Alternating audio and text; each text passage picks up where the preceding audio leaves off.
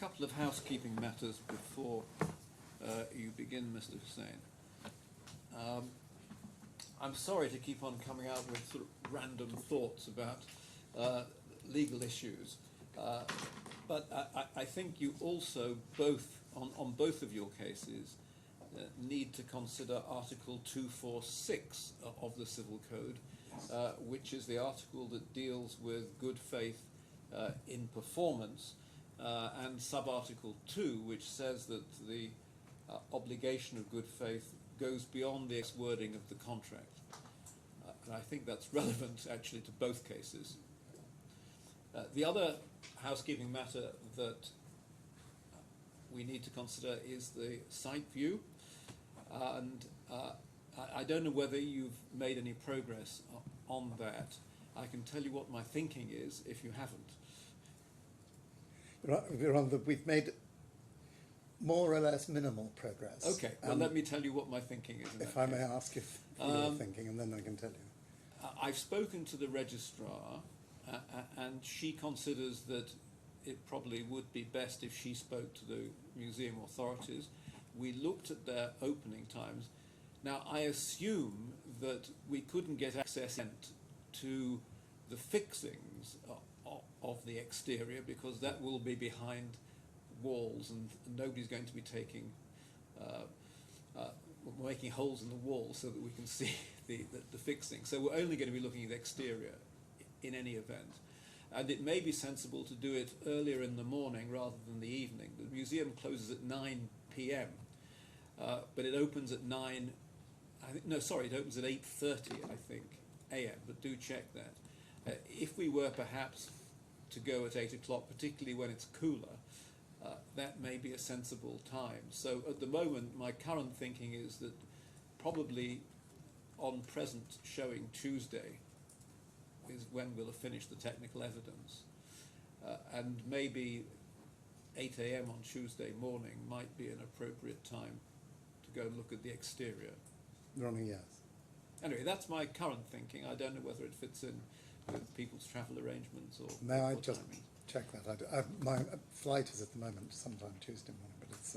well, that may but be I can tell, slightly optimistic given the... Yes, indeed, it may be, but at any rate, stick to that. First thing Tuesday morning would be fine. How does that sound? The only other point is, so far we have achieved sending an email to a generic email box. I don't think that's going to get anywhere. And I agree with your registrar's view that it would be helpful if more direct contact were made. And that would be better from the court than from the parties. Yes.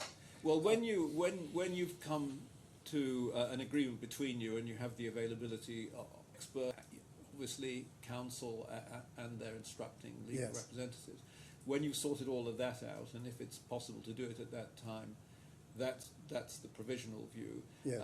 If you would be kind enough to tell Alia, the associate here, she'll liaise with the registrar, and the registrar will contact the certainly. One museum. One possibility that was canvassed between the lawyers last night was that if it proves difficult to organise a view before the conclusion of the evidence, then Horizons and DLA could attend the view along with Your Honour, and I'll need the experts as well. But if you need the experts there, that's of course because I will want them to point out what they've told me about. Yes. So in that case, Tuesday morning sounds best. Well, that's my thinking, but as I say, that's purely provisional, and do discuss it between yourselves and see what's practical. Yes. Is Monday morning out of the question? No, Monday morning's not out of the question at all. I'm completely at your disposal in terms of timing. I just thought Tuesday, given the progress that we're making. That's very helpful. Okay. Your Honour, if the experts and the solicitors attend, would you need me and Lord Marcus to attend? At the moment, my feeling is we probably shouldn't be there. And obviously we will if you want us. Well, it's up to you, but if the expert says something to me, from one side or the other, that either of you two may wish to address me upon, that's a matter for you. I have to say, if I were counsel, I would want to be there. Okay, that's Well, I would helpful. prefer to be there, but if we were having to come back a week later, I can see the logistical reasons for not doing so, and we would get reports back Yes, from our I mean, instructing solicitors. when I did these things, I wanted to make sure that I knew what was saying. Or I've always been at views for that reason, yes. In that case, I think, Mr. Hussain, it's for you to re-examine Dr. Affan. I'm sorry about that slight housekeeping delay, Dr. Affan. No problem at all. May I contribute to that? Perhaps once you finish your evidence, you can speak to your legal team, unless Your Honour you want to speak to Dr. Affan about this. I think we'll deal with the evidence now, and perhaps Dr. Affan, if you tell your legal team, we'll do it that way. I just want to advise you what time to go, that's why. What time to go? Okay, all right, that's fine. What time do you think is a good time to The go? best one is actually just by sunset. Sunset. Well, that may be attractive, but the museum will be open at that time. See from outside, you can't see anything from inside. You can't see anything from outside.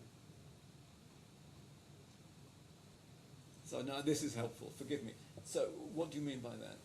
You were talking about the facade. Yes. Inside is all covered by. Yes, we can't In open. general, We can't open up. No, the best way to go and view it from outside. Yes. And if I will contribute as well, some of the panels actually with rivets, just for your information. I'm not going to. Sorry, I'm not going to take evidence No, from you. they're not there. But all I'm saying is that have a look at it from outside. Yes. Check everything you want. Yes, we'll look at it from the outside, but we're just looking at not interfering with. No, I don't want you to. I'm sorry that I said that. Yes. Okay. All right. Mr. Hussain. Dr. Affan, I'm so sorry, this is from Terrace. I just wanted to make sure that Mr. Affan's mic is on, please, because it seems to be a little faint. Can you his hear me? voice. Thank you. Yes or no? Yes, it's good. Thank you so much. Thank you. Dr. Affan, if you can just speak a bit louder than normal, that'll probably help us. Dr. Affan, it was put to you yesterday that the claimant's case is that aesthetics are part and parcel of the design.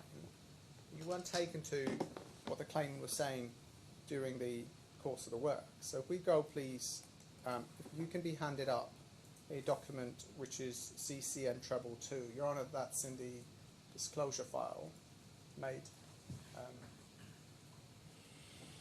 I believe on Tuesday. Do you have that, Your Honour?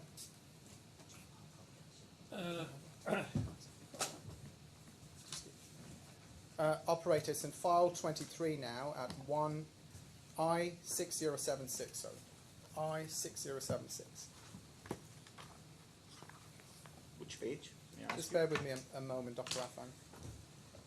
Just let everyone So get this the is the disclosure file.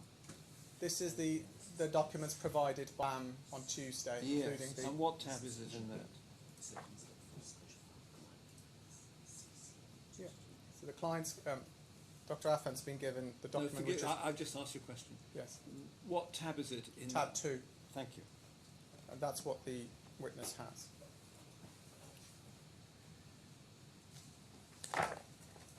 Operator, if we go to file 23 in the electronic bundle, and it will be in there, I believe, as I6076.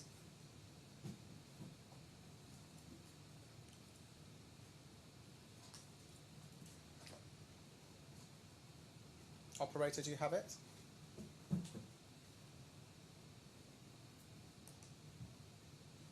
I'm just getting that up, so just give me a couple of seconds.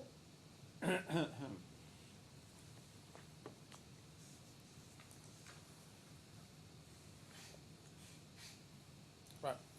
While the operator is bringing it up, given that the judge and you have it, as does Lord Marks, it's a document headed the contractor's interim claim for an extension of the time for completion and prolongation costs. Contractor's claim notification CCN treble 2 facade design changes. Dr. Affan, when was the first time you saw this document? Today is the first time. Okay. If we then go to count the pages to page 6 in this hard copy,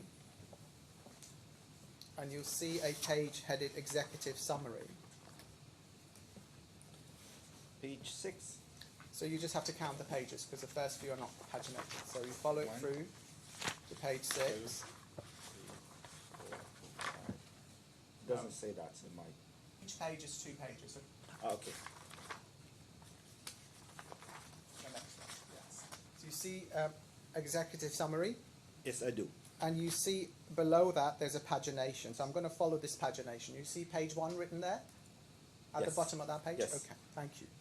So staying on that page 1, which is page 6 of the PDF, it says, if you look at the second from last paragraph, the second from last paragraph says, the contractor has no authority, obligation for the aesthetic design, nor any enhancements or changes to the aesthetic design, which is provided by the employer in the contract IFC documents and which must be maintained. And then if you go forward in this document, following the internal pagination, to page 28, It says as numbered. yes, Yes, and you see paragraph 3.6.18, I do. BAM says to Bureau Happold, in summary, the above provisions of the specification outline the intent of the contract documents and the contractor's design obligations therewith, and then at Roman 2, the contractor shall complete the engineering of the design through the incorporation of the specialist subcontractor's details while maintaining the visual aesthetics of the design provided by the employer. The contractor is therefore not responsible for the aesthetic design, nor any enhancements or changes to the aesthetic design, which must be maintained as supplied by the employer.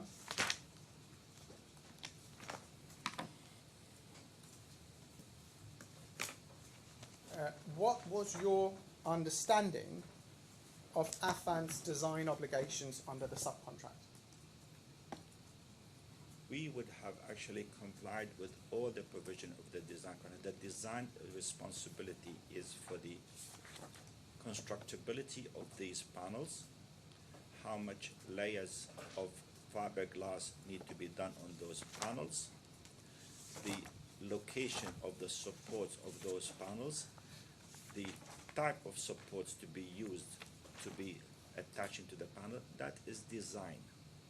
Aesthetic is not our business. It is the architect's decision, not ours. Thank you. You were taken and asked a number of questions about the tender inquiry or the bid documents, what are called the IFC documents. If we can go to Combined Bundle 822, this is the scope of work documents from the main contract.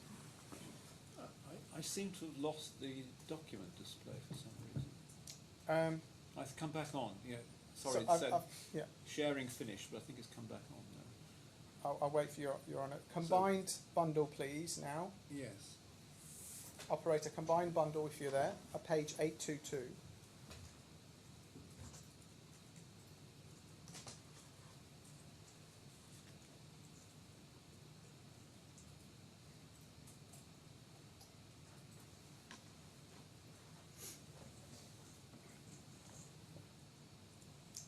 Operator, are you there?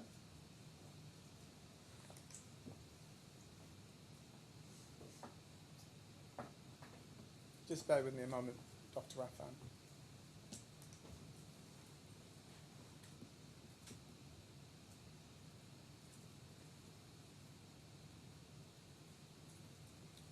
Document operator, if you're not, if you are there, can you let us know?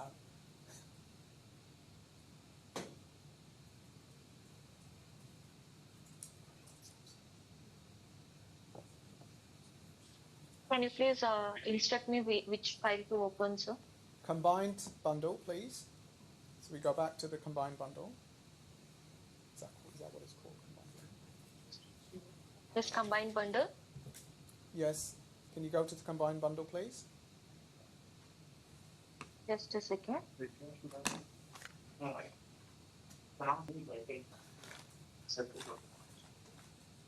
Can you see my screen right now? Yes, thank you. So, Dr. Affan, in front of you is an extract from the scope of work documents that was sent with a bid this document is produced by Bureau Happold. And it says the contractor is responsible for the design and coordination of the following: says individual facade elements, composite panels to be contractor's design, and then it says facade panelization subject to contractor's preference. What did you understand by the words panelization subject to contractor's preference?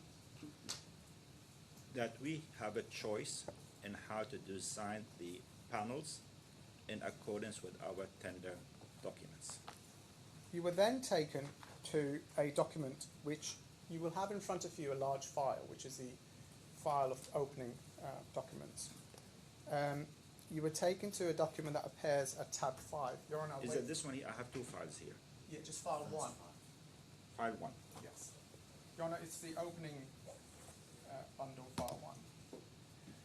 And operator, this is in the electronic bundle as I5324. Opening 1, Tab 5, you're on. 5, thank you. In front of you, tab Folder, sir. I5324, operator, please. If you're having difficulty, it'll be in file 10 as an exhibit. You go to file 10, and then you go to the exhibits. It's RAS04, I believe. RAS04.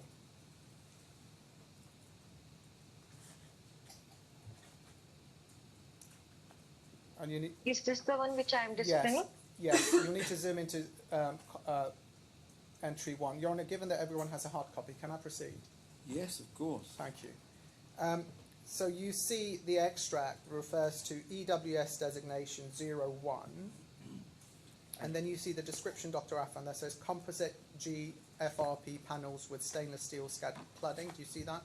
At the moment, I cannot see it. If you tell me which part of the file, you know. Tab 5, I'm so sorry. Tab 5.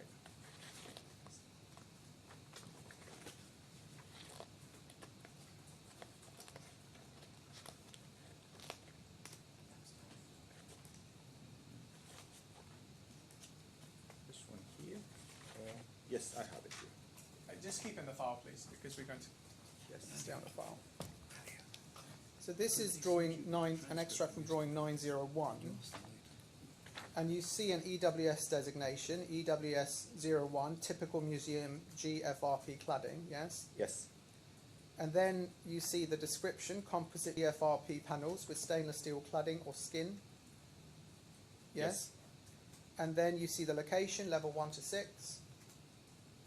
Yes. And then if you look at typical module, it says 2.5 meter by 4.5 meter, or 9 meter by 3 meter vertical span, 4.5 meter or 9 meter type 2 contractor module, panel depth 300 millimeters. What did you understand the statement of 2 preferred contractor module to mean? We have made a tender document which meets these requirements, and we would have followed our tender document because this is what our price was based on. What do you understand the words 2 preferred contractor mean? We decided, we make the decision, not the architect, not the contractor. Right, just keep that file at hand. You were taken, operator, if you can go on the screen to combined bundle page 1092. If you could tell me which page here? Just stay on that file where you are and look at the screen, okay? Yes. Operator, if we can go to page 1092, please.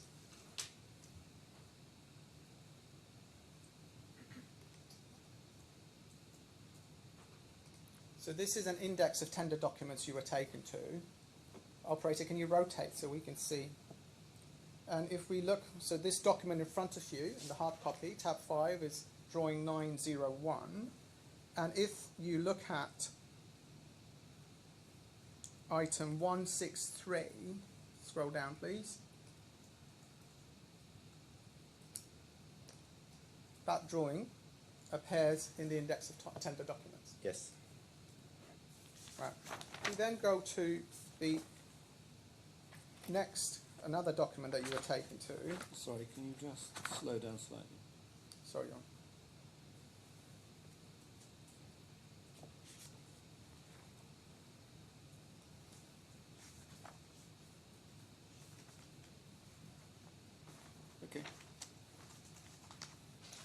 can then go to the hard copy file in front of you, the opening file, and go to tab 6, which for the transcript, we don't need to go there at the moment, operator, is exhibit RAS05. Do you see a drawing 906? Drawing, let me just right here. Yes. And what you see is an extract of model showing curvature, and below that you see a drawing or a panel sizing shown. Do you see that? Yes. And then it says, on the longer model, it says 900 millimeter optimal. Do you see that? Yes. And then it says a width of 300 millimeter optimal. And then it says GFRP potential module sizes options dependent on contractor design. What did you understand the wording GFRP potential module sizes options dependent on contractor design to mean? We decide the contractual design, and it does, as long as they are within these parameters, we are able to construct it. Right. And if you look at the illustration of the front perspective and top view and the side view of the building, what, if any, understanding did you have as to the number of panels shown here? We knew the panel number, 2,445. And again, if you look at the drawing number 906, you can see, if you look at the document on screen, which is the index of tender documents at page 1092, you'll see that this drawing appears at item 165, correct? Yes. Just pausing here, if you look at the 906 drawing,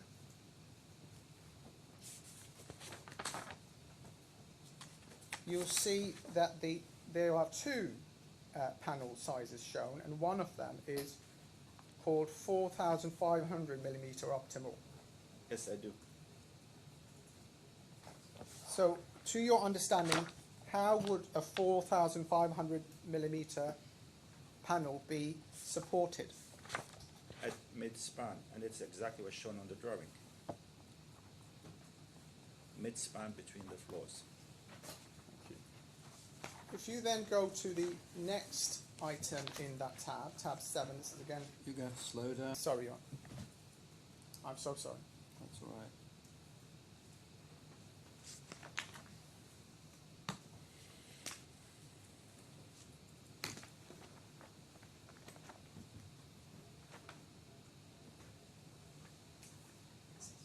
Okay. You want to go to tab 7 now? Yes, if you go to tab 7, and for the transcript, we don't need to, I believe this is 6068, we don't need to go there, operator, please stay on page 1092. You see a drawing 934, Which one is that? tab 7 of that file. Yep.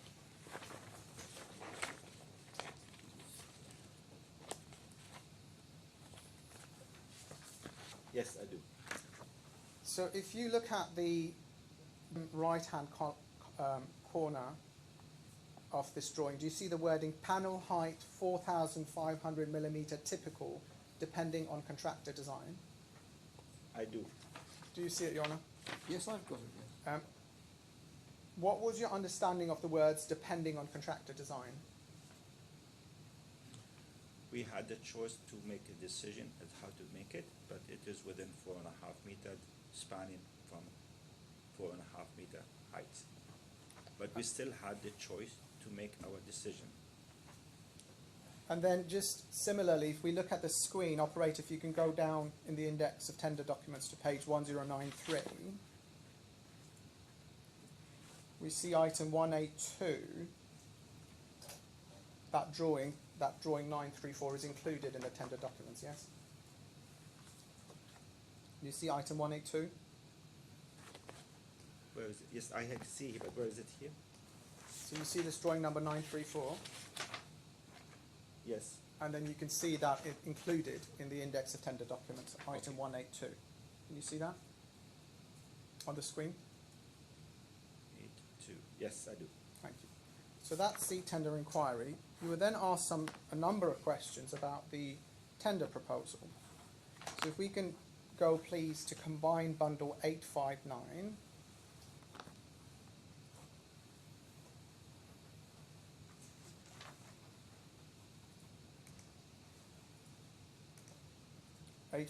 Please, operator.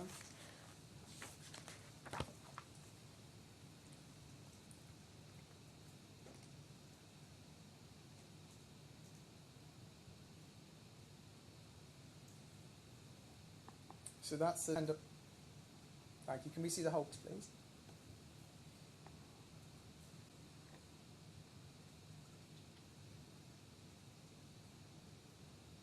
So that's the tender proposal, final commercial technical proposals, 25th of January 2017, yes? Yes.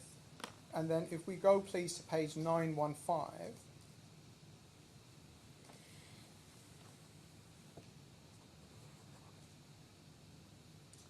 We see the technical proposal, and if you go to 917,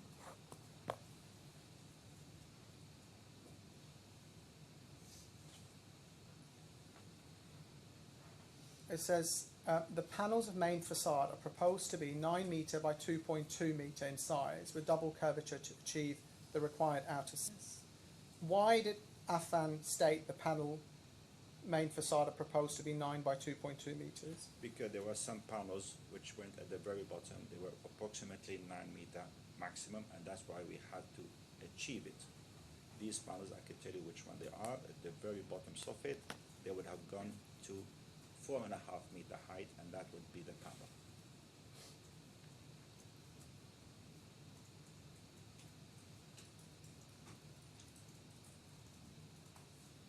You were taken, if we go back a page, to these images, see at page 916. What do you understand is the basis of this image? To show them the different curvature and the surfaces from which this particular project was constructed. We can then go, please, to page 937. This is still in the tender proposal.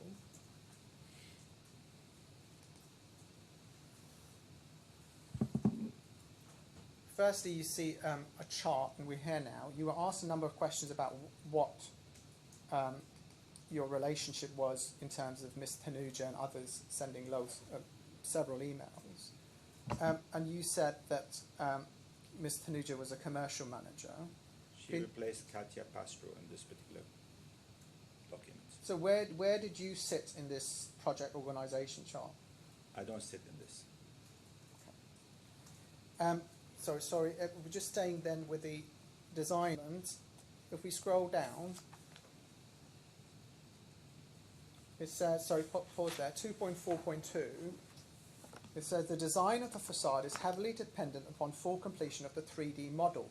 Upon award, we will request issue of the full construction status model either in Revit or Rhino.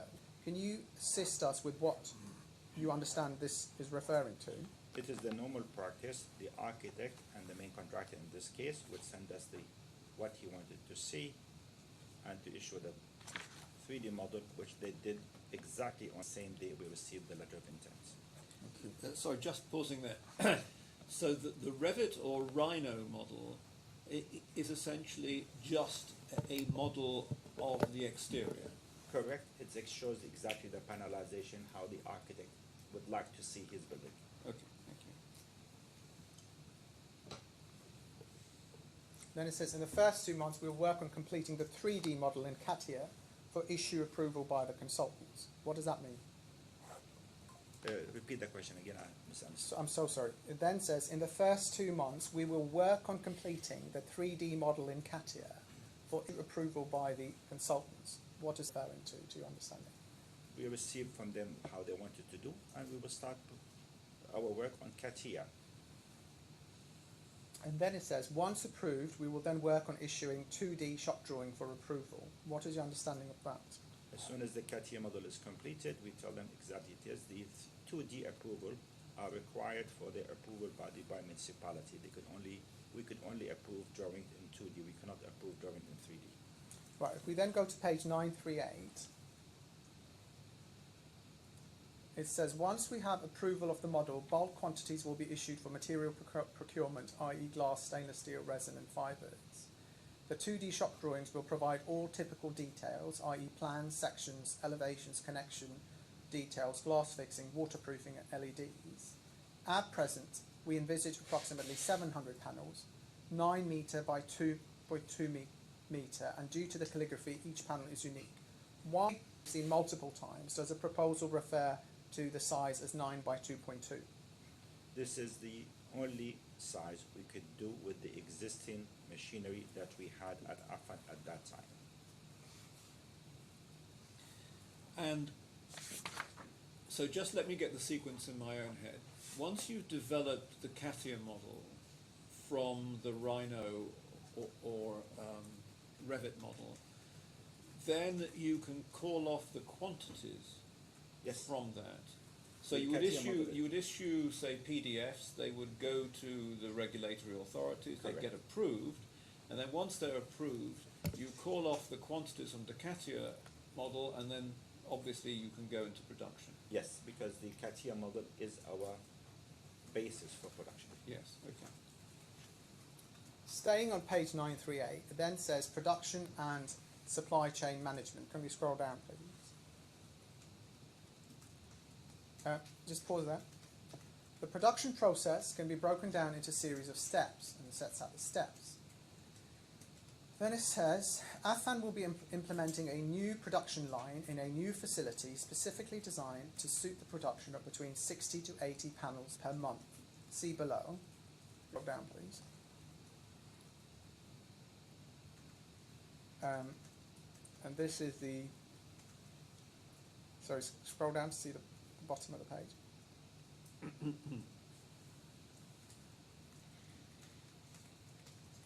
Thank you so much. So this is the Affan plant production at factory 2. If we go back up to page 938, just pause there. Did you understand how the statement of production of between 60 to 80 panels per month was calculated? Yes. What did you understand was the basis for that? The 9 meter by 2.2 meter maximum. If you can then look at... So just pausing there. As I understood your evidence, the problem in relation to not being able to produce a panel larger than 9 by 2.2 meters was one of physical space. Correct. That problem would be solved, presumably, by the new facility. Yes. So would it then not be possible that those 60 to 80 panels might include panels bigger than 9 by 2.2? It can include it, and that's the whole what we did eventually. Yes, that I understood, but I had understood your answer just now to say that the 60 to 80 was limited to 9 by 2.2. No. That's not right, though, No, is it's it? not right. What would be the impact, if any, of larger panel sizes on the ability to produce 60 to 80 panels per month? Dramatically reduced.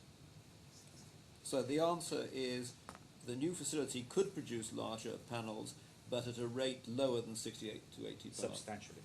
Okay. If we then go to a document that appears, I'm not sure where this is in the bundle, it's in one of the new documents, but if you go back in that file to tab 3, well, I think we have an I number for it. Can you go back in that file to tab 3, the large file? Tab 3. Yes. Yes. We have Bundle 1, tab 3. File 1, tab 3 on it. It's a document dated the 17th of July 2016. It's a tender query. Yes. Answered.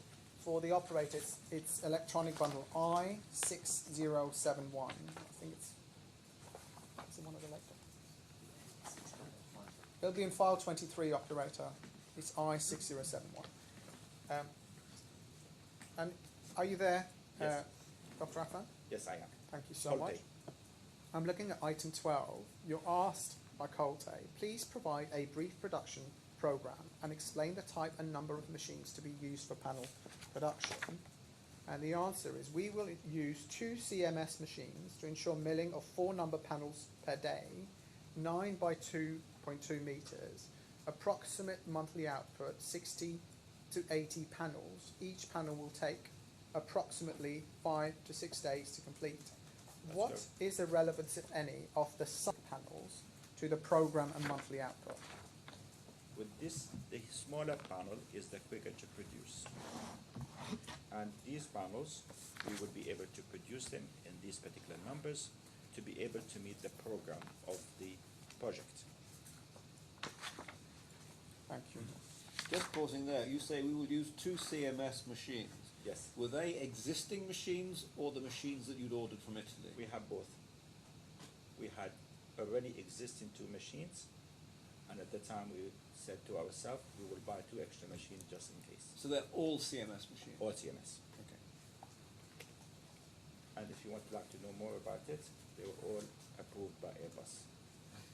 Approved by Airbus. Airbus, okay. Our third party was Airbus. Yes, yes, because Airbus have used pre-preg for 20 years, I think. This also on this project. Yes.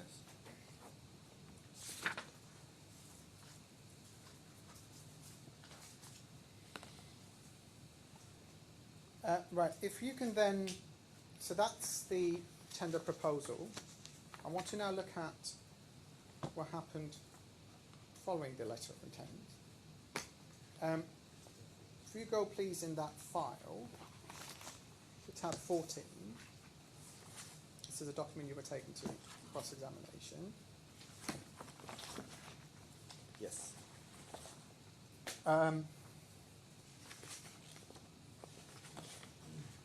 This is the email on the 2nd of March 2017.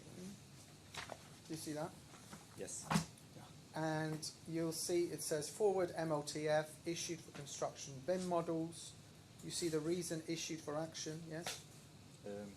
Yes. And then if you go forward to page 5 of 6, Yes.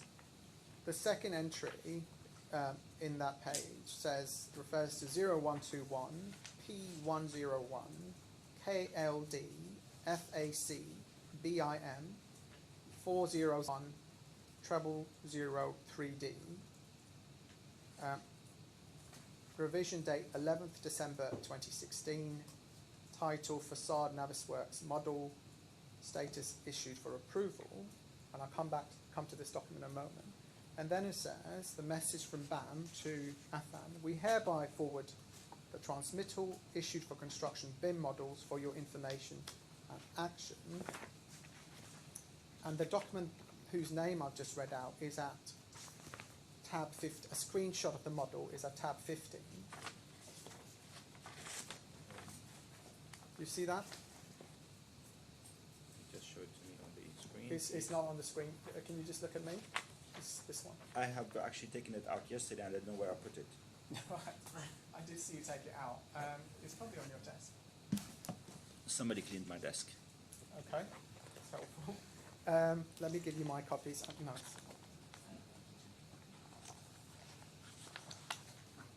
Just bear with us.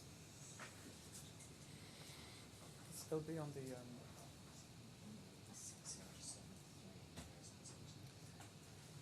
Terrace, can you look for? Is it in the late? It's in tab file 3 of the e-bundle at document 6073. File 3. 20. Oh yes. Can we get file 23, please, Terrace? I'm sorry about this, Your Honour. This is what we're looking at. Yes. It's prototype tab 15. If you go to the document tab 15, please.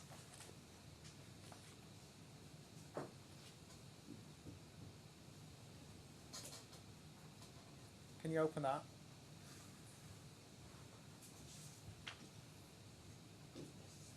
Yes.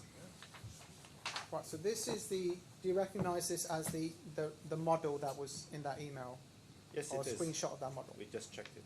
Right. So if you keep look at the screen, and maybe that invite Your Honour to take out tab 15, please, because I want to compare that with. And you go in the hard copy file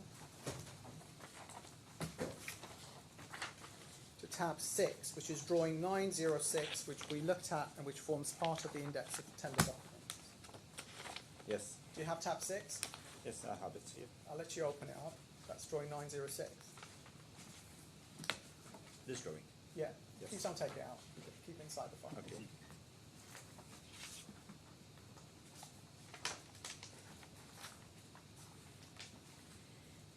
Do you have it? Yes, I do.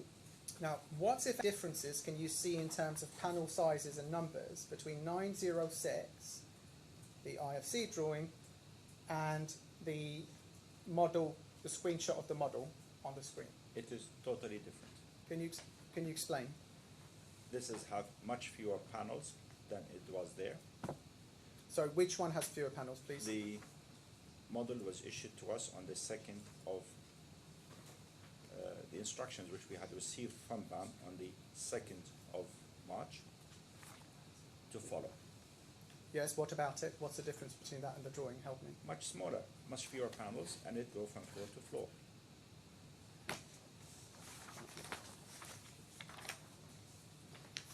And there is no connection at the mid-level. No connection at.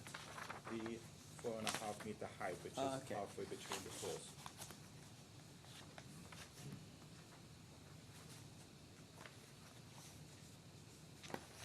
Just bear with me.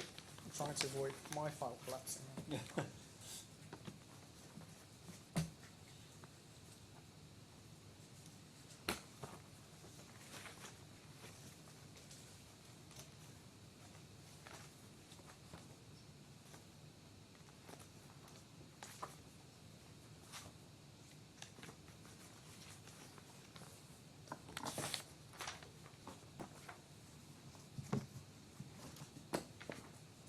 If we can just keep that document on the screen, Terence. Staying on that, you were taken to what Ms. Kinderland describes as Model 1, which is a model issued by Affan on the 7th of March 2017. Can you go in that file, please, to tab 17? This is a 2017 model, which Ms. Kinderland has suggested was produced by Affan without any instruction whatsoever. This is tab 17. Yes.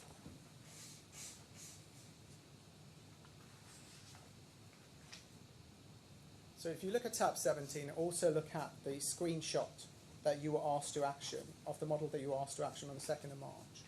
What understanding do you have as to why the document at tab 17 was produced? Based on that model. Can you just, It's exactly the same replica of it with a few variations. based on which model, can you tell me in words? The model which we have received as instructions from BAM on the 2nd of March. And when you say a few variations, can you describe what those few variations are? Yes, around the neck, the model which we had received on the 2nd of March had larger model than we would have liked them to do, and we addressed them in the following meetings which we had with the architect.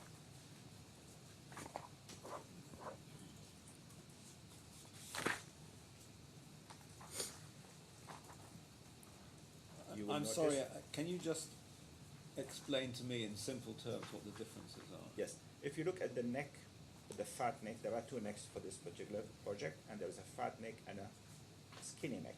What do you mean? No, The neck sorry, is you mean the this? No, that's the skinny neck, and the other one is the fat neck. Okay, so these are neck areas, then I can see the differences, yes. Yes, that was the only difference.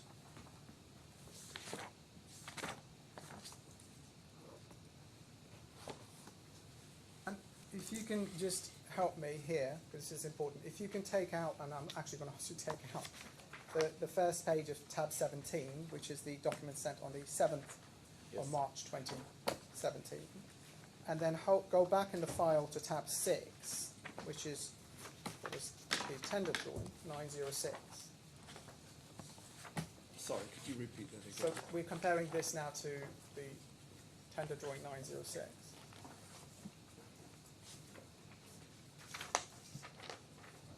Which is a tab. Tab 6, I'm so sorry, Your Honour. So comparing tab 6 with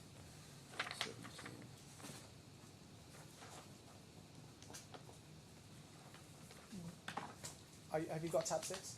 Yes. in front of What are the differences between the model produced on the 7th of March 2016 in terms of panel sizing and the drawing 906? you. Total difference. Totally. Can you explain? The models when we received in the tender drawing are much smaller panels, whereby the models we had received on the constructed by BAM on the 2nd of March shows much larger panels. Thank you. Can I just request that you put this page carefully back at the top of tab 17, because other people will be looking at it. You're gonna need it. Yes.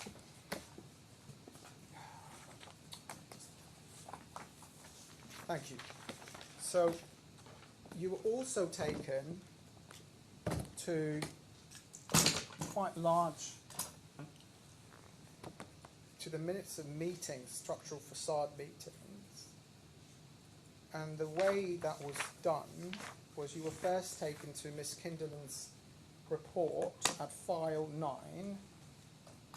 So if we can please go to the Calver report, Terrace, file 9.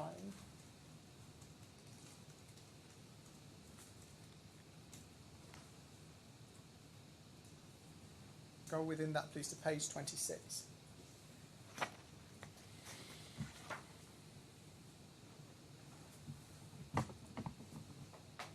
Yeah, that's the document. Thank you.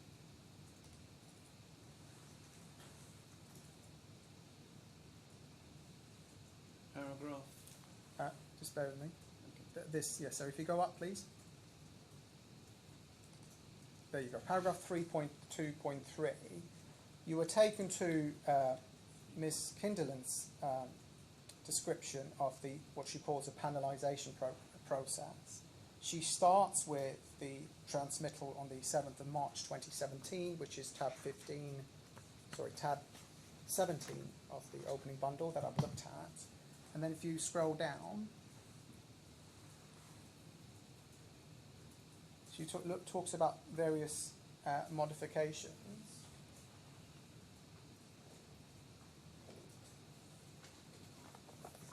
That you were asked to comment.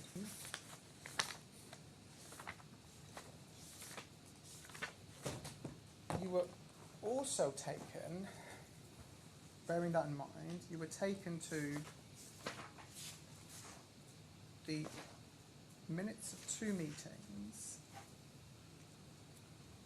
First one, if you look at the hard copy file at tab 18. Yes. So you're now in opening bundle tab 18. This is the minutes of a meeting on the 6th of March 2017. Do you see item 3? Item 3, yes. It says BAM presented the outcome of recent workshops and panelisation. EVS noted that agreement had been reached with Sean Keller on the location of larger panels, up to 9 by 6 metres to rationalise the layout. There are now less than 800 panels. It was agreed that BAM would send the previous and latest panelisation models along with rendered models, still using the old calligraphy to accurately showing the vertical and horizontal gap sizes to BHE MIRAS for review to determine if vertical joints are readable. It was noted that the Rhino model would not show the calligraphy reveals, however. Once all parties are satisfied with the panelisation, the process of sitting with the CATIA model, which accurately reflects the design, the calligraphy to make necessary tweaks, will begin. And you see date raised as the 21st of February 2017. So you were taken to and then you were taken to the next meeting, which is at tab 19 in this file. We can bring that up because it's in the combined bundle at page 1162, please. 1162.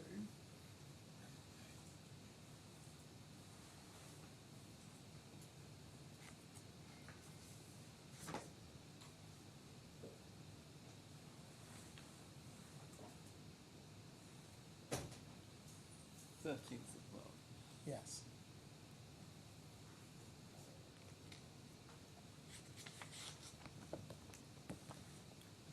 And you were taken to item 3 in that meeting. And if you look at paragraph 2 against item 3, it says BAM presented the outcome of recent workshops on panelisation. Agreement had been reached with Sean Killer on the location of larger panels up to 9 by 6 metres to rationalise the layout. Upon further review with Miras, however, these panels have been deemed too large.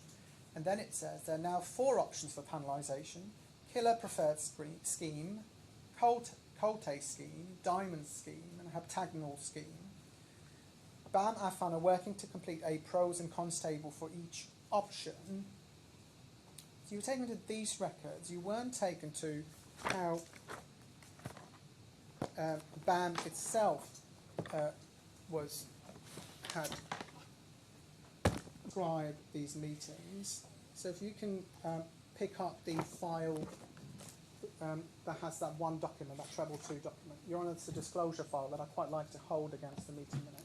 The smaller file which you just presented this morning to me. Yes, please. Yes. Just bear with me. Yep. So if you go within that document, please.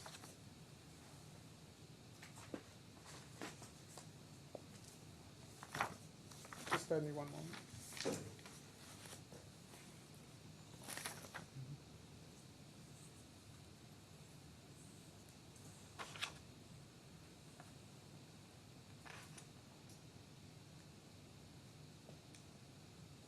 So if we go within that to internal page 2, so you remember we had the page numbering.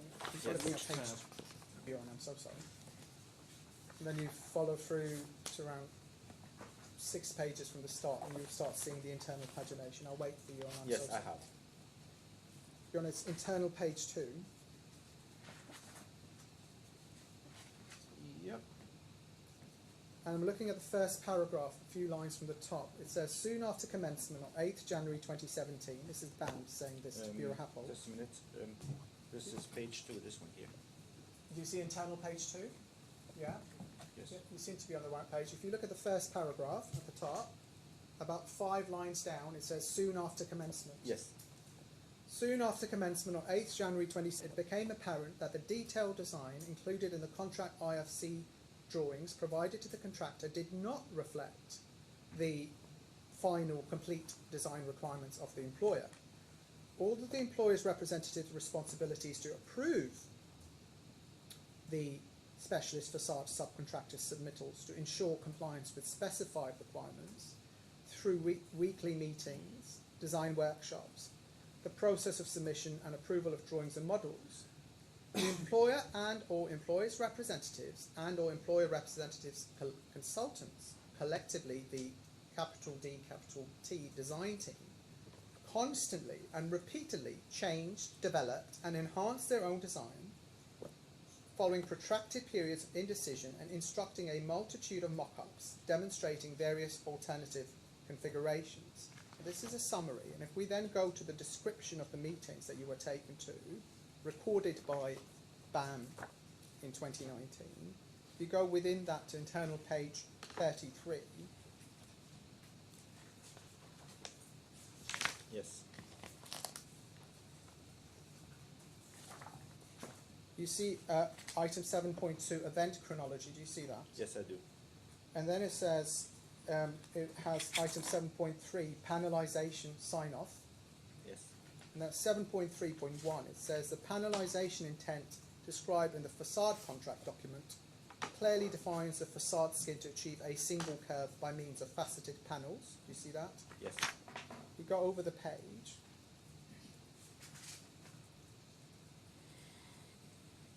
7.3.2, the design team, capital D, capital T, subsequently instructed the contractor to pursue an alternative smooth surface via an RFI response on the 15th of February 2017. Do you see that? Yes. It says such a smooth surface can therefore only be achieved by replacing the single curved panels in the IFC contract drawings with double curved panels. Panelization discussions kicked off as early as of 21st February 2017, when the first steel facade weekly coordination meeting was held, and on the basis of delivering a smooth surface finish, optimizing the maximum panel size and minimizing the number of horizontal joints. What do you understand is a reference to minimizing the number of horizontal joints? Do not connect on the midpoint between the slabs What do you understand was a reason for this? to reduce the number of panels. What do you understand was a reason for that? It is the requirements, the architectural aesthetic requirement of the facade. What do you understand was the aesthetic reason behind asking for minimizing the number of horizontal joints? They would like to have a beautiful looking building, smooth building. I couldn't hear what you said there. They would like to have a smooth building.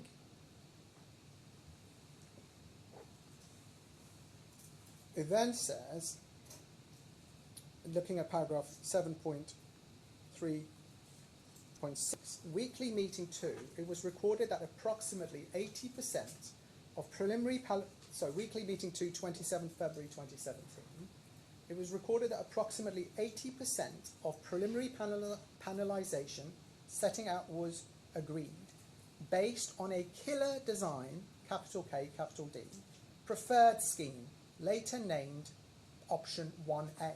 What did you understand was a killer design preferred scheme, Dr. Affan? The scheme which was sent to us on the 2nd of March, instructed by BAM to us to follow. It then refers to the meetings that you were taken to. Sorry, just slow down a bit. So,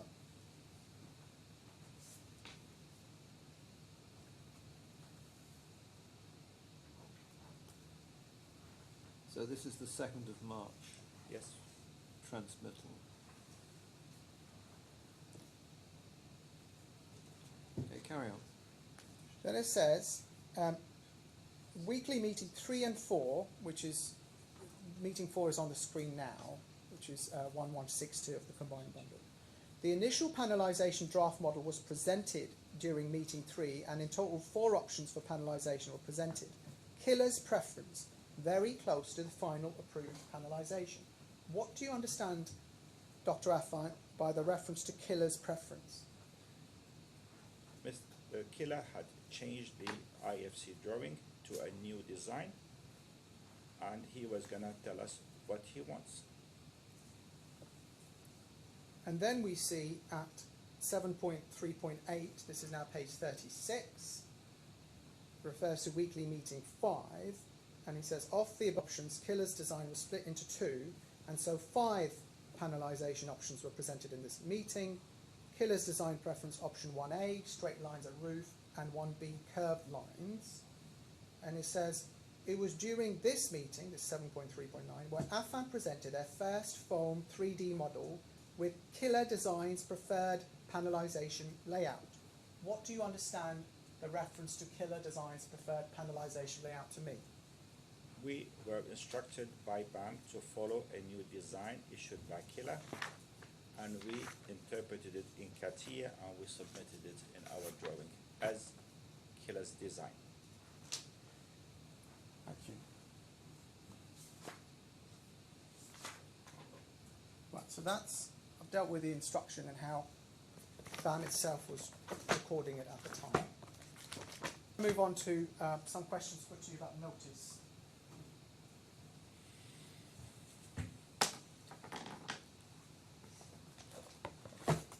You were taken to a document at combined bundle page 1462.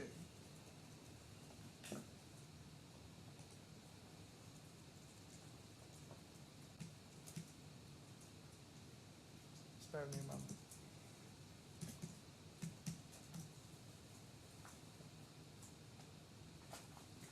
One 1462, please.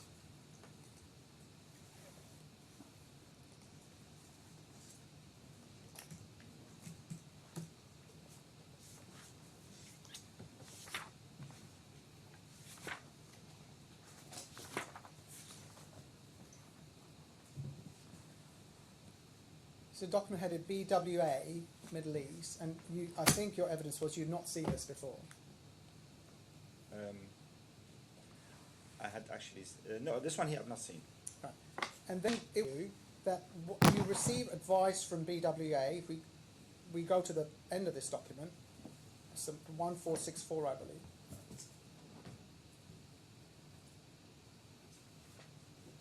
One, 4, 6, 4.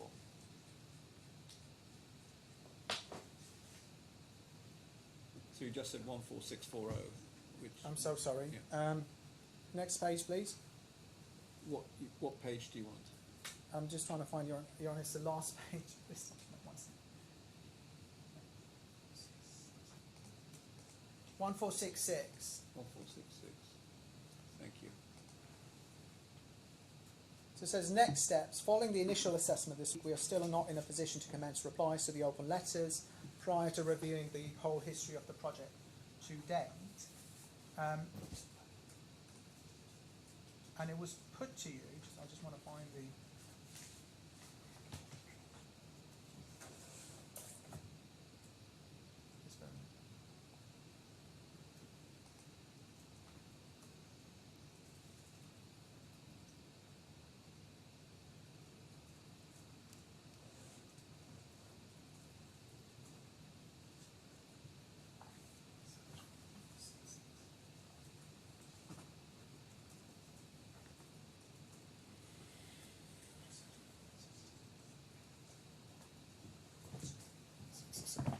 it was put to you that somehow because of document...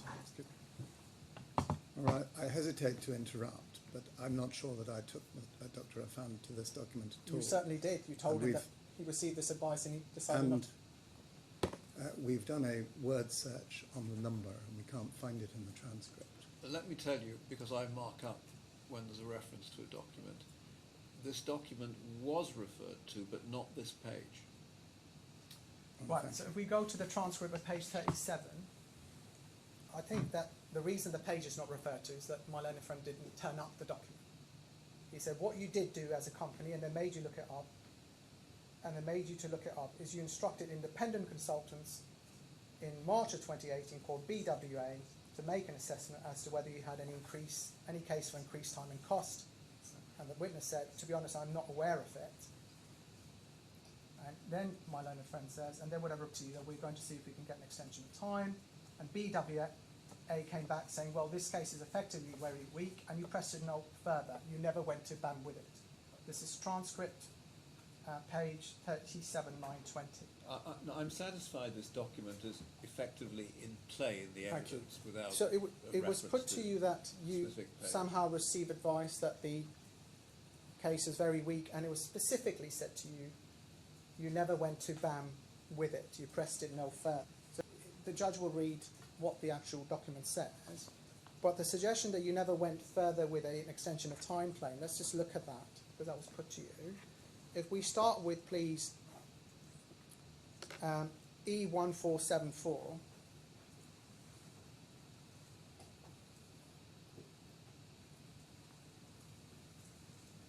of the combined bundle.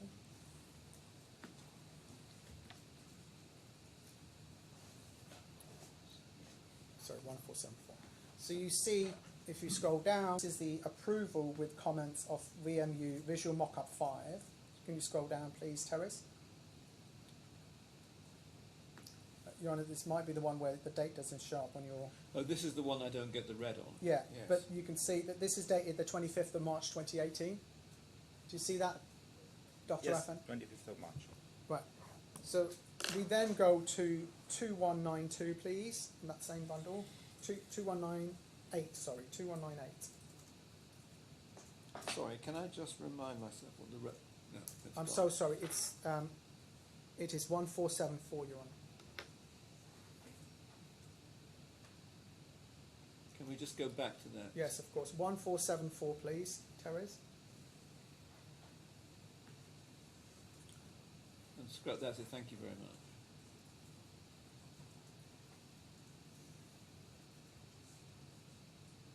Okay, thank you. If Okay, we then so we go, can go to please, to 2198. 2198, please, Therese. So we've seen that approval on the 25th of March.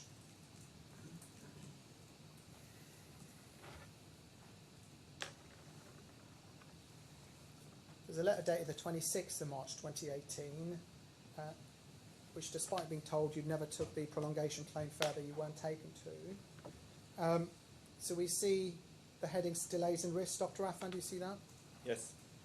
And then we see, as a facade contractor, we acknowledge receipt of your letter.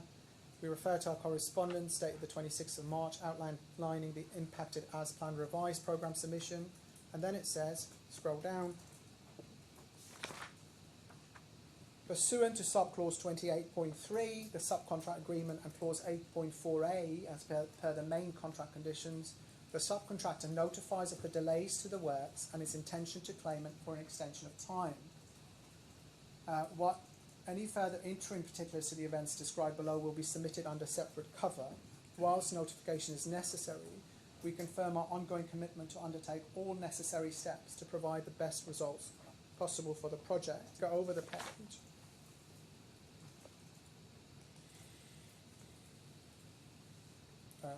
Page 2199, please.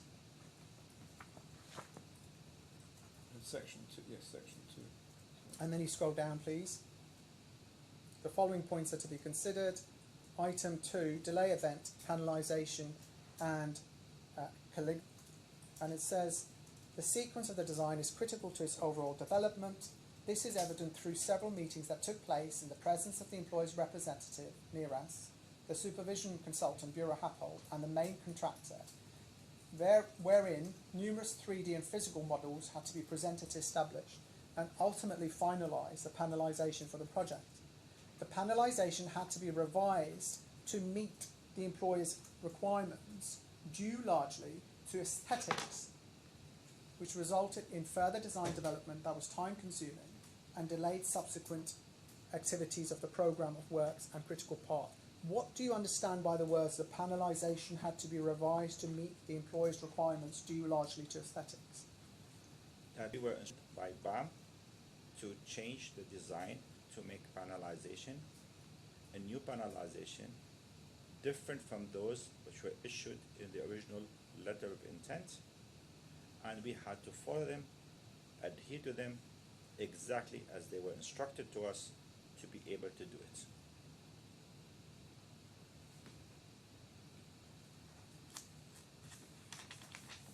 What do you understand the words due largely to aesthetics to mean? It was nothing to do about buildability of it. It is just they wanted a different shape. Right. If we stay in this lesson, go to 2200, please.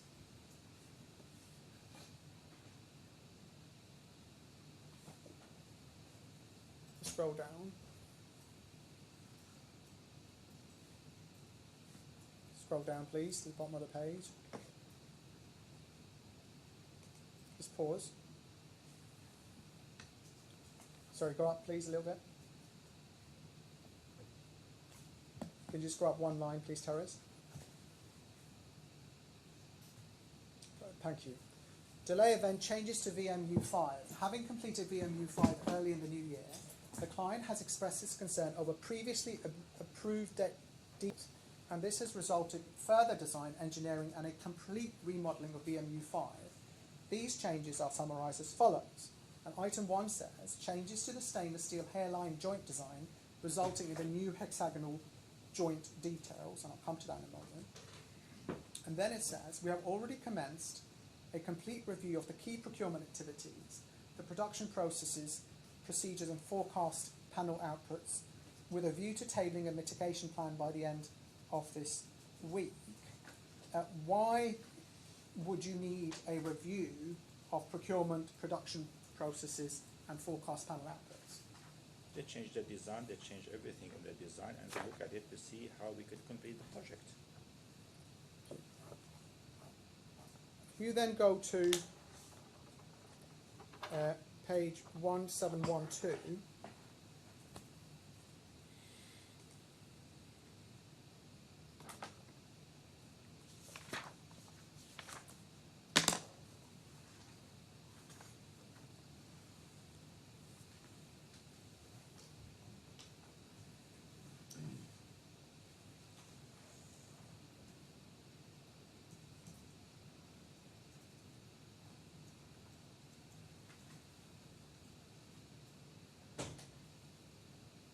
this is with the letter of the 6th of March. We're now looking at what follows.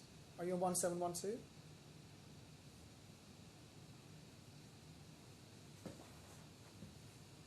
Just bear with me, Dr. Affan.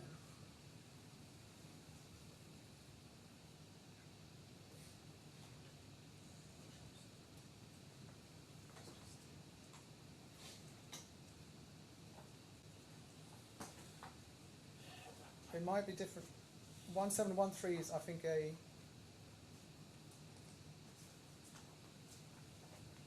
okay, it's a repeat of 1712, so that's fine. You can stay there. Thank you, operator. Yes, we've looked at 1713, but not 1712. I'll use 1713, it's the same document. So it says, further to our letter dated 26th of March, which we just looked at, it's headed costs associated with design, betterment and panel aesthetics. It says, further to our letter dated to the 26th of March 28, discussions held during the meeting of 8th October, we write to advise of significant cost escalations of the design and production of the facade panels. As you are aware, production has commenced in earnest and installation is proceeding essentially at risk in an effort to mitigate the above issues. However, we are experiencing significant cost overruns to develop and deliver the panels at the levels now finally accepted by the client. We anticipate being able to provide further and better particulars of all the issues related to the betterment by the end of next week with an estimate of the time and cost involved. Why would you need to wait to give better particulars of the costs We involved? had to produce, we had to find out how much it really cost to enable us to establish the actual cost of making the panels. So we then go to a document you were taken to, which is at 1723, I understand.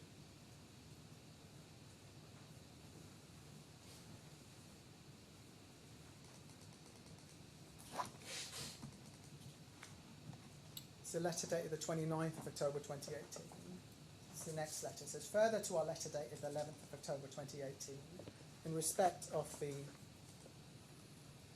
above, we have now compiled our initial assessment of the forecast costs to complete the facade production and installation. This document is prepared based upon the time and materials taken to complete the first 100 panels, and we acknowledge it identifies a significant increase over and above the contract sum agreed. And you see the headline, costs associated with design, betterment and panel aesthetics. Why did Affan wait to give these particulars till the first 100 panels have been produced? We did not want to make a wrong assessment. We made the panels, we saw what it cost, and we gave them a breakdown of every single cost so they could see it for themselves and very clearly what it took. The 100 panels were necessary. In the beginning, you would always incur extra cost when you start production. So we waited for 100 panels to make sure that these costs were not due to initial costing or first production, but actually it's a real cost. We then go to 167.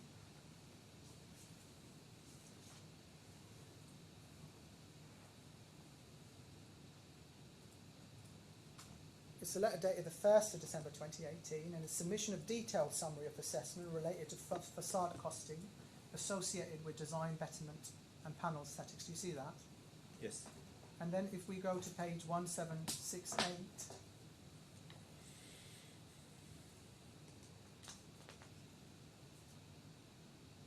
you see, I'm not sure I've seen this before. yes, put you to an opening, Your Honour. Yes, I know. He wasn't cross-examined on this. Well, the point is, it was put to him that they didn't take the matter further, and I'm now challenging that. All right. If you go, please, to this document of 1770,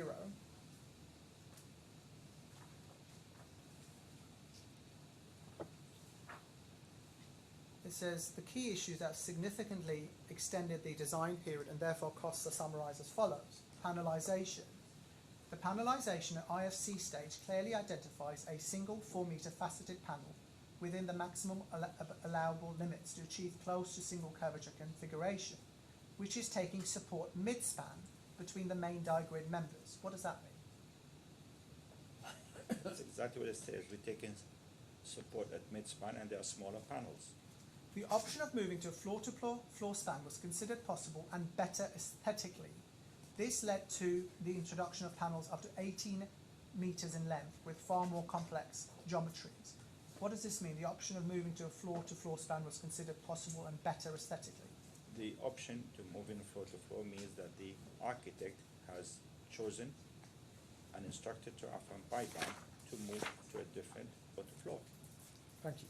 Now I'm going to move on from the panelization. You were asked about hexagonalization, and it was put to you that somehow this was unrelated to the aesthetic requirements, but you weren't taken to how BAM itself recorded the sequence of events in its submission to the employer. So can you go, please, to the new document put to you?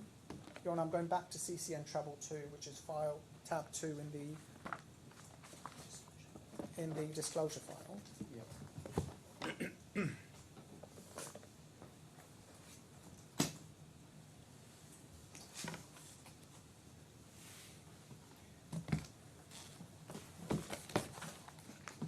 And I want you to go, using the internal pagination, please, Dr. Affan, to page 76.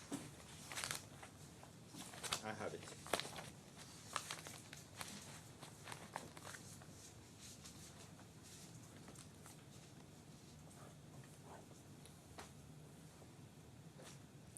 I'm looking at paragraph 8.5.1.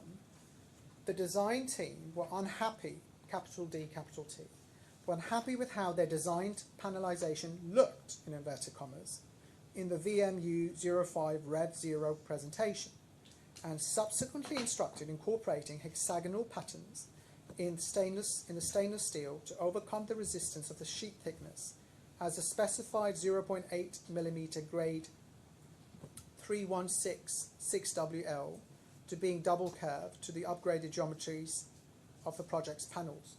Apologies to the transcriber. Comments received back from VMU 5 Rev 0 included the rejection of vertical hairline joints in all locations and instructed that full width panel lengths of stainless steel, more extensively cured, be used instead to Curved. reduce the number of vertical hairline joints. So you say cured as curved.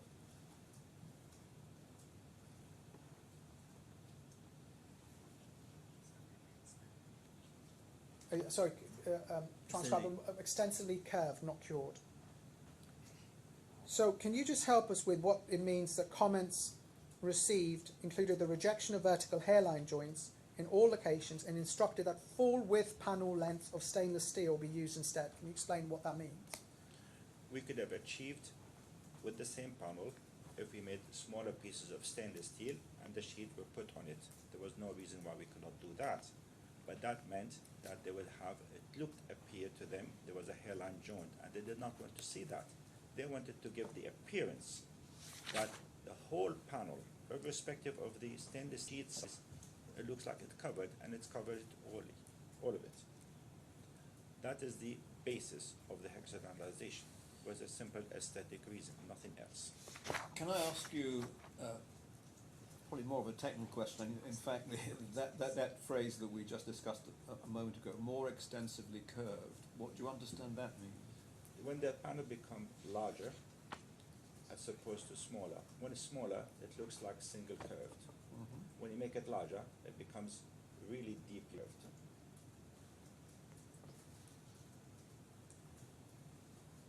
And when it becomes more deeply curved, what is the result in terms of the production? It's much more difficult to produce, much more expensive to produce. Why? It's larger panel. Yes, you need to tell me that in very simple terms. Okay. A larger panel meant two things. First of all, it has to be stronger panel, which meant more material to be used to construct it. Do you mean a thicker? Thicker.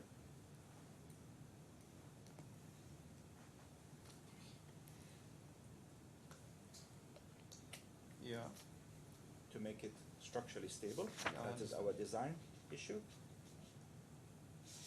The larger panel also meant we have to employ more people to make it, which is much higher labor cost involved in making it.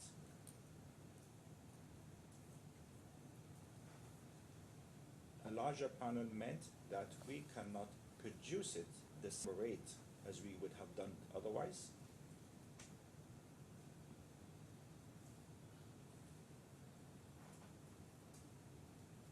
And finally, we had to cut the stainless steel, not necessarily Higgs addition, that came from them, in smaller pieces to follow the curvature. And what about the molds to produce it? Also, they become much larger, much more extensive. It takes much longer to produce.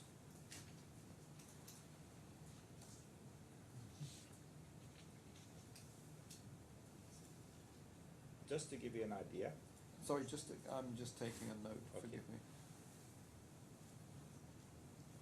What I didn't understand is what you said about cutting smaller pieces. Why? What do you mean by that? you can make more pieces, it gives you a curve. No, well, we're talking about producing a larger. Yes, but More- then I have to do the stainless steel, clad it in stainless steel eventually. So forgive me, you're losing me. The panel is produced in GRP. Yeah, no, I'm going back to the point you made before that. I understand that the molds have to be larger. Yeah. But before that, you said that you would have to cut smaller pieces. Yes, that means when we have larger, much more deeper curvature, Yes. the stainless steel sheets, which we had envisaged primarily to be one big sheet to cover from one end to the other end, now has to be done in the smaller sheets to cover from one end to the other end. That I don't understand if you're Okay, making a larger, if more you- curved panel. Okay, if you have a larger panel which goes like this, Yes. I make 1 piece, 2 piece, 3 piece, 4 piece, 5 piece. Oh, so the panel itself is welded from different sheets, is it? Yes, of course, not welded. Submit sheet were put on it and mechanically fixed on it. Sorry, can you just assist in one way? What is the relation between the GFRP panel and the stainless steel? Can you just The assist? CFRP panel is the structure. Yes. The stainless steel is simply a cladding. It's just like a shape. It could be Yes, aluminium. I know, but I didn't. But what I didn't understand was that the cladding to the GFRP panel was not in one piece. No, it's never has in one piece. Okay, well I hadn't gathered that yet. So if we go back to page 76, I just explained to you why that was not in piece, because the stainless steel comes in finite sizes, Yes. whereby the GRP is infinite size. Okay. That made the explanation much easier. Yep. so when you look at page 76 at item 8.5.1, and it says that the design team, capital D, capital T, were unhappy with how the design panelization looked in VMU5 Rev 0. How was the stainless steel shown in Rev 0 of the models? Riveted, initially. Was it a single sheet? No? It could not be. So then, just staying on the document at page 77,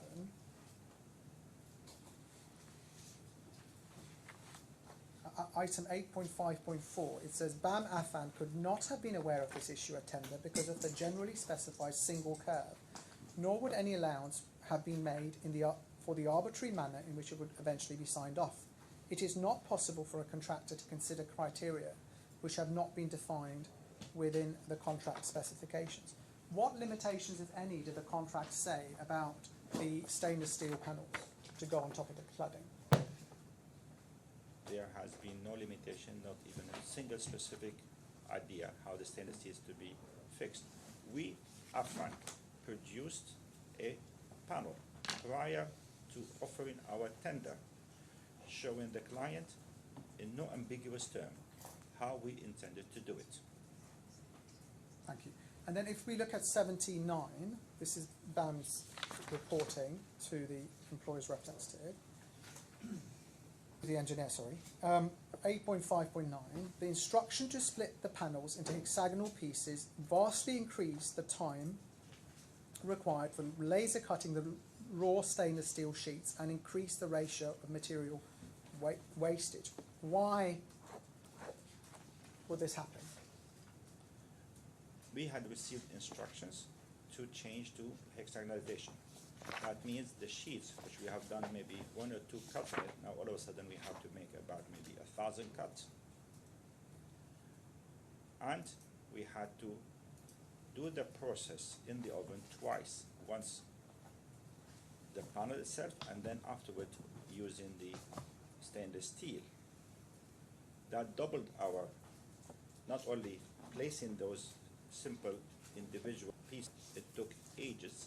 We had to maintain that there are hairline joints between them. It was vastly increased labor cost. And then the actual stainless steel sheets themselves, there was so much wastage in them. Thank you. Moving on then to... Sorry, can I, Sorry. again, just so I get it in mind. So let's say we've now got a large double curved panel. So underlying that, you've molded in the GFRP a single element. Correct. That is the structure. Yeah. Then you clad that with stainless steel. Correct. The stainless steel is in, as you say, fixed sizes and would not cover it in one piece. Impossible. So you have to get several jointed pieces. Yes. And the jointed pieces, the instruction was that there were not to be hairline joints between those, but hexagonal joints between those. Hexagonal elements as opposed to a hairline joint, which is a larger sheet with a single long sheet. Single long. Now you're Hairline confusing me joints. again. Okay. Let me take it stage at a time so I Yes. understand it. You're saying that the instruction was that when you are cladding the GFRP element, if I call it that, Yes. that the individual stainless steel sheets that you need to clad that had to be jointed hexagonally. According to their instructions. Yes. Yes. Yeah. Okay. Then I understand it. Right, now moving on to your personal... And may I ask, add to this one here? The hexagonalization will add to the aesthetic of the panel. Yes, because you don't see the hairline. That's That right. I understand. Yes. Moving on now away from the variations to the statements made about your conduct. If we go to page 4372, which is what we call allegation 1. Excuse me, sir. This is Archana from Terrace. Really, really sorry to interrupt you, but we are facing an outage here for a couple of minutes. So it's a little going to be a little difficult for us to share documents currently. It's 11:30. I have 10 minutes left, Your Honour. Is this a convenient time? Yes, it's bang on 11:30. So let's take a 10-minute break. Thank you so much, sir. Okay. As you know, Dr. Affan, don't talk to anybody during the break. I spoke to my wife last night. I'm sure she was delighted. Okay, 10 minutes.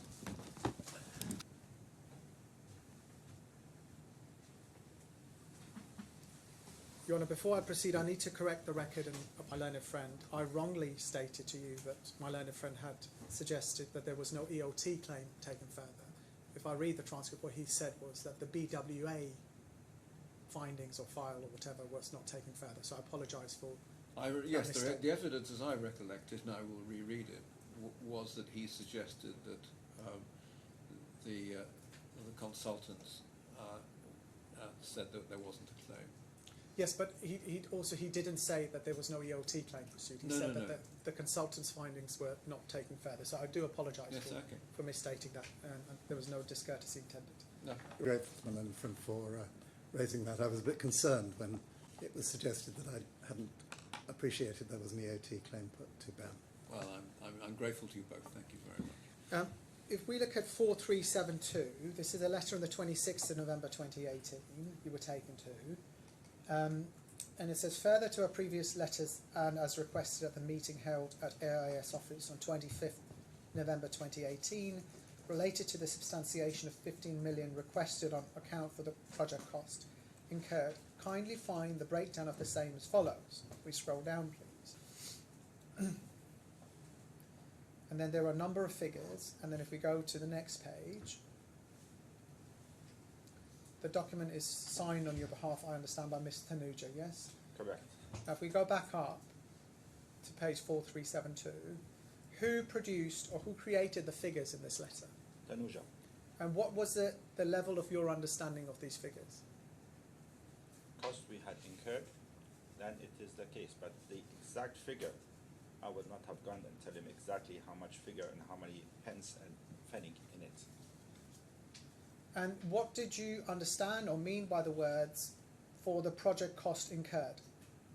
We have incurred this cost, but we have not been able to pay it. Thank you. Then you were taken to a document at 2211, 2211. So let's date the 2211, please. Just bear with me, Doctor. It's a letter dated the 31st of March 2019. It's signed by Mr. Shahabi. Yes. It says, Dear Majid, a response to above mentioned letter dated 28th March 2019. Please refer to Affan letter 1146. Copy attached, which states that all documentation submitted for the purpose of substantiations are rendered irrelevant, and Affan hereby withdraws all document. BAM is requested not to review further with these previous documentations, and I think your answer was you hadn't seen this letter and you're not aware of why No. this was being said. But if we look at the attachment to this letter, which you weren't taken to, so you see the reference to Affan letter 1146. Do you see that? Yes. And then if we go in the same document to the attachment at 2214,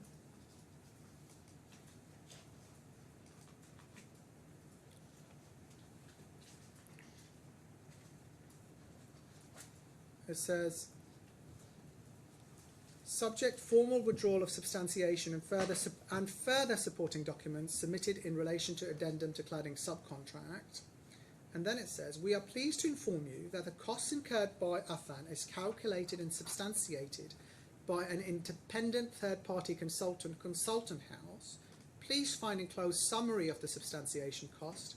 It is worth noting that their work has been regularly reviewed by BAM.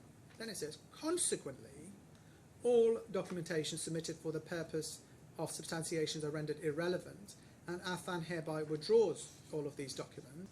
And then we go to page 2215, attached to that letter.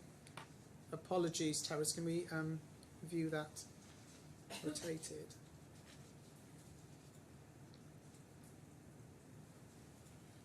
Is a table which is now being asked to be considered. Have you seen this document before? Thank you. You were then taken to an invoice at page 2146.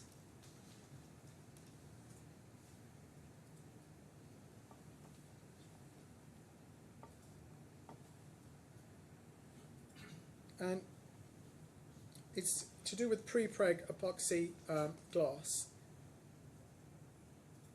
How is a pre-preg epoxy glass used for the facade works?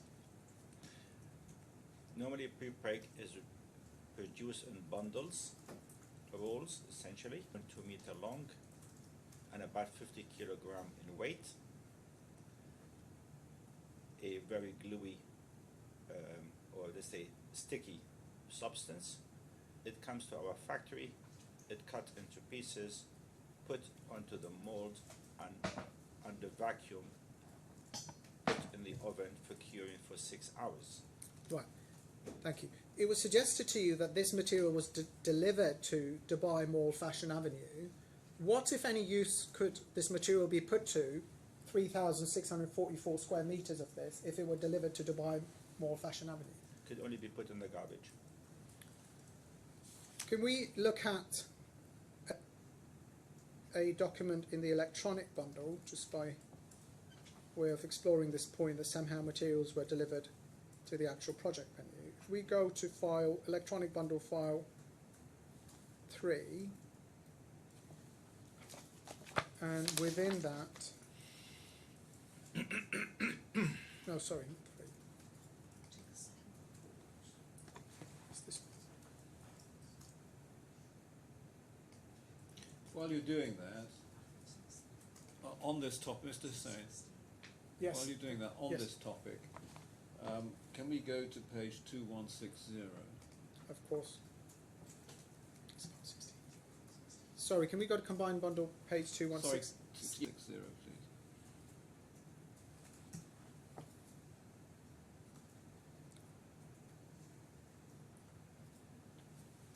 So this is a similar commercial invoice. Project Dubai Mall Fashion Avenue, then final destination DIP Dubai. So this seems to have both on it. So what's your question, your observation, Your Honour? Well, I'm not going to give evidence on this. Yes. Yeah, what's your... But I think the witness was taken to it, but the witness may wish to explain what this means. Can you, with what reference to DIP Dubai is? DIP Dubai is our factory. And by, then... by road, but it is has the from project Ras Al name. Khaimah to Dubai by road. Thank you. And then if we go to, sorry, Terrace, I gave you the wrong reference. It's electronic bundle 16.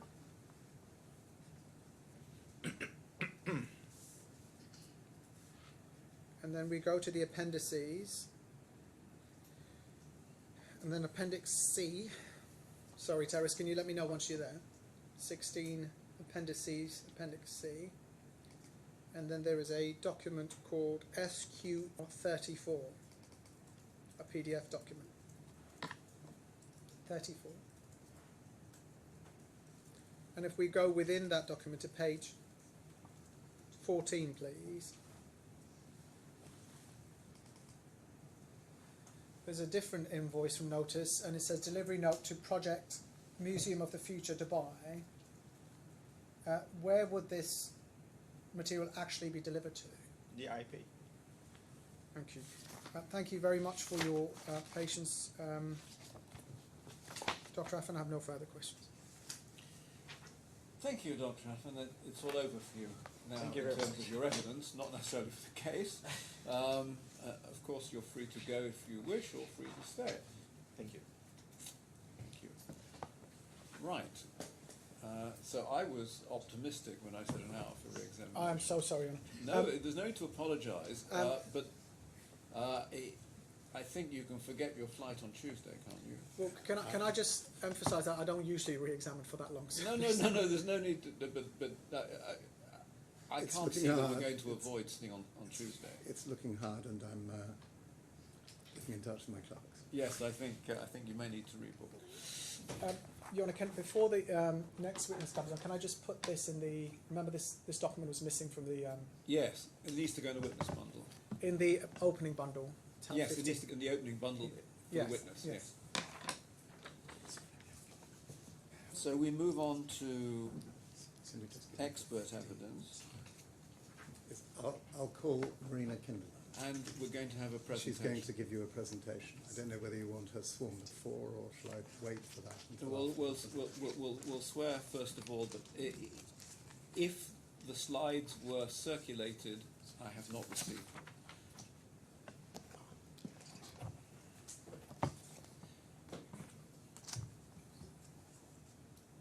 So we have a hard copy of the slides. They were circulated in soft copy. Well, I've not received that, so if we could make sure that I do, please. We'll do that. I will follow them in the hard copy if you give me a hard copy now.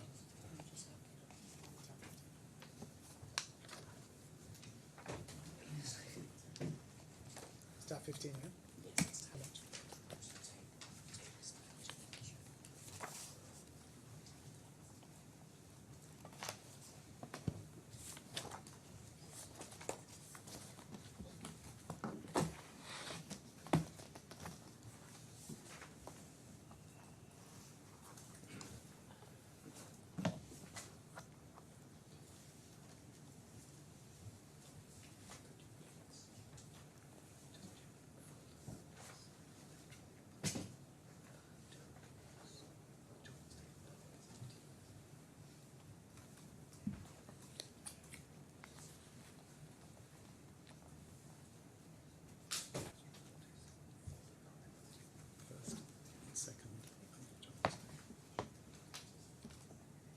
that's for me.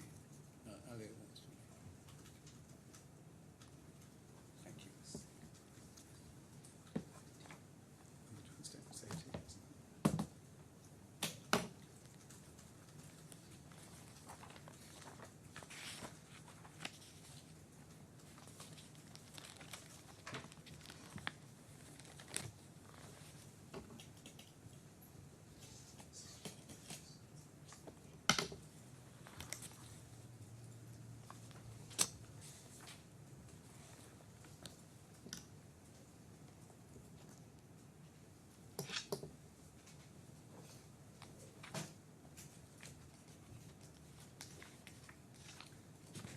Call Ms. Lindeland for this part, please.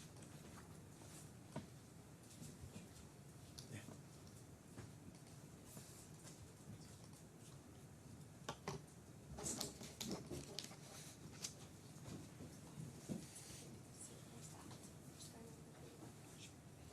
So can you please confirm your full name and occupation for the court's record? Sure. I'm Marina Kindelan. I'm the director of the Facade Division at AESG, running the Middle East and Asia Pacific. Thank you. Please place your right hand on the place your left hand and read from this card. I swear by Amicly God to tell the truth and nothing but the truth. Thank you. Thank you very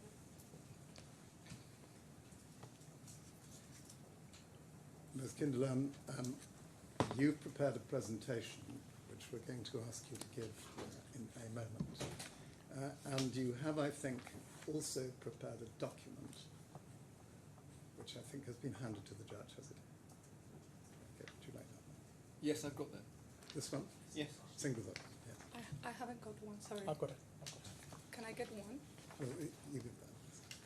Have you not got one? No. Okay, well, Thank you perhaps very much. can have that one. So that single page is an amplification of, when we come to it, your slide 50. And it breaks down the meters less than 9 into 8 and 9, and breaks down the 9 to 15 figure into constituent parts. And it does it on the top of the page for initial model and the bottom of the page for final model. And you prepared that in order to explain the numbers in a more granular fashion in slide Correct. 50. Would you, does Your Honour now have the hard copy with the I slide have the hard numbers? copy. So, Do you want to introduce her evidence into the record? I was going to do that afterwards, but I can certainly do that now. Sure. You've produced 2 reports together with Mr. Condon. Mr. Condon broadly dealing with hexagonalization, except that he quotes your architectural view of hexagonalization in his section of the first report. The first report is dated the 16th of May and is to be found in the electronic bundle at folder 9.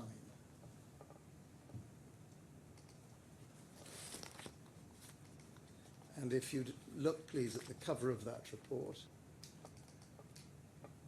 Will the it should come up on the screen in front of you, the electronic bundle at folder 9.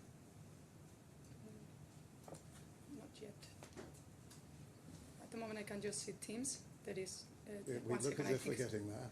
now. Yes. Yeah. So is that the cover sheet? Yes, it is. And then if you turn, please, to internal page 72, which is the last page. Is that the signature page with your statement of compliance of truth? And is that your signature above Dean Cordon's signature? Yes, it is. And that dated the 16th of May. It is. And then would you turn, please, to folder 13.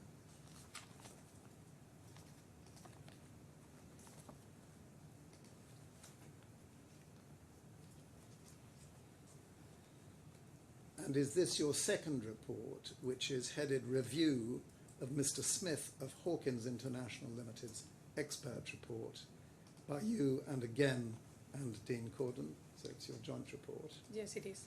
And that's the cover sheet? Yes, it is. Would you look, please, at page 23 internally? And is that again your signature this time of the 5th of July? Yes, it is. And would you now look, please, at the expert's joint statement, which is at folder 18.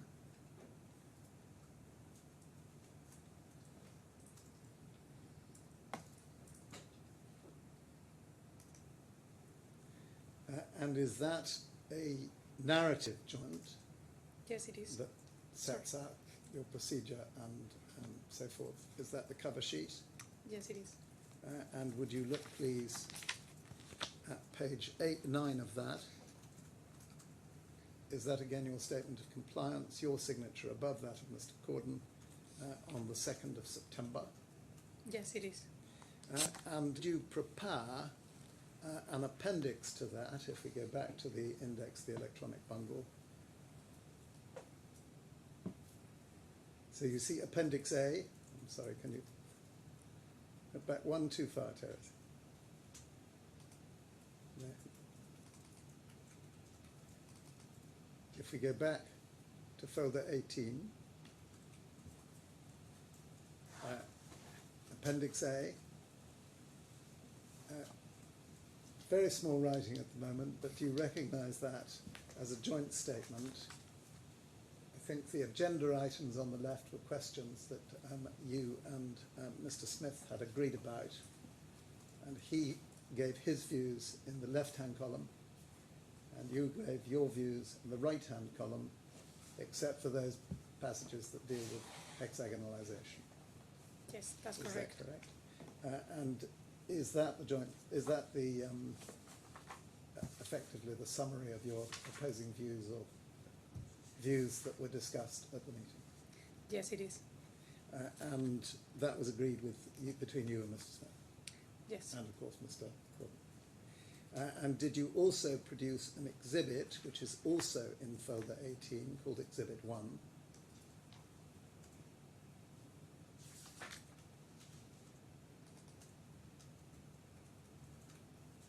And this is a familiar document now in this court. Is that Exhibit 1? Yes, it is. And how was that prepared? I prepared the combination, the overlap of the image with the section, and Mr. Smith also comment on that one. So I will say that it's been prepared between both of us. So that's a joint exhibit, and was that used at the same time as the joint statement on the 2nd of September?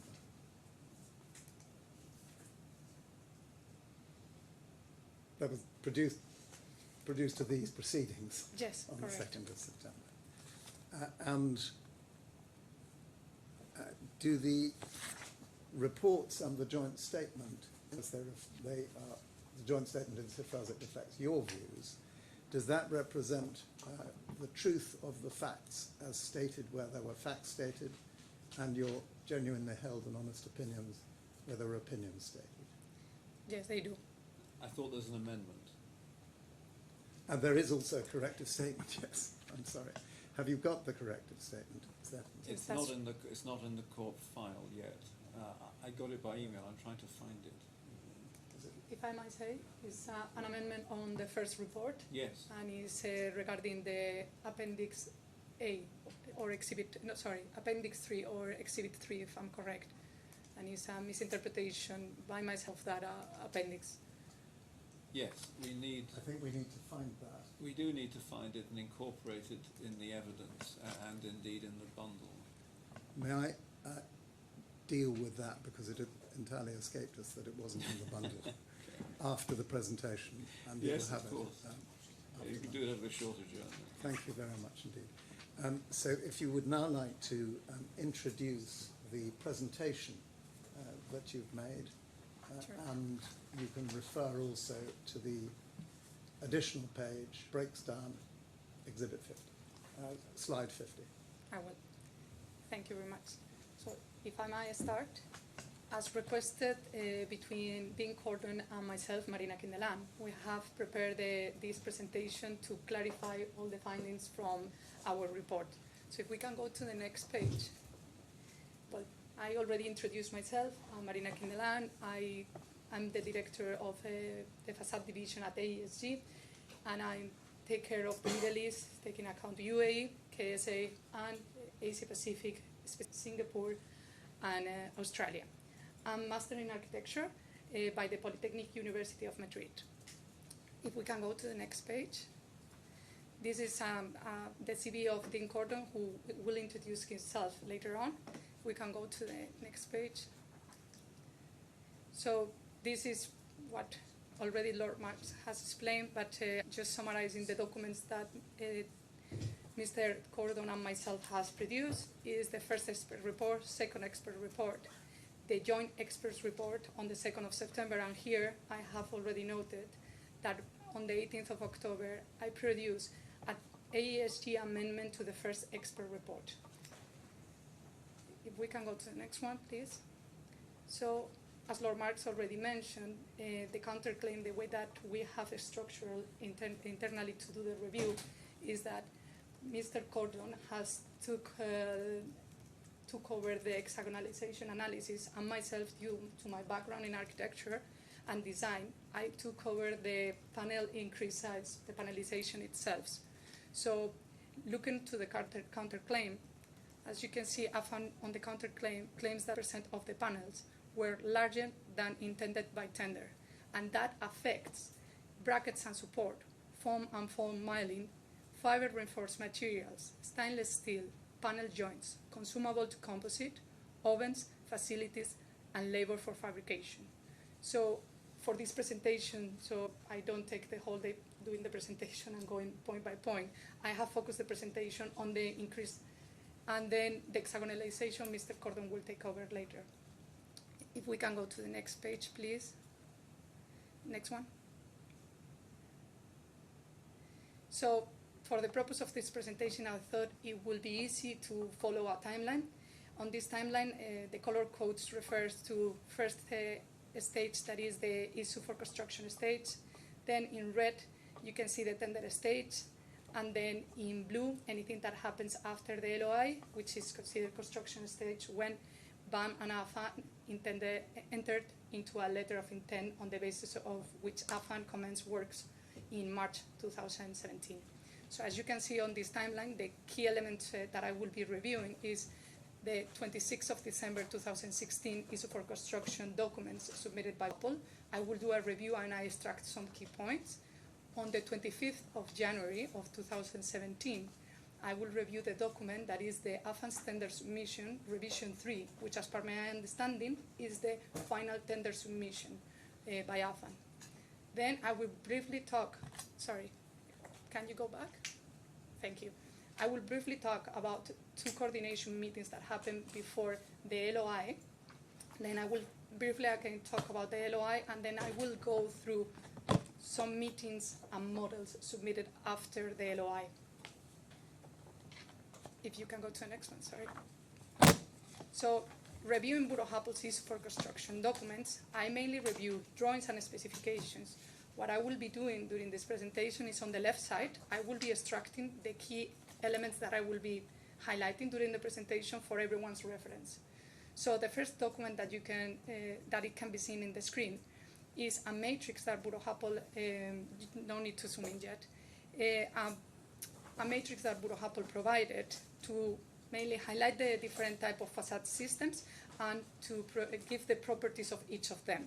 So if you go to the next page, I have zoomed in on the EWS1. Yeah, on the EWS1, that is the Museum of the Future Cladding. And here we can see that Bureau Happel proposed 2 different systems at tender stage and the issue for construction. So leave it open to the contractor. So the first type on the description says composite GFRP panels with a stainless steel cladding or skin bonded. That will be the first option that they suggest. And then the second is a pre-panelized steel and glass triangular or rhomboid shaped mega panels with rectangular, triangular shapes. This is a cladding. The one above is a composite to make it more simple. On the, actually the box is highlighting the wrong, but it's fine. On the typical module, we can, I extracted a couple of zoom-ins to understand what their interpretation or the suggestion for the typical modules of these two options. When we go for the option 1, we can see that they say 2.5 meters by 4.5 or 9 by 3 meters. Consider typical span 4.5 or 9 meters. The interpretation of that one is that either the vertical span was 4.5 or 9 meters. There were two options inside the option 1. So I will be calling those ones option 1A and 1B in the future for reference. Also important to highlight that here says to preferred contractor module, which is a normal statement that you will be putting on a tender stage, while when a material is quite unique and you depend on the contractors on their facilities or to understand the limitations of the material. And then the second option that I call option 2 is again a triangular mega panel that is considered a cladding system that is 5 by 4.5. I focus and I extract on the left side the option 1 and the vertical span 4.5 and 9. The reason for that is because later on tender we will see that it's never discussed about the triangular option. We always discuss about the rectangular one. So I didn't see the reason to keep it on the left side as key item. We can next page, please.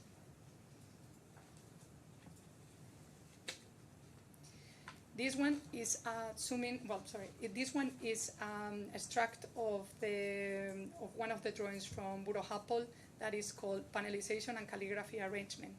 On this one, I have highlighted two main areas on the bottom where Bureau Happel highlighted proposal for size of the panel and the panelization process that for obtaining the panelization in the model. So can you go to the next image so I can zoom in and go in detail? Here, on the zoom in, there are two areas. On the left side, we can see that there is a proposal for a maximum size panel of 6 meters by 2.8 and an optimal size that it will be 4.5 by, I'm talking in meters instead of millimeters, and it says millimeters, but it will be 4,500 by 2,500. This, as per my understanding, and going back to the matrix, will correspond to what I call option 1A, that is the one to span 4.5 meters. And on the one on the right, it says optimal size 9,000 millimeters by 3,000 millimeters as an optimal size, and a maximum size of 22,000 millimeters, 4,000 millimeters, which, again, as per my interpretation, taking into account the matrix, this will refer to option 1B, 9 meters vertical span. If we can go to the next page, please. What is in gray is something that I have not extracted from the ISO for construction. Is something that has prepared by myself, and this is just a simple table that compares option 1A and option 1B, both rectangular shapes with the optimal dimensions, not considering the biggest ones or if there is any smaller one, and just trying to calculate based on the total area of the facade, 17,315 square meters, what will be the total number of panels if we stick with the same size. It's just to have as a reference. So if we go for option 1A, the one that it will span 4.5 meters, we will be getting around, or we will need around 1,539 panels. For option 1B, again, assuming that all the panels are 9 meters by 3, we will be needing 641 panels. If you can go to the next one, please. Another from the same page that we saw it before is the panelization process steps. And I thought that it was important to put it here because it clearly says how the contractor will need to proceed in terms of the panelization. And it says, first, preliminary subdivision of the facade surface along the horizontal diagrid members. And then the secondary, it will need to be done the transversal subdivision to achieve panel size within the maximum allowable limits by main UAE suppliers of GFRP. So from that, again, the extract from that one is to understand how is the panelization process, and the fact that they highlight that the facade contractor will need to give their inputs in terms of the limits of the UAE supplier, their limits. Sorry. We can go to the next page. Again, this is just to highlight again that in another drawing, I zoom in on more detail. This is a plan section. It says panel width 2,500 millimeters or 3,000 millimeters, typical depending on contractor's design. Again, leaving it for the contractor to decide it. In next page, please. One above, yes. You can scroll a little bit down so I can see what is on the left. Full, yes, perfect. This is an extract of Kila Design architectural specifications, specifically the section 072800, exterior enclosure facades, general and performance requirement. I have highlighted some sentences from this from the section 14 design responsibilities. This is a performance specification accompanied by drawings showing the design intent. The contractor shall be responsible for development of any information beyond issue for construction to reflect any specific design or technical aspects required by the specialist facade subcontractor. The contractor is required to undertake their own design validation and engineering in order to manufacture and install the building envelope.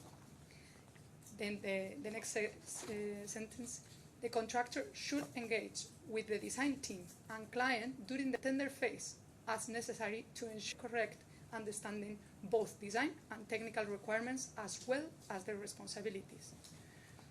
From here, I have extracted that the panelization, from here and from the documents above, panelization was responsibility of the facade contractor, and also, and the last sentence, it was relevant because it is clear that during the tender stage, it was going to be required a coordination to fully understand the model. Next page, please. So that is the information I have extracted from the issue for construction drawings. And now, with that information in mind, I went to analyze the tender submission revision 003, final commercial and technical proposal submitted on the 25th of January 2017. So I will be just extracting pages. On the top, I'm saying the page, and I'm extracting pages of that document. On page 4, we can see on section 1 commercial, on the scope of work, that Affan describes EWS 1 main facade cladding, EWS 2, 3, and 4 as advanced structural composite facade panels, double curve, nominal size 9,000 by 2,200, complete with outer surface finish, EWL VA stainless steel 0.8 millimeters thick. So I extracted what is relevant for the panelization on the left side, and is that at tender stage, a composite panel was assumed, so that removes the other options for construction 2, that it was a cladding. It goes to the composite panel, that it was option 1. It also assumes a double curve, and it assumes a nominal size of 9,000 by 2,200 millimeters. What do you understand by nominal? I will go to that one, but initially and up to now, my understanding for nominal is typical size. If we go to next page, please.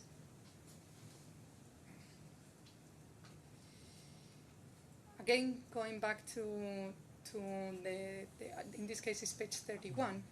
There is an extract of Affan response to tender queries, where Affan responds the following. Affan have issued a complete proposal, including being responsible for development of the design. Again, as per this point, it's understood that I understand that Affan understood at this point that they need to develop the design, and they will need to develop the panelization. We can go to the next. On the same basis, we can see on page 58 the following. This is on the technical section and is on the section 2.1, System Design and Engineering. On the description, it says the main facade is composed of advanced structural composite panels with infill double glazed units. And then it says below, we have completed a CATIA model of the panels see below with proposed panelization. With this information, the only way for me to understand this image is as a panelization proposal. And the understanding from this panelization is there are clearly, it clearly marks the horizontal lines.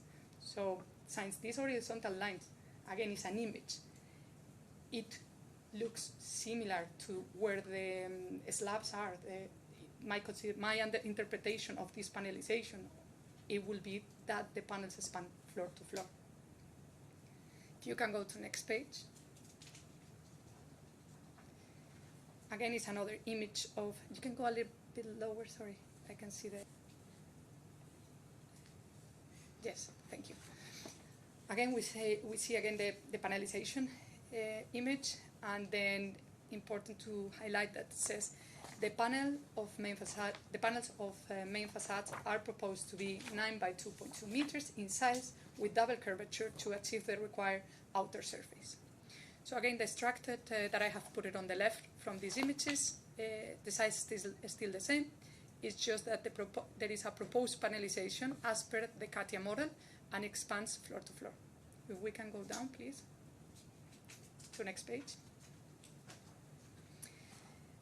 Also, looking through Affan's tender proposal, I found on page 16 the structural analysis for the mock-up. Normally, as contractor, you will do a mock-up for the typical panel. You will not do the mock-up for the biggest panel or the smaller panel. You do the one that will cover majority of the surface, or you envisage to cover majority of the surface. If we go to the details of this mock-up panel that is being, this is a structural analysis of the mock-up, but it gives us enough information. It talks about a panel with a length of 9,000 millimeters and a width of 2,200 millimeters. And it also has a note that I have highlighted that it says that it's simply supported at both ends, which the intention is to support it from bottom and top of the panel. If we go to next page, please. On page 80, we can see that there is again a note that says, at present, we envisage about approximately 700 panels of 9 by 2.2 meters. And due to the calligraphy, each panel is unique. The table that is below, please note that it has been done by myself. It's not part of the Affan standard package. But again, it's just to give an idea of what will mean to use panels of 9 by 2.2, 700 panels of 9 by 2.2. That, when you do the calculation, it will be 13,860 square meters. We know, and it's been discussed through the different expert reports, that was a mistake on the tender. So I did the same calculation on 900. What it took me to 18,810 panels, that is closer to the total facade area. Again, this is assuming that all the panels are 9 by 2.2 meters. If we go to next one, please. So, taking into account the information that I just have presented or extracted from the tender, and taking into account the information that we read through about the issue for construction, my interpretation is that Affan was proposing to follow option 1B, that it was the one that the optimal size is 9 by 3 meters with a total panel of 640. Their proposal is more similar to this one. And again, then my interpretation, taking into account that I understand that is option 1B, the one that is being followed, is that the vertical span is 9 meters, not the 4.5. So if we go to next page, please. So summarizing, again, what has just mentioned, summarizing key items taken from Affan tender review is composite panels, double curve, nominal size of 9,000 by 2,200, proposed panelization as per CATIA model floor to floor, span slab to slab, which is related to option 1B from the ISO for construction. If we go to next page, and this, Your Honor, I have created to respond specifically the question of what nominal size means. It's important to note that each panel had a unique size and curvature. The panelization at tender design describes option 1B from ISO for construction, which span floor to floor. It is impossible to build a facade that spans floor to floor, well, taking into account the floor to floor is 9 meters, using panels of 9 by 2.2 meters or smaller. Therefore, the nominal size is considered the optimal or typical size rather than a maximum possible size. If you can go to next page. I will be brief on these ones.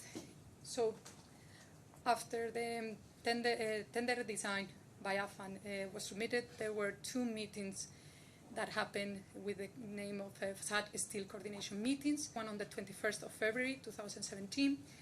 And this one, as we can see the extract of the meeting minutes, Paul from Affan attended this meeting, and there was a brief discussion, not that much about the panelization, but there was a discussion which talks about the 3D model, although it's more focused on the calligraphy, but it refers to Kila design facade beam model. That is the one to be followed. If we can go to next page.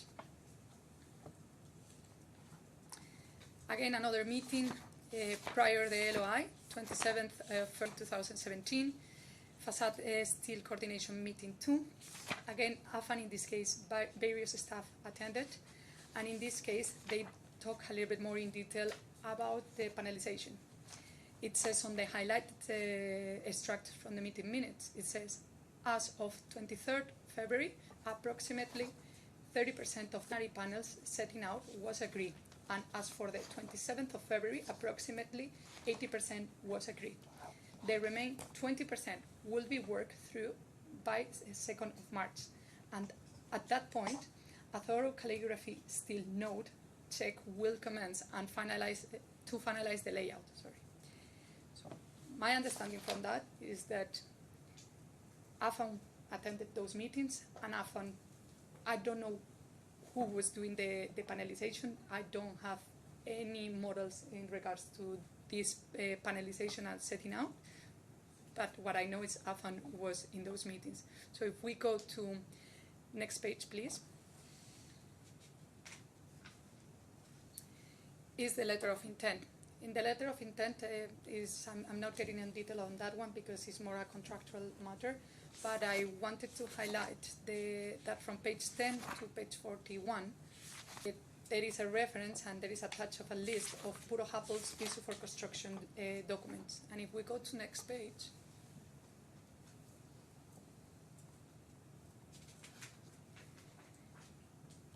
I have extracted the reference to the architecture and facade beam models from Kila Design, and I have highlighted those ones because those ones seems that they were already shared before the letter of intent, or at least they are included on the list of the letter of intent.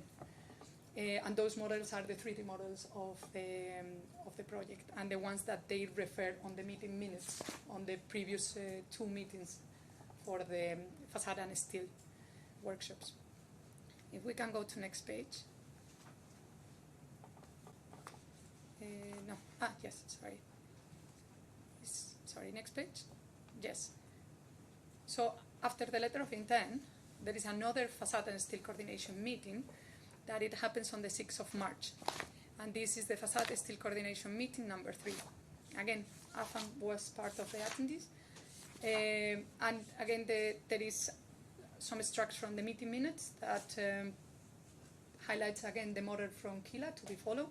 And then I have highlighted 2 important points that it says BAM presented the outcome of recent workshops on panelization. And then the other point is it was agreed that BAM will send the latest panelization models along with rendered models. These two things are highlighted, that there is an ongoing panelization discussion and that BAM will be sharing those models. So if we go to next page,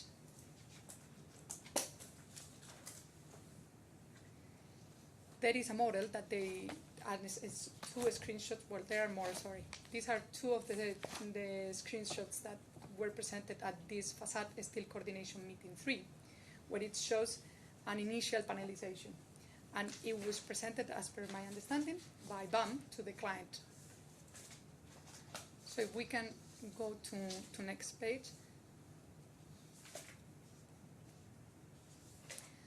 Until that point, until the 7th of March 2017, I don't have any recollection of any model have been submitted officially. But up from this point, I have about this 10 models that they were submitted by Affan to BAM and BAM to the client. These are the reference number of the ACONEX submission, and it goes from the 7th of March 2017 until the 29th of June 2017, that, as per my understanding, is when the final panelization was agreed. So what I will be doing, and I will try to be brief because I know I'm taking too long. If you go to next page, please, is to quickly compare the iterations of these models. So it gives an idea of how each of the comments that from the client were affecting on the models from the initial model shared by Affan on the 7th of March. So if just to highlight one thing, out of all the links that I have reviewed, as I mentioned, there are 10 models. There were 3 that I couldn't access. One is model 4, that there was a problem with the format. Another one is model 7, and another one is model 9. And another thing that I want to mention is there was a discussion yesterday between Katia, Rhino, and IGS. So what is on the folder and what is being submitted is IGS, or as per what I recall or what I have received, Rhino model. It really doesn't matter what is the format. The only way that I, as Marina and AESG, can open is in Rhino because it's the program that I use, and you will read the same information. It's line-based information. It will have less information than Katia, but for the purpose of this analysis, the line-based is sufficient. So if we go to next page, please. So again, I don't want to take too much time, but this is just to compare the models. I will be putting all the previous model and the new model, and then I will be overlapping them to show how the changes are affecting. So this is model 1 and model 2, both of them submitted on the 7th of March 2017. Can you go to next page, please? When you overlap them, it is visible that there is a little bit of a difference between the horizontal lines, the placement of those ones, and then maybe it's not that visual in this one, but on the previous image it is. There are some bigger panels on the inner part of the torus in one of the options, and the other one is smaller. If you can go to next page, please. In between these 10 models that I have mentioned that I call the panelization process, there are also some facade steel coordination meetings. I have extracted some inputs also because there has been some reference to those ones. So on the 13th of March, on the facade steel coordination meeting 4, there was a revision of an option 1 and an option 2 model, and there were some comments by Kila Design, as per my understanding, and those comments are on the roof panels, the edges of the roof panels, and the inner part of the torus. As per my understanding, these are comments on Affan Design, since Affan has already submitted on the 7th of March models. If we can go to next page, please. Again, I don't think I need to go through these comments. Are Kila comments on the panelization. Those ones were discussed, but I don't think I need to get in detail on those ones. Next page, please. I highlight this one because I think it's important, the output of this comparison. By The 13th of March, it seems there was a discussion of proposing different alternatives that in this case is called option 1, 2, 3, and 4. 3 and 4 to be developed. 3 and 4 being highlighted here as a rain screen systems, which I'm assuming that then will not be a composite. Again, no, that is the information on this meeting. Can you go to next page, please? There was another meeting happening, that is the Facade Steel Coordination Meeting 5, that I haven't extracted anything, but on the 27th of March 2017, Facade Steel Coordination Meeting 06. Extracting from the meeting minutes, I see the following. There are 4 options for panelization, option 1A, B, 2, and 3. Option 1A and B rationalize rectangular panels to be down-selected to a final option 1, and a decision is to be made between option 1 and 2 vertical curved panels. Affan stated that option 3, triangular and rhomboid scheme, requires 2,000 to 3,000 elements, secondary steel, and significant erection challenges. Affan stated that option 4 has so many constraints. They do not consider it viable. Meraz requested a report summarizing the pros and cons of each panelization scheme. Puro Apple to prepare the report by the 30th of March 2017. I just highlight this just to highlight that Affan was against this option, and one of the reasons was the amount of panels required for this one. If we can go to the next page, please. Again, this is a comparison. We can do this quite brief. This is between Model 1 and then Model 3, because the whole idea of this panelization process, in the sense of the exercise that I am doing myself, is to compare the initial model by the final and approved. So I will be comparing all the time the different alterations of the model. So Model 1 and Model 3, if you can go to next page, please. There is the overlay. Again, there are some alignments, some movement again of the horizontal lines, and some panels being smaller and some panels being bigger, as we can see. Still the inner part of the torus varies, and the top one. Can we go to the next one, please? This is a comparison model between Model 3 and Model 5. Next one, please. Again, you can start to see that these models start to be more closely, so the changes between the models start to be smaller. We can see that almost aligns in terms of the horizontals, and there are some changes that you can note some changes on the inner part of the torus and also in the part of the roof. If we can go to the next one, please. These are some comments from Kila received on the 18th of April. As we can see, the comments are in some of the panels, again, on the inner part of the torus.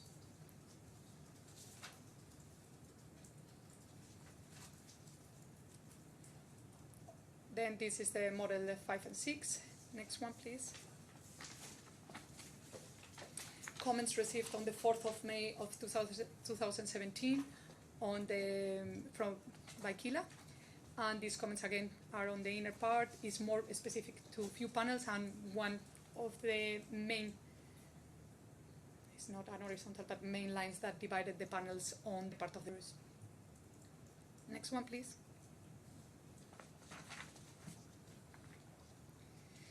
Model 6 and 8 submitted, I'm not saying the dates, but they are all in the left side. That is, these models are sent on the 8th of May, 2017. Next one, please. Overlay of these models. Again, we can see a difference on the bigger part of the inner part of the torus and on the roof. Next, please. Model 8 to 10. Again, the 9 I couldn't open, so I compared 8 to 10. If you can go to next page, please. This is the overlay. We get that the difference have been minor.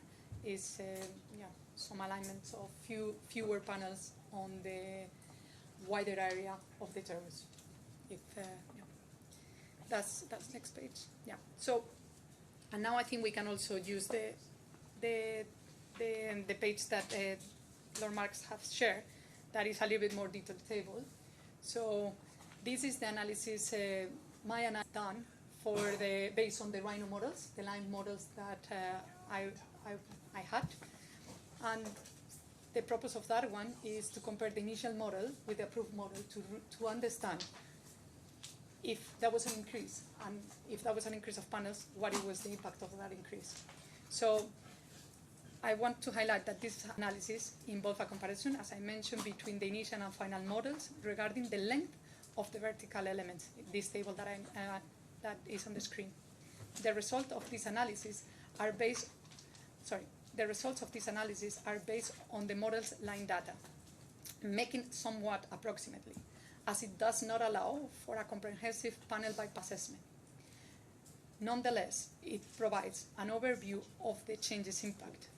So, according to this analysis, aims on length at determining the effect of the modifications. Approximately 10% only of the facade panels were enlarged from the initial model to the final one. Can I just ask you? Sure.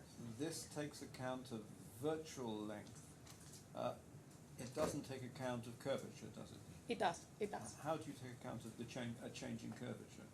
Well, not changing the curvature, changing the length. It Yes, takes that's what I'm saying. No, it doesn't take an account. But noting one thing that, as per my understanding, massing has never changed.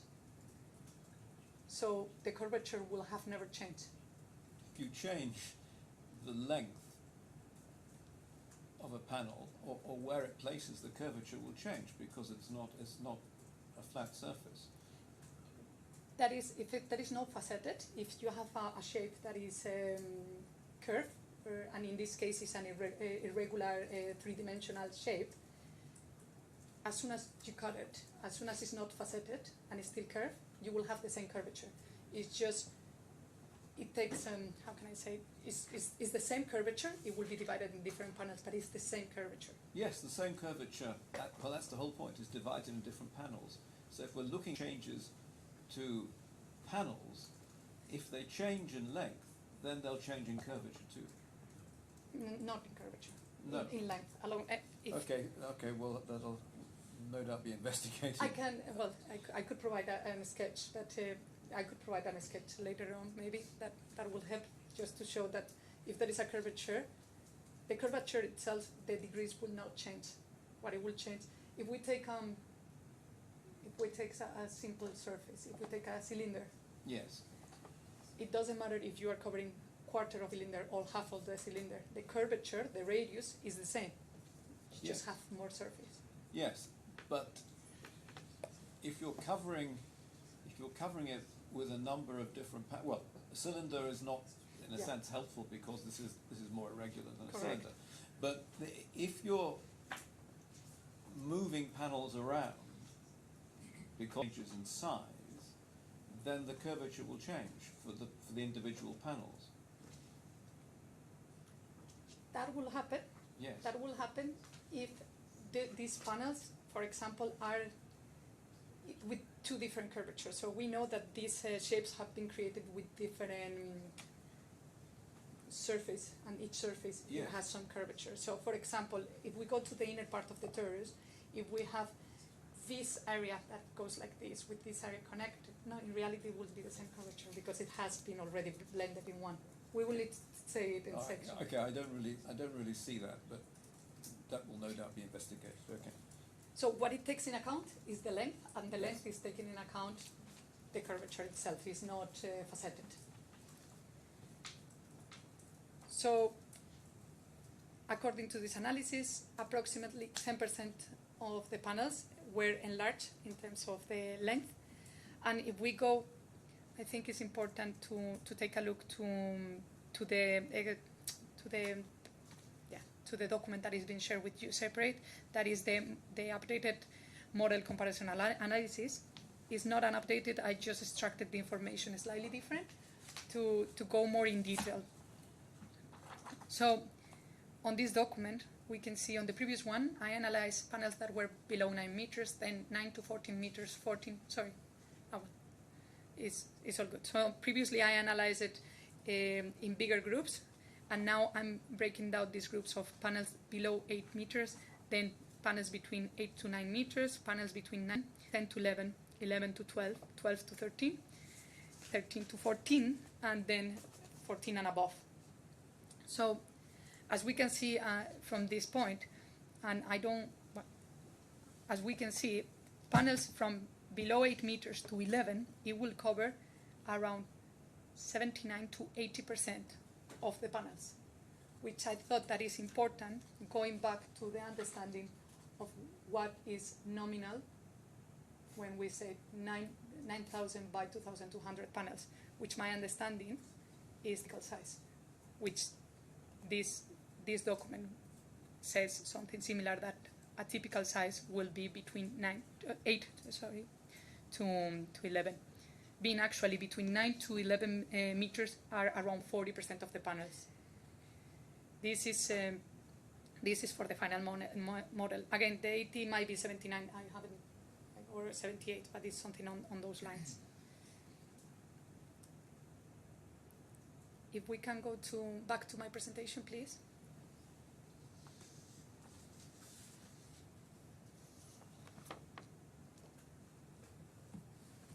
Next page, please. This is a representation of that analysis with the curves that were analyzed, highlighted with color code, the ones that are below 9 meters, 9 to 14, 14 to 16, 16 to 18, 18 to 20.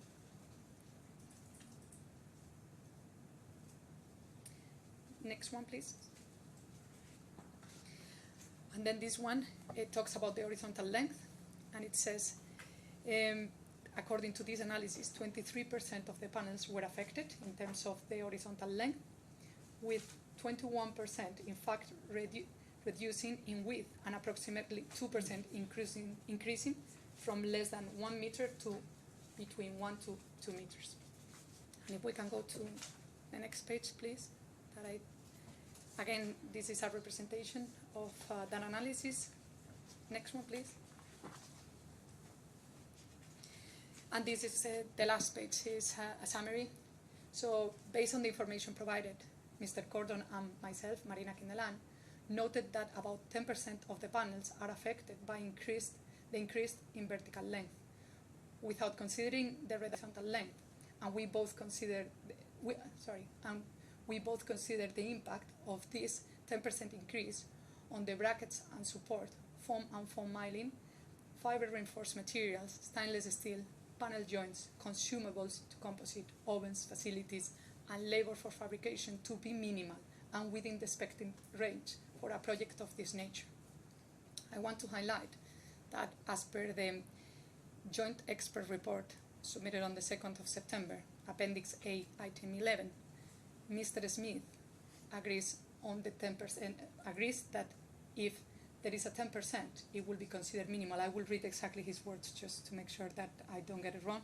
I agree if only 10% of the panels were affected by the increase, that this will constitute a minor increase in the context of the project. So that's my Let me ask you a question. Sure. So let us take a panel which is 9 meters in length. Mm-hmm. Okay. If it has a minimal curve on it, and that is increased to a quite significant curve, okay, that will clearly affect, won't it, the foam and milling and the fixtures. So there could be no increase in length, but nevertheless, if you increase the curve, that will affect the foam and foam milling, because you're making it a much deeper, you need much deeper mold to make a more curved panel. That's correct. So is it right then that this is a proxy for changes? Yes, it is, because horizontal length, a proxy for changes.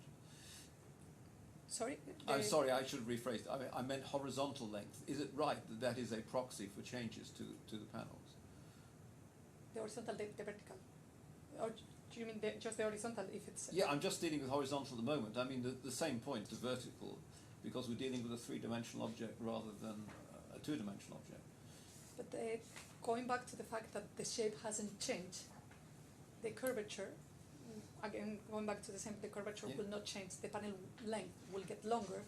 Therefore, so But the shape may change depending on where it is on the torus. But there Because will have been once you're moving panels about, then the shape of the panels must change because it's an irregularly shaped object. It's not a cylinder. but they will have been already considered a tender because the shape hasn't changed. So there was always a panel on that area. So it will just change if all of a sudden that massing, instead of being the torus is like this, all of a sudden we move it. That will have an impact. But taking into account that we keep always the same shape, it's just the way we are sectioning that shape, like the same curvature. Yes, but if you're covering, let's take an example. If you have a curvature and you're covering it with two panels, and then you're only covering it with one, then there's going to be a change in the curvature. Sorry to going back to curvature. I can understand that it will have an impact on the foam milling because Yes. again you will need more foam. Yes. That I understand. The curvature itself will not change. Okay. To change the curvature mean that we will do a change on the curvature in terms of the design, but that design hasn't been touched as per my understanding. Okay. Sorry, I might be misunderstanding. Yeah, but anyway, as I say, there's just some initial questions. We'll perhaps develop it later. Okay, thank you so much for that. I hope it helped. No, it's been very helpful indeed. Thank you. Ms. Kindlen, can we go to your slide 50, please, 50? And you have here a document which you've called many times an initial model. I'm going to call it the 7th of March 2017 model, okay? Now you'll have in front of you a file marked Defendant's Oral Opening Bundle, File 1. Sorry. Someone will help you, Paul, can you help? Yes. And if you go within that, please, to tab 17. Page. Tab 17, please. Which for the transcript is I5338, also known as Exhibit RAS 18. Let me know once you're at tab 17, Ms. Kindlen. I am here also, but it's difficult. I can see it, it's fine. Yeah. This is what you call the model, the initial model, or the 7th of March 2017 model, correct? Yes, correct. If it's This is- extracted from the model, yes. Sorry. Right. And if we look at the amendment that you served, if I can hand it up, I think you didn't have it. Your Honour, do you want a hard copy? Sorry, yes, please. Keep that Rhino model, that tab 17 in front of you, please, Ms. Kindlen, because I'm going to stay. I'm trying, sorry. I'm so sorry. Please take your time. No, it's okay, it's difficult to pass now. Thank you. I've got it. Thank you. So yeah, I have it. I have I'll the just wait for His Honour to have. So, Your Honour, do you have tab 17, which I is the have 7th tab of March 17. 2017 model? So if we look in your amendment at page 5,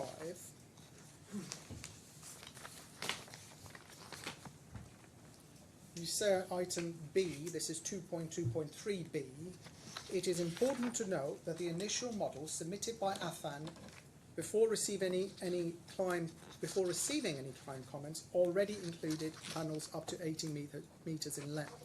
So your understanding is that this model, which is at tab 17, was prepared by Affan without any comments or instructions, correct? yes. That is a question of fact, isn't it? Whether or not it would receive instructions to make this model in this way?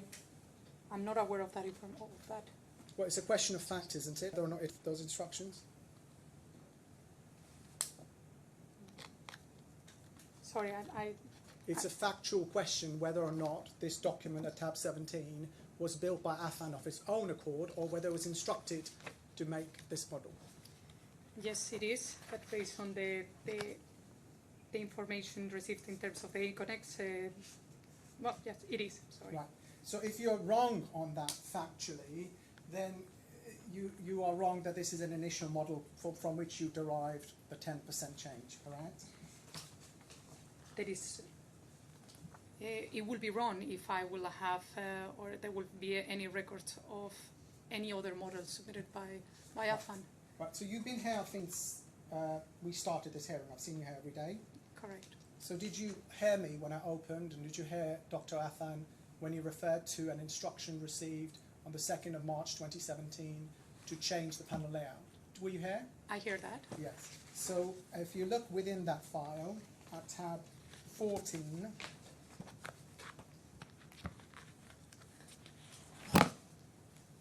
so an email sent on the 2nd March making certain attachments. When did you first see this email, Ms. Kinderlin? On Monday. On Monday. You weren't aware of it when you wrote your report or your joint statement? No. Why were you not aware of it? Did you not ask for the dates of submittal of the BIM models? Was there something that you didn't do? I don't recall I have asked for it. Okay. So we see this document that you say you saw on Monday. Forward, issued for construction BIM models, volume 4, reason issued for action. And then go forward to page 5, a document you will have seen, given that you were in court every day. The document, which is a second from the top, 121, P101, KLD, FAC, BIM, 4 zeros and a 1, 0003D. And then the message, we hereby forward, issued for construction BIM models for your information and action. And then we see at page 15 a screenshot of what was sent. When did you see this for the first time, Ms. Kinderlin? This image? Yes. Right now. So I've taken it that several witnesses. No, you're looking at the wrong one. Please go over okay. the tab. Sorry. Which one? I'll pass tab 15. I'm so sorry, Ms. I'm sorry. Okay, sorry. I thought we were in email. When did you see this screenshot, which is the Rhino a screenshot of the Rhino model sent on the 2nd of March? When did you first see this? This screenshot itself? Or the model? When did you first become aware of this model? I haven't, this week. So when you wrote your 2 reports and your joint statement, you were aware of this, correct? Correct. Right, so if you take that model out, please, the one at tab 15, Okay. and hold it against what you call the initial model provided without any client comments, according to you. Mm-hmm. If you hold them together, you can see quite clearly that the model produced on the 7th of March 2017 follows the Rhino model, except that it makes some changes at the neck, as Dr. Affan suggested. You aware of that? You can see that? Sorry, I'm checking it. There is something. Sorry, I'm trying to find the right image to compare. So, The first page of tab 17.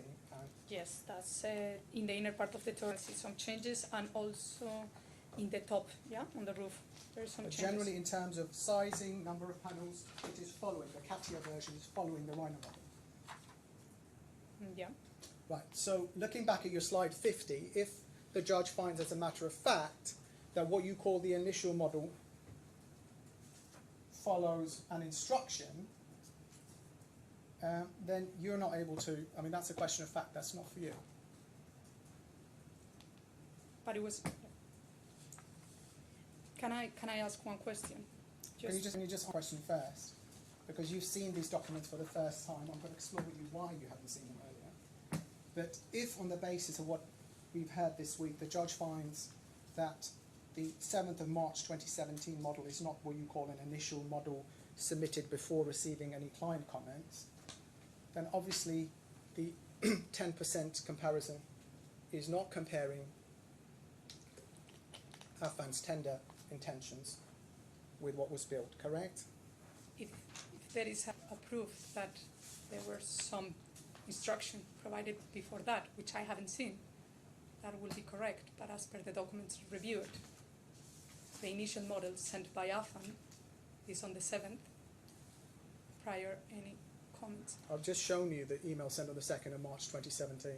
That email is attached in some documents. If you go to the number of the documents, is what I presented on my presentation. Yes. Those documents were already shared Yes, you on said the that. LOI. Shared to who? Have you seen? Let's go to that, please. Let's go to your slide number just help me, where's that slide showing the index of tender documents? It should be on the.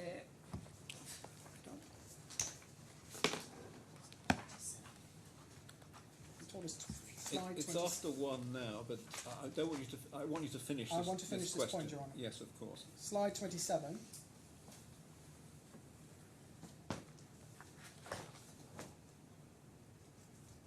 So this is what you showed. Next one, if you sorry. go to the next slide. Let's just go on this slide first, please, 27. Mhm.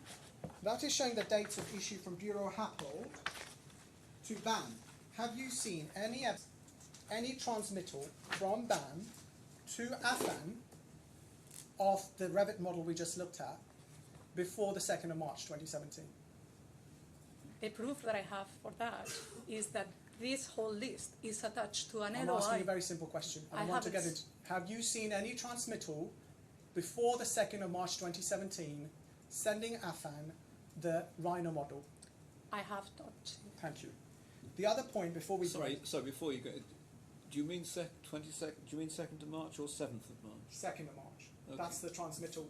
So Yes, what, I know, but what you the expert is suggesting is that because the document is submitted from Bureau Happel to BAM in December 2016, it must follow it was sent on to Affan.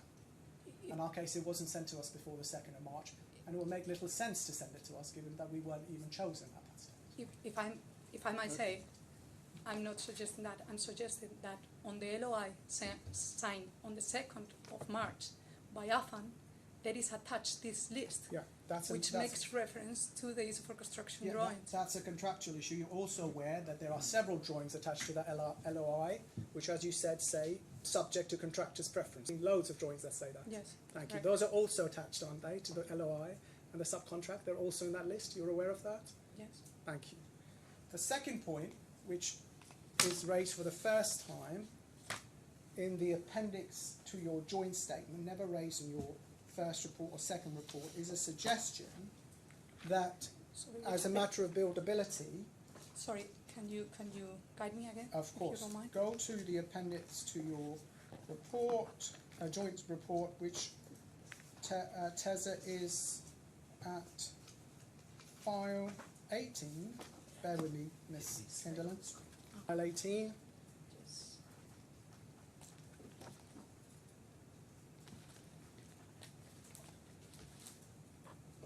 It's coming up. Miss Kinderland, bear with me. Electronic file 18, please, Teza. Just bear with me a moment. That's coming up. This is Appendix A to the joint statement. Yes, appendix A.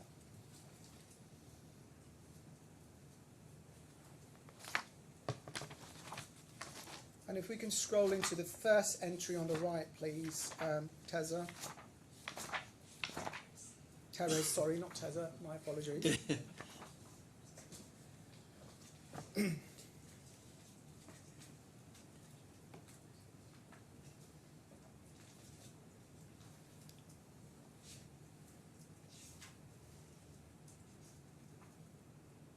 This is the section beginning according to our understanding. Is that right?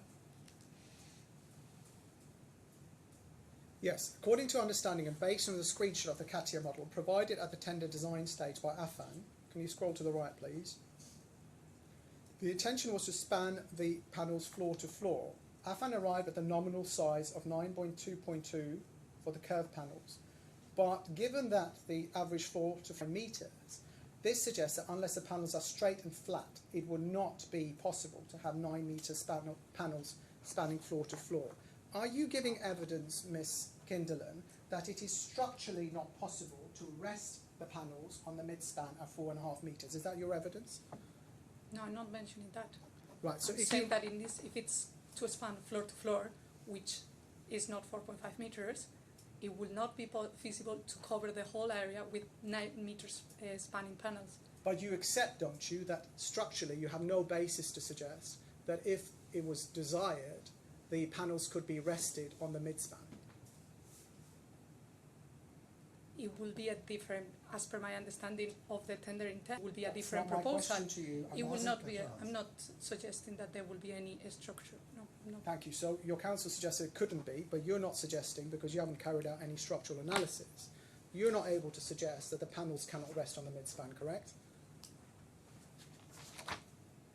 I suggest that if that is the case, it will need to be designed for that. So You are not suggesting there's any structural reason that the midspan can't bear the loads of the panels. You've not done any analysis to suggest that. of the mid-span one, no, but the coordination meetings happening are called facade are for that reason. Right. So it's just because it requires a coordination.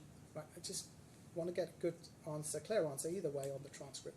You are not suggesting, and you have not carried out any analysis to suggest, that the midspan is structurally unable to hold or bear the panels. I don't have that information, so I'm not suggesting that. Thank you. That might be a convenient moment, Your Honor. Okay, thank you very much.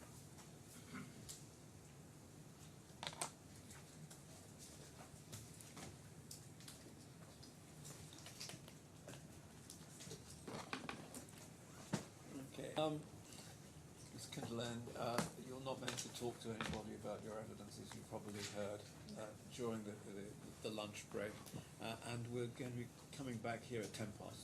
Thank you very much. Thank you very much.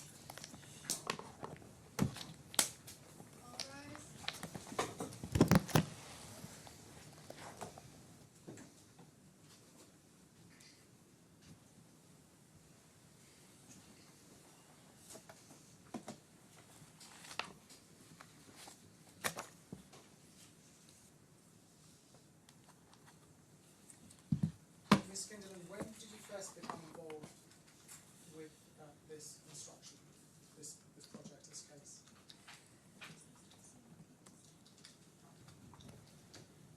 Ms. Kinderland, when were you first instructed on this case? If I recall correctly, it was November last year, 2023. Did you speak to the technical people involved in this project from BAM as you were writing your report? No, Did you ask to speak to them? no, I have not asked for it Why not? because if I will have had to talk with anyone, in my opinion, it will have been with Affan, the specialist of the facade. But you give extensive consideration in your report as to what you understand happened at various meetings. It would have been relevant to speak to the BAM technical people who were present at those meetings, wouldn't it? Did you not think that was relevant? I didn't think that was relevant. Did you ask to see if there were any notes they had of those meetings, other than the ones you've seen from Bureau Happold? I haven't seen any other notes, just the ones officially submitted. Did you ask to see if there were any notes taken by the BAM people? No, I haven't. If you go, please, to your report, which is at your first report, which is at file 9, page 9.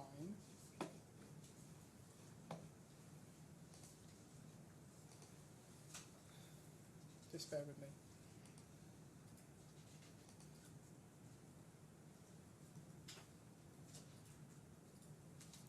If you go to the top of the page, you see a timeline. Who prepared this timeline, Ms. Kinderland? I prepared the timeline was then reviewed. So if you see an entry, if we scroll down towards the bottom of the page, you prepare this timeline and you note 29th January 2019, CCN treble 2 interim claim notification, BAM notification letter to the employer relating to an extension of time for completion and prolongation associated with facade design changes, Rev A. We'll first see this document, Ms. Kinderland. That is the timeline. I haven't took a look to that document until, this is the CCN 22. I haven't seen that document until, if I'm correct, this week. Did you ask to see that document, Ms. Kinderland? No. Okay. If we go to your report at page 6, so the report, that same document we are in, please, not the slides. Your first report at page 6, at 1.7.3, you say included at Appendix B is a tracker detailing all documents received, reviewed and annotated to signify their relevance to the ongoing technical review. And if we go to Appendix B to this report, which should also be in file 9, please.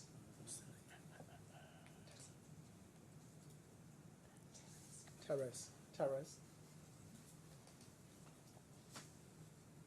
You see, you have put in item 25, Bureau Happel review of facade claim, initial submission. Bureau Happel response to BAM interim notification relating to an extension of time for completion and prolongation associated with facade design changes submitted 29th January 2019. So you looked at the Bureau Happel review of CCN Treble 2. You've just lost me, I'm afraid. Where did you just read from? Item 25, Your Honour. Item 25, thank you. Got it. So did you ask to see this Bureau Happel review of CCN Treble 2, or was it just given to you? I'm trying to recall, but as per I recall, it was part of the submission.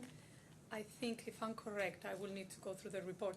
I don't make on the panelization reference to this report exactly, so I think I don't make this report. So it might be that Mr. Cordon make reference, but I have read that report. Well, let's just pause for a second. Did you, I think you said the first time you saw CCN Treble 2 was during this hearing. Yes. But you saying you don't make reference to this Bureau Happel review of CCN Treble 2, and you're right, it's only actually mentioned in the hexagonalization. Did you read the Bureau Happel report before writing your evidence? Yes. So why didn't you ask to see a document headed BAM interim vacation relating to an extension of time for completion and prolongation associated with, and I emphasise the words, facade design changes? Surely it was relevant to the work you were doing to see what BAM had submitted regarding the facade design changes. You agree, don't you? I will need to go again to this report to understand why I haven't asked for it, and at the same time I think my main focus when I took the work and I started to review the documents, it was to analyze the whole, what I call again is the panelization process. So that happened after, and I wanted to just analyze the facts or what I had in terms of models. Anyways, I don't think I request, because I don't remember. I will need to see it again and explain you why I haven't requested anything. Well, you'll agree with me, wouldn't you, now that you've got in front of you, that this document would be relevant, given that it's a notification of what BAM is calling facade design changes.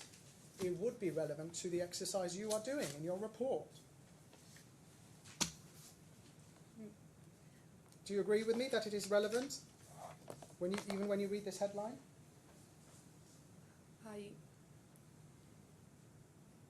I do agree that it's relevant, but if I can say, I was focusing on doing the analysis of anything design phase to understand what it was the impact of the changes. But what makes you think this didn't talk about the design phase? It's called facade design changes. I wanted to focus on my own analysis. Those documents I wanted to understand, and my focus is to understand based on the fact, based on the information provided. Well, your analysis goes through in detail what you understand meeting minutes to mean. So surely you would want to look at how BAM was describing what it called facade design changes up the line. You'd accept that, wouldn't you? I'm just trying to understand why you didn't ask to see this document, Ms. Skinderlin. My first report and my second report are focusing on models received and documents received and drawings, not in meeting minutes. I highlight the meeting minutes on the presentation since they were being discussed. Right, is there any reason why you haven't mentioned the text of CCN Treble 2 in your presentation? Because I haven't seen it before, and during these days I've been quite busy here, and I didn't have time to go in detail. So the whole purpose of the presentation, as per my understanding, it was to explain the process and explains the sequence for my analysis, my technical analysis. Sorry, in your presentation you spent a fair amount of pages going through to understand what happened at the meetings, correct? It's not just a technical analysis. Can you refer exactly to exactly which area, if you don't mind. Of course.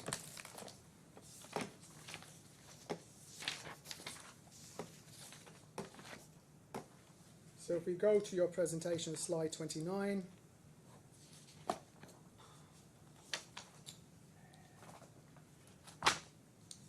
Minutes of meeting 3. And over the page, you talk about the same meeting. Then if you go to slide 35, we talk about minutes of meeting 4, slide 36, slide 37, slide 38, and so on and so forth. So Surely it was relevant to your account of these meetings to look at CCN Treble 2, but you didn't even do it this week, Ms. Kindlen. Can you explain that? Time constraints. I didn't have time to read that document. Did you not think it worth telling the judge that this might be subject to you having time to read CCN Treble 2? Did you not think that was worth mentioning? I didn't know I had time. Sorry. Have you read it now? Have you read it yet? No. Were you in court when I was reading out to Mr. Doyle? Yeah. Were you in court when I was reading out this morning to Dr. Affan? Yes. Okay, but you haven't read it. Okay, let's look at that in a moment.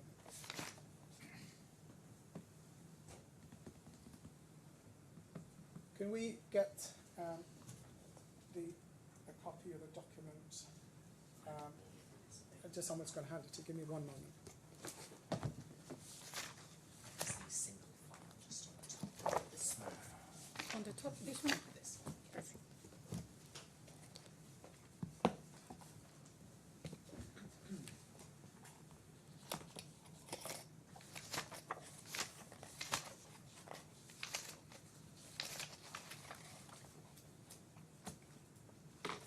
So you're on it's tab 2 of the disclosure file, and for Terez, it's file 23.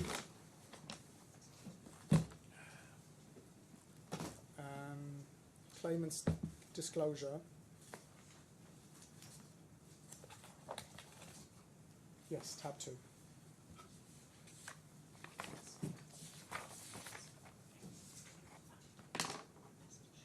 Just bear with me one moment, Ms. Kindlen. Is everyone getting a error occurred message on top of their Yes. transcript? Transcriber, for some reason we're getting an error message on top of our transcript screen. Could you assist us? I don't know why I always look at the TV when I'm saying that. Well, if you just click the cross, it goes away. Ah, there you go. Has yours gone away, Ron? Ours functioning. I think it's because we're not logged in, that's why. There you go. Thank you. So we see a document, Ms. Kindlen, headed Contractor's Interim Claim for an extension of the time for completion and prolongation costs. Contractor's Claim Notification CCN Treble 2, facade design changes. As an independent expert, this is a document that you would have expected BAM to have provided you, wouldn't you? Yep. But they haven't provided it to you, and you first saw it in this hearing, correct? Correct. Thank you. We then go within this, please, to, you have pages from the start, Ms. Kindlen, just bear with me because it's double-sided. You'll come to a page headed Executive Summary, which is internal page 1. Terry's, it's page 6 of the PDF.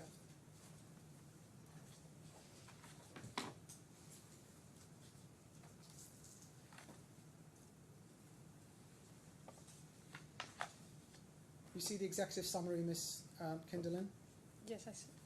It says this executive summary is intended to provide a brief synopsis of an otherwise complex sequence of events that led to delays in the employer deciding his design requirements for the rather unique facade of Museum of the Future to a sufficient level of completeness to facilitate commencement of actual production of the facade panels, and seeks to demonstrate the contractor's entitlement to an extension of the time for completion, associated prolongation costs. And then if you go to the second from last paragraph, it says, under the specification requirements described in detail in section 3.6 of the narrative, integration of contract IFC design with a system is to be presented to the employer in the form of shop drawings, and following approval of those, a visual mock-up is fabricated for use as a quality benchmark for the subsequent permanent facade works. Then it says, the contractor has no authority or obligation for the aesthetic design, nor any enhancements or changes to the aesthetic design, which is provided by the employer in the contract IFC documents and which must be maintained. Were you aware that BAM's position was that it was not, had no obligation for the aesthetic design or changes to it? Were you aware of that? No. Okay. We go to the next page. It says, page 2, 5 lines from the top. Soon after commencement on 8th January 2017, it became apparent that the, inverted commas, detailed design, close inverted commas, included in the contract IFC drawings provided to the contractor did not reflect the, inverted commas, final, close inverted commas, complete design requirements of the employer. Although the employer's representative's responsibility is to approve the specialist facade subcontractor submittals, to ensure compliance with specified requirements through weekly meetings, design workshops, the process of submission and approval of drawings and models, the employer and or employer's representatives and or employer representatives consultants, collectively the capital D, capital T design team, constantly and repeatedly changed, developed and enhanced their own design following protracted periods of indecision and instructing a multitude of mock-ups demonstrating various alternative configurations. Had you seen this before, Ms. Kinderlin? This text that you just read? Yes. Sorry? No, I haven't seen this text before. Okay. So I'm going to come back to this document as we look at specific items in the meetings. We can then look at, bearing that in mind, if we can then look at the subcontract inquiry, please, which is, if you help me, Ms. Kinderlin, there's a large file called opening bundle, file 1, 2,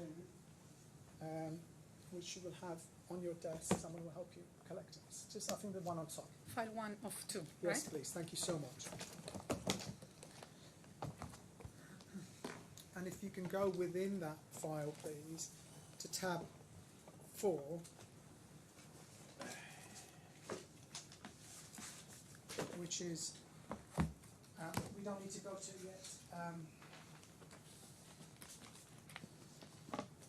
Terrace, it's.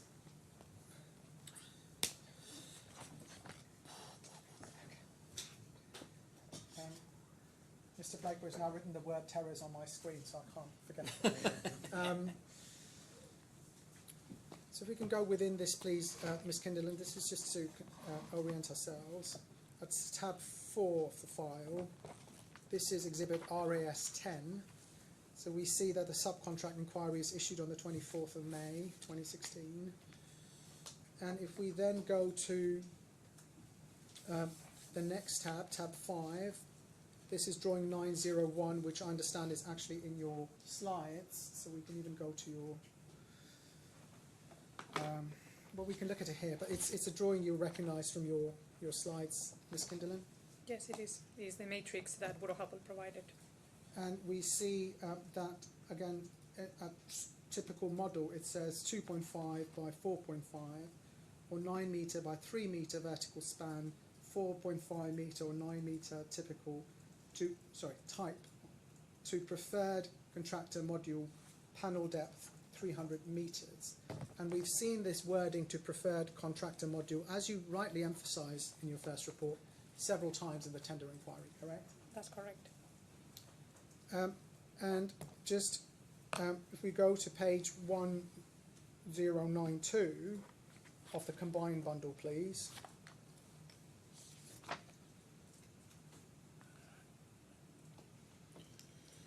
This is the list that you mentioned, and you're aware, I think I asked you about this earlier, but if we look at item 163, that drawing we're just looking at appears, you see the 901 and item 163. That drawing is also in the tender list. You're aware of that? Yes. Thank you. We then go back to the if we can keep this document on screen, please, Therese. But Ms. Kinderlin, if you can kindly help me and go to the next document in the hard copy file, which is another drawing that you mentioned in your slide. It's drawing 906, sent with a tender, or sent as part of the tender. Do you have drawing 906, Ms. Kinderlin? Where can I find that? Sorry. I'm so sorry. I'm going No, to... it's the next one, yeah? Yes, thank Yeah, you I've so got much. it. Yes, I do have it. So again, this is a drawing that you've helpfully extracted in your slides as well. So we see, firstly, the section saying GFRP potential module sizes options dependent on contractor design, yes? Yes. So again, it's saying it's dependent on the contractor's design, and then it gives two optimal sizes, 9 by 2.2, sorry, 9 by 3, I'm so sorry, 9 by 3 and 4.5 by, help me with the width on this one. 2.5, is that? Put Four. 2.5, yeah. Thank you, 4.5 by 2.5.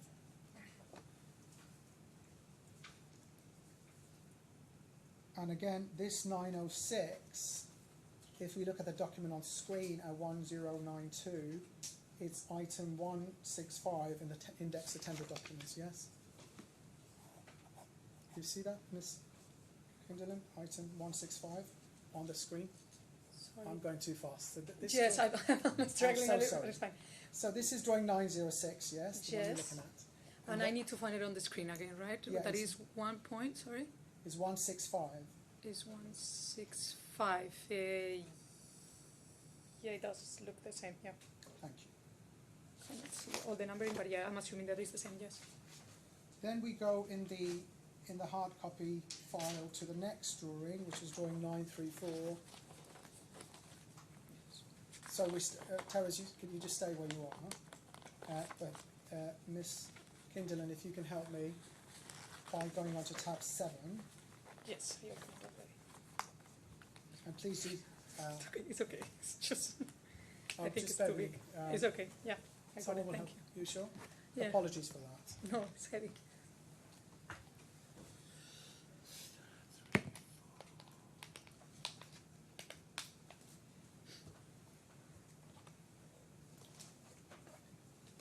So this is drawing 934. Look at the bottom right column, or the bottom drawing on the right hand side. Yes. It says panel height 4,500 millimeter typical, depending on contractor design. Yes. You see that? It's right, Bottom right, you said. kind of, yeah. Kind of halfway. The bottom. Okay, here's it. Yes, panel height, 4.5 meters typical. Depending on contractor design. And I Correct. think you've also noted that this in your first report, Ms. Kinderlin, that the tender repeatedly states that the module sizing will be depending on the contractor's design, yes? Yes. Thank you.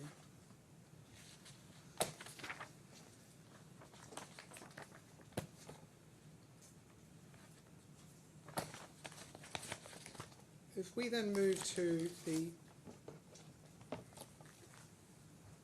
sorry, just before moving away from this, if we look at the document on the screen, so this was drawing 934 facade details EWS 02.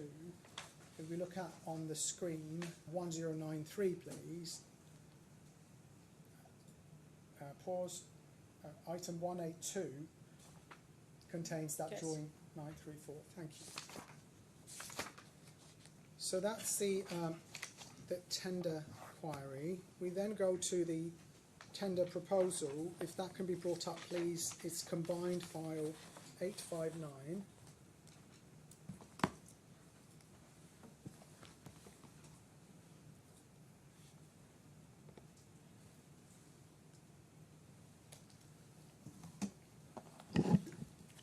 So that's the tender proposal dated the 25th of January 2017, which you've considered in your report, Ms. Kinderlin. Yes, it is. And then if we go to 915,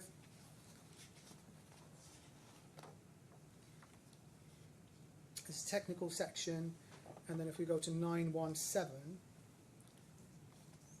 so pause there, sorry, 916 firstly, for the 916. I'm so sorry, Terence.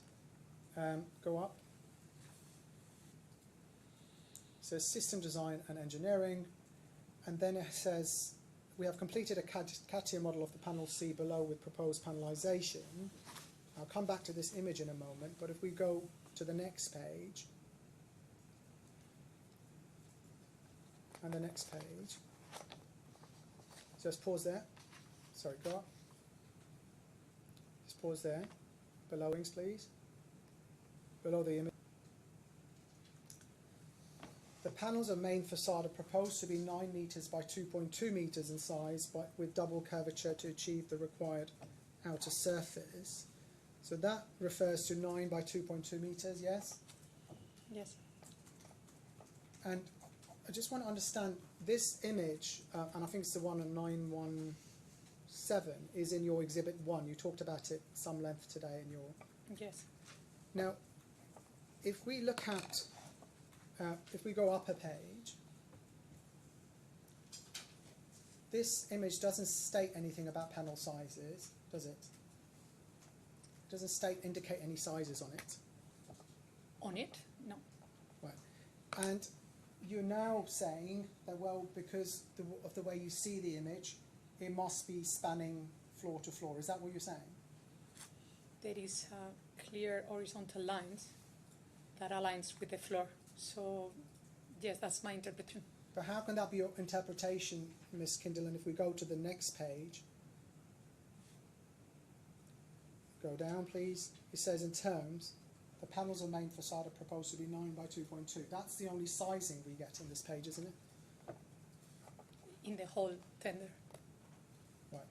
If we just bear this photograph this image in mind, apologies. If we can go to your first report, which is file 9,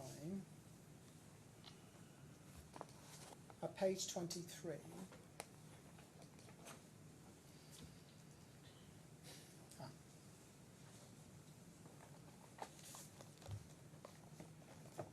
So you've got that same picture here. This is your first report in May, and you say, as part of the tender, the following images were included. This led me to assume that a model had been created, serving as a basis for the tender. And the evidence from Dr. Affan is there was no such model. And then you say, however, since this model is not part of the tender submission and no detailed information was provided regarding panel sizes and types, it is not possible to incorporate it into this analysis. This is noteworthy as the following assumption is included. The panels are 9 by 2.2 meters with a double curvature, and you've emphasized double curvature, as indicated at the bottom of the last image of the model. So in your first report, you say, and rightly in my submission, or my assertion, that doesn't help you with the panel sizes. And now suddenly you're saying, well, yes, this helps me because it shows a size intent. That's not consistent with your first report, is it, Ms. Kinderlin? I think that has been misinterpreted. It doesn't help me in the fact that, as per I have explained today, when on the tender package often refers to a nominal size of 9 by 2.2, my assumption it was that is a typical size. So without the model, I will not be able to know which panels are smaller, neither which ones are larger. Therefore, I cannot use this information to assess how many panels have been increased from the size. So that's the point. Well, that doesn't. I don't think that explains why you say no detailed information is provided regarding panels and types. It is not possible to incorporate into this analysis. And now you're saying the very opposite, which is that you are jumping on this image to suggest it shows an intention to span from floor to floor. That wasn't what you said in your first report, was it, Ms. Kinderlin? I'm sorry. It's just trying again. My analysis, it was based on detailed information. This is just providing a panelization image where I cannot extract the heights, as we can see on the image, since it's been called panelization, we can see different heights, and I have a nominal size of 9 by 2.2. What I'm saying is that nominal size and the image is not enough for me to include it on the analysis. Right. And in this section, in fact, it doesn't say nominal at all. It just says proposed to be 9 by 2.2, correct? Correct.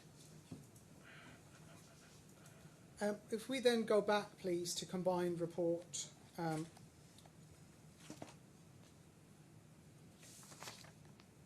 At page 97, staying on the tender. Let's scroll down, please. Section 2.4.2. The tender says the design of the facade is heavily dependent upon full completion of the 3D model. And then over the page, 938, please.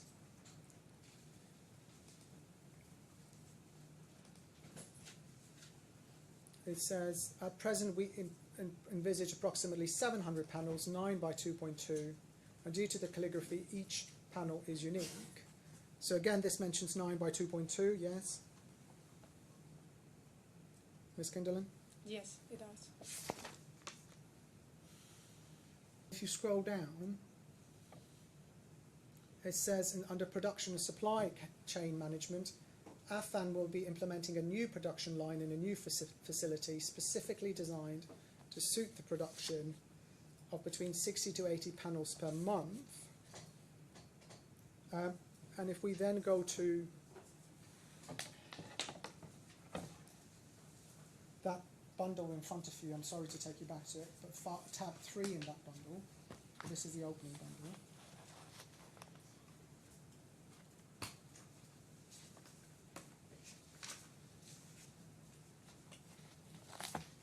You see a document headed Coulter Facades. I do. And there's a tender query number 12, where it says, please provide a brief production program and explain the type and number of machines to be used for panel production. And then the response is, we will use 2 CMS machines to ensure milling of 4 number panels per day, 9 meter by 2.2 meter, approximate monthly output 60 to 80 panels. Each panel will take approximately 5 to 6 days to complete. So again, throughout the tender, we've seen it multiple times. Affan has said that the sizing is 9 by 2.2, yes?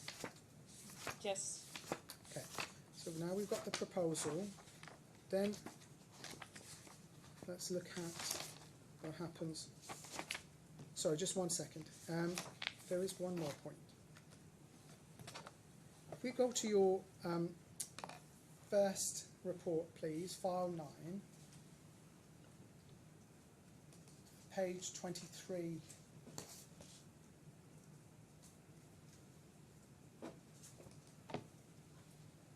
Scroll down, please, item 3.2.2.6. You said in the mock-up drawing submitted on 3rd May 2016 and included as part of the tender package, the dimensions of the panel specified are estimated to be 10.8 meters times 2.9 meters. So let's just pause there. So that's 3rd of May 2016. The tender proposal is January 2017, yes? Yep. You said, please note that the length of the panel has been extracted from the PDF after setting the scale based on the width of a panel. We go to the next page. You've extracted a drawing and you've suggested that the length of the panel is 10.8 meters, is that right? Yeah, but there is a division. There is an interface, I can see now. Sorry? Yes, I suggested that. So can we please go to bundle page 1005, combined bundle.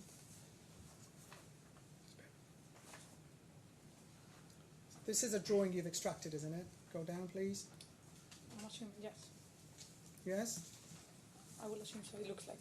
Can I just hand up the full drawing, which I have marked up? Yeah, I must say, Ms. Kindle, having been a construction lawyer for nearly half a century, one thing I was taught very early in my career is never scale off a drawing.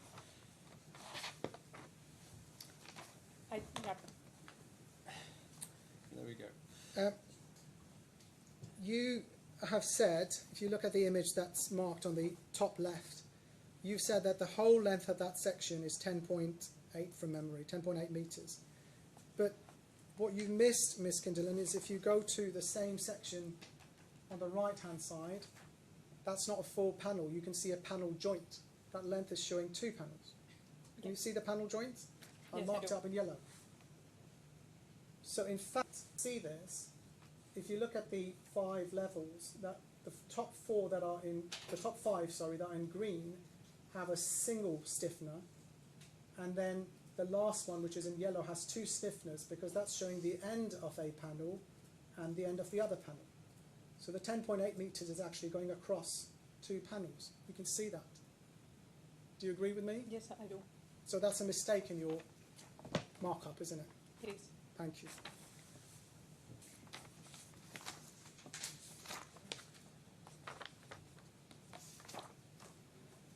So we've seen what was in the tender, and we've seen what was in the tender proposal. And then just to orient the judge, because we've been through this, if we go to the file at tab 14, we'll see the email of the 2nd of March 2017 that I took you to, yes? Sorry, Terrace, I'll wait for you to get there, Miss Kinderlin. It's tab 14 of the file. Yes.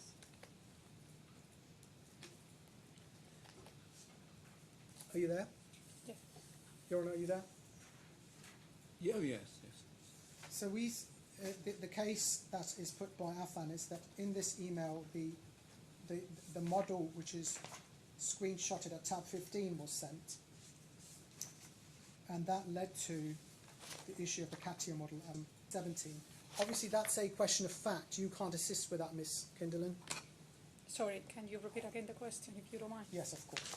You're aware from sitting here in the hearing that Affan's case is that the email at tab 14, which was sent on the 2nd of March 2017, Yes. enclosed a model which is at a screenshot of which is at tab 15, and that the CATIA model, which you call the initial model, which is at tab 17, I'll wait for you to get there, was simply following the Rhino model that Affan was instructed to action on the 2nd of March. You're aware that that's Affan's position, yes? I'm not in a position to say if they were instructed or not. Of course, that's very fair. That's a question of fact, isn't it? I really don't. I'm sorry. In terms of the legal terms, I'm not sure. Okay, but you're not in a position to say whether they followed this or there was another reason. Yes, I'm not in a position to say if this email it was an instruction or not. Yes, but your whole analysis of the 10% change depends on your assumption that the CATIA model at tab 17, which for the transcript is exhibit RES 18, was always Affan's intent, that they weren't told to make the panels. It's on the larger. basis of ACONEX official submission from the 7th of March. The first model that I have seen submitted officially from Affan. But you said that it was submitted without any client comments. Because the comments how can I say, the comments, the drawings, the comments on the drawings, the comments that are on the meeting minutes, if I'm correct, of the meeting 4 are after. So comments on the panels, as the ones that I have seen, are after. Right. If that makes sense. Sorry, Right. I don't know. But what I'm saying is you are assuming for your analysis that this document at tab 17 was produced by Affan without being told to alter the panel sizes by the client. You're assuming that, aren't you? Yes. Thank you. So bearing in mind your very helpful understanding there, if we can then look at what I want to do is, so we can save some time, and we can go to, let's take it in stages actually.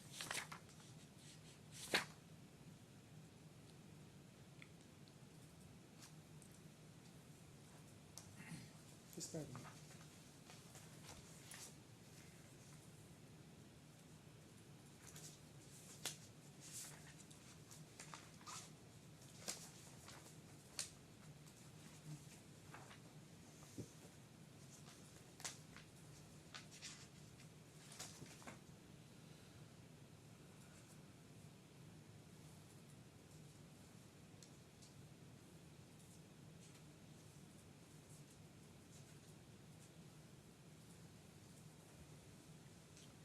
Can we go please to tab 12 in that file?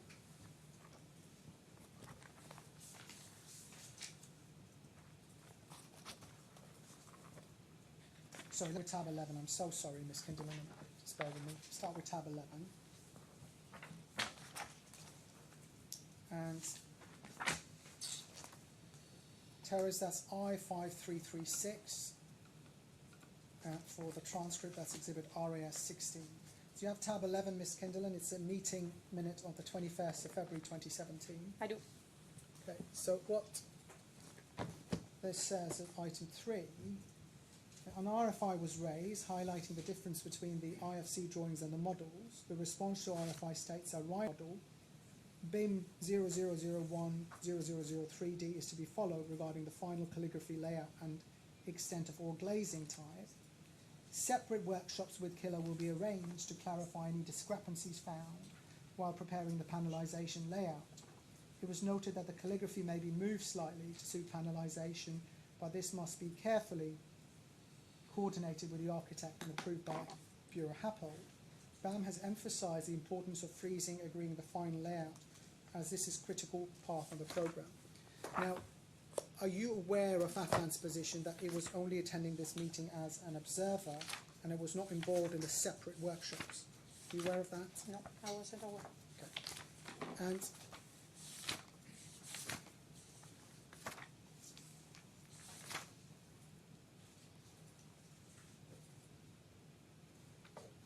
if we can keep this open, and if we can also take up, please, the CCN treble 2, which Terrace is one of your tabs open at the moment, CCN treble 2. So Ms. Kinderman, if you can help me by going to the extension of time document. I'm sorry to go to multiple documents here. Are they going to put it in? I've got it. Okay, I know it's in thank you so much, Ms. Kinderman, I appreciate that. So if we go within CCN treble 2, Ms. Kinderman, to internal page 33, Terrace, if you go to CCN treble 2, which is one of the tabs I can see on the screen, it's actually open. Okay. There you go. And it should be internal page, PDF page 39 for Terrace, but 33 for everyone else using the internal. Just one page before that, Terrace, please. Yes, that's great. If you pause at item 7.2. So, Ms. Kinderlin, help me. Have you seen this section of the document before? No. Okay. So, we're looking on one hand at the record of meeting on the 21st of October 2017, and then we're looking at the same time at what BAM recorded about that meeting. It says 7.2 event chronology, and then it says panelization sign-off. And then over the page, it says the panelization intent. Next page, please, Terrace. The panelization intent described in the facade contract document clearly defines the facade skin to achieve a single curve by means of faceted panels, as shown on the track below. And Can I ask something on this drawing? Yes. Because if we can go to this drawing, is it possible? Or because I recall this drawing, and I don't think it talks about the panelization. I think that it talks about the glazing. So the intention of this drawing is not the panelization. It might be in the title. I might be wrong because I don't recall the I don't think it's suggesting that the intention of the drawing is anything than glazing, but this is what BAM said at the time. I'm just highlighting that because I remember this image. In the Okay. If you look and note, it records the drawing, and if you go over the page, it says the design team subsequently instructed the contractor to pursue an alternative smooth surface via an RFI response on 15th of February 2017. Note that the final panelization shall be proposed, configuration and size format shall be proposed by the specialty facade fabricator and shall address the final calligraphy layout addressing the architectural intent of a smooth surface, legibility of the calligraphy, etc. Such a smooth surface can therefore only be achieved by replacing the single curved panels in the IFC contract drawings with double curved panels. And then it says, Panelization discussions kicked off as early as of 21st February 2017, when the first steel facade weekly coordination meeting was held, and on the basis of delivering a smooth surface finish, optimizing the mill size, and minimizing the number of horizontal joints. You were, Dr. Affan gave evidence that this was the reference to minimizing the number of horizontal joints was an aesthetic requirement by the employer's representative not to have to see joints, not have visible horizontal jointing. Were you aware of that? Since I haven't seen a model that they were talking about, at the moment, if we take a look to the tender model and the final model, if I'm correct, they are the same horizontal joints. Right. So I don't know what they mean with this one. So But the tender model, the drawing 906 we looked at had over 2,000 panels, smaller panels, not spanning floor to floor. on the image from the tender, where you have the horizontal lines, visual horizontal lines, those ones are the same horizontal lines, if I recall correct. If not, maybe there is one on the final one. So these 2,000 panels, I'm not sure where is it coming from. Okay, I'll come back to that then. But so you're saying that you don't understand why BAM is recording that there was an emphasis on minimizing the number of horizontal joints. You can't understand that. I cannot understand it. Okay. Then it says, at 7.3.5, subsequent facade meetings were held on a weekly basis where progress of panelization and calligraphy models were presented to the design team and ER, the detailed chronology of which are summarized as follows. Weekly meeting 2, just on one of your slides, 27 February 2017, it was recorded that approximately 80% of preliminary panelization setting out was agreed based on a killer design preferred scheme, later named option 1A. Although BAM Affan were instructed to explore alternative panelization schemes which were presented during the following 5 weekly meetings, highlighting their relative technical advantages and disadvantages. Are you aware that BAM recorded that they were setting out preliminary panelization based on a killer design preferred scheme, which later became option 1A? Are you aware of that? I recall from the meeting minutes that in the meeting, sorry, I might be wrong, but it's in the meeting 3 or in the meeting 2, they say that something on those lines, but it says that yes, up to 80% of the panelization will be done, and then by the 2nd of March, completion, but it doesn't say by whom or who is doing it. Yes. So if you keep this open, and I'm sorry to make you look at both files, and you'll be looking alongside it, tab 12 in the opening bundle, which is minutes of meeting 2 on the 27th of February, and I'll wait for you to hold them side by side. Your Honour, apologies again. Yes.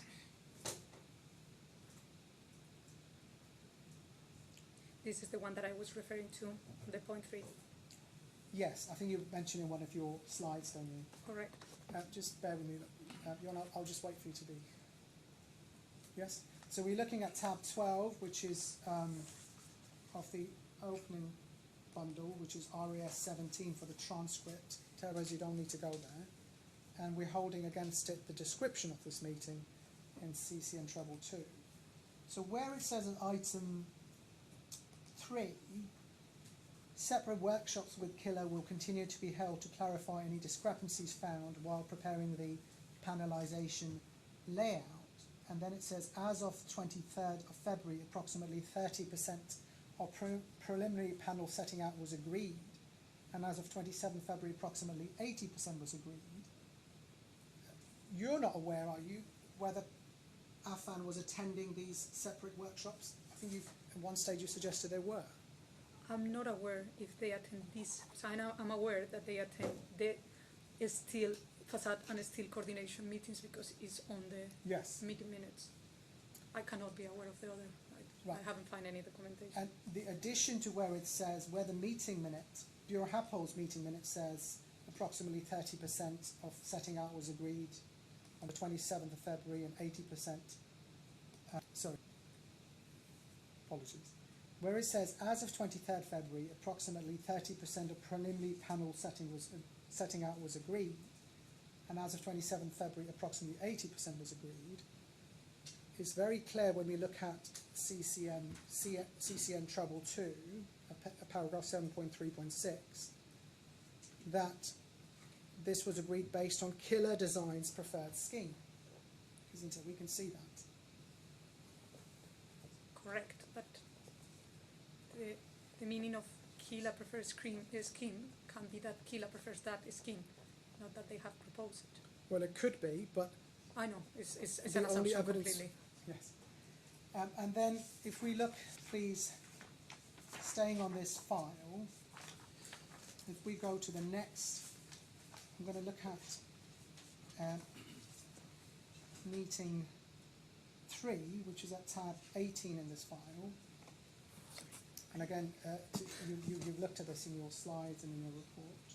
So tab 18 of the file, it's a meeting on the 6th of March 2017. This is now after the letter of intent has been issued.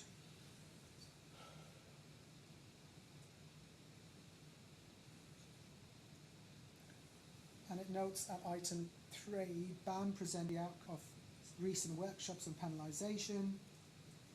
And then it says it was agreed that BAM would send the previous and latest panelizations along with rendered models to accurately showing the vertical and horizontal gap sizes to Bureau Happold Miras for review to determine if vertical joints are readable. It was noted that the Rhino model will not show the calligraphy reveals, however. And once all parties are satisfied with the panelization, the process of sitting with the CATIA model,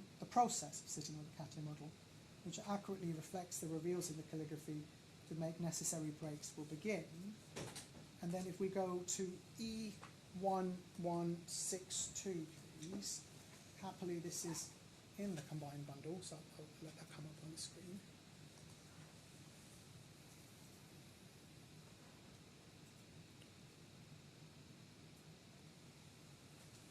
And if we can go to item 3, again, this is something you've looked at in your slide and in your report, Ms. Kinderlin, yes?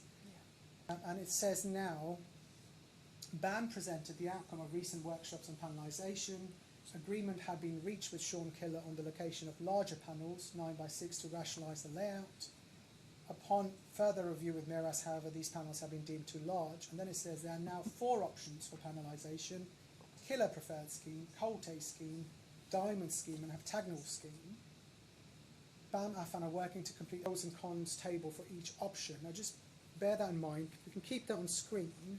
And if we look at BAM's description of these events in the CCN 222, page 35, what they record, weekly meetings 3, 4, and 5, the initial panelization draft model. I'm sorry to interrupt. I'm Can so you say the number again? I thought that it was coming on the screen. I'm so sorry, Ms. No. Kinderlin, I need to be more attentive. So if you keep that on the screen and take page 35 of CCN Trouble 2. Going back, yeah, sorry. I'm so sorry, and thank you for your patience.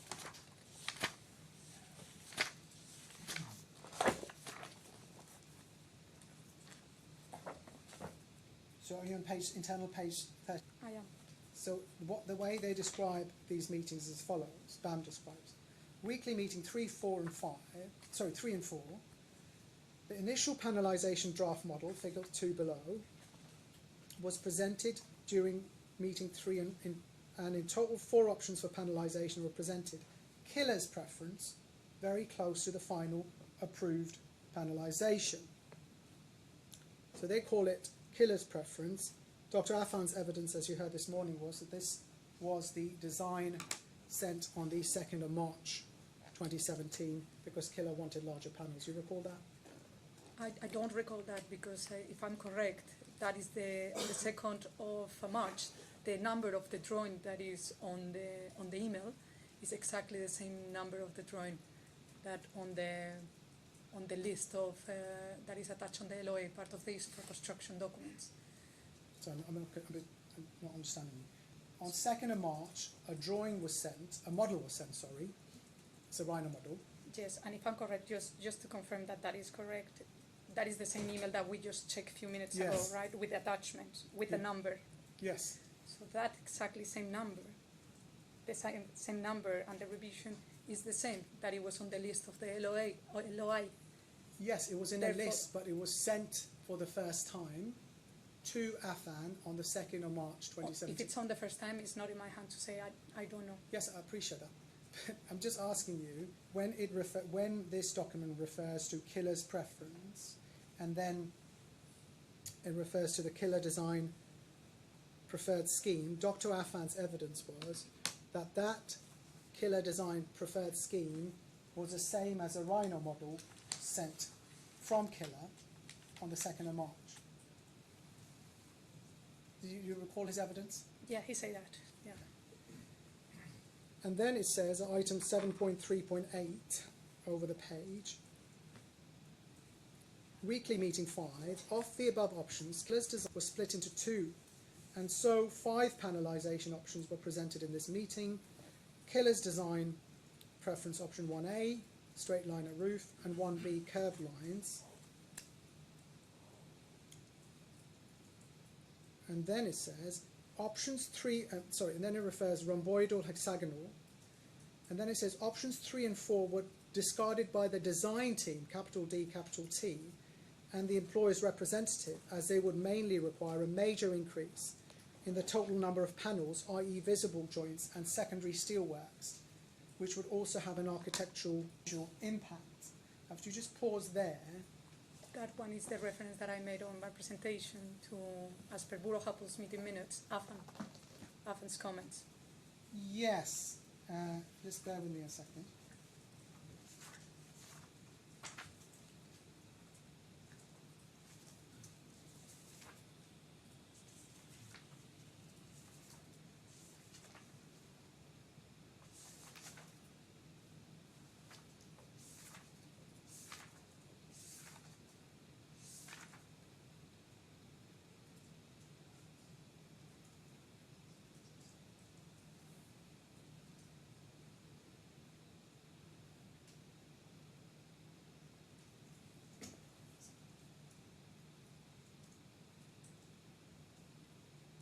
So if we go to your slide, page 38,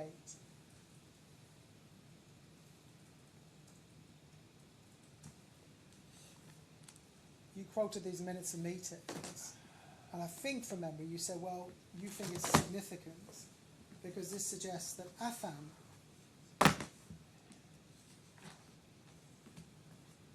was somehow not wanting to have too many panels. You said words to that effect, correct? It seems from this one that the triangular rhomboid scheme requires, one of his cons requires 2,000 to 3,000 panels. Another one is the secondary steel.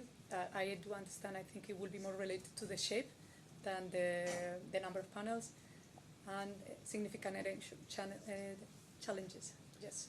But if you see the description of this meeting in BAM's letter, so BAM's submission, a 7.3.8, it says options. Sorry, Anna. Sorry, Anna, I'm going to be on the travel too for a while. I do apologise.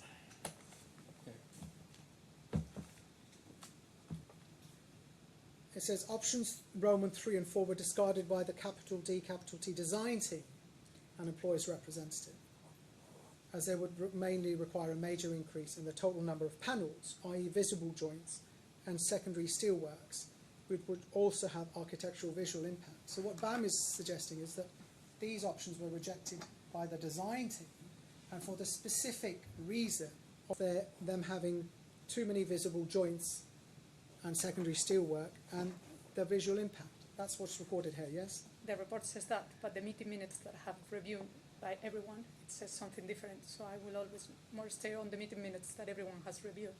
Well, the meeting minutes don't say why the options were discarded. It just says Who requires. has discarded?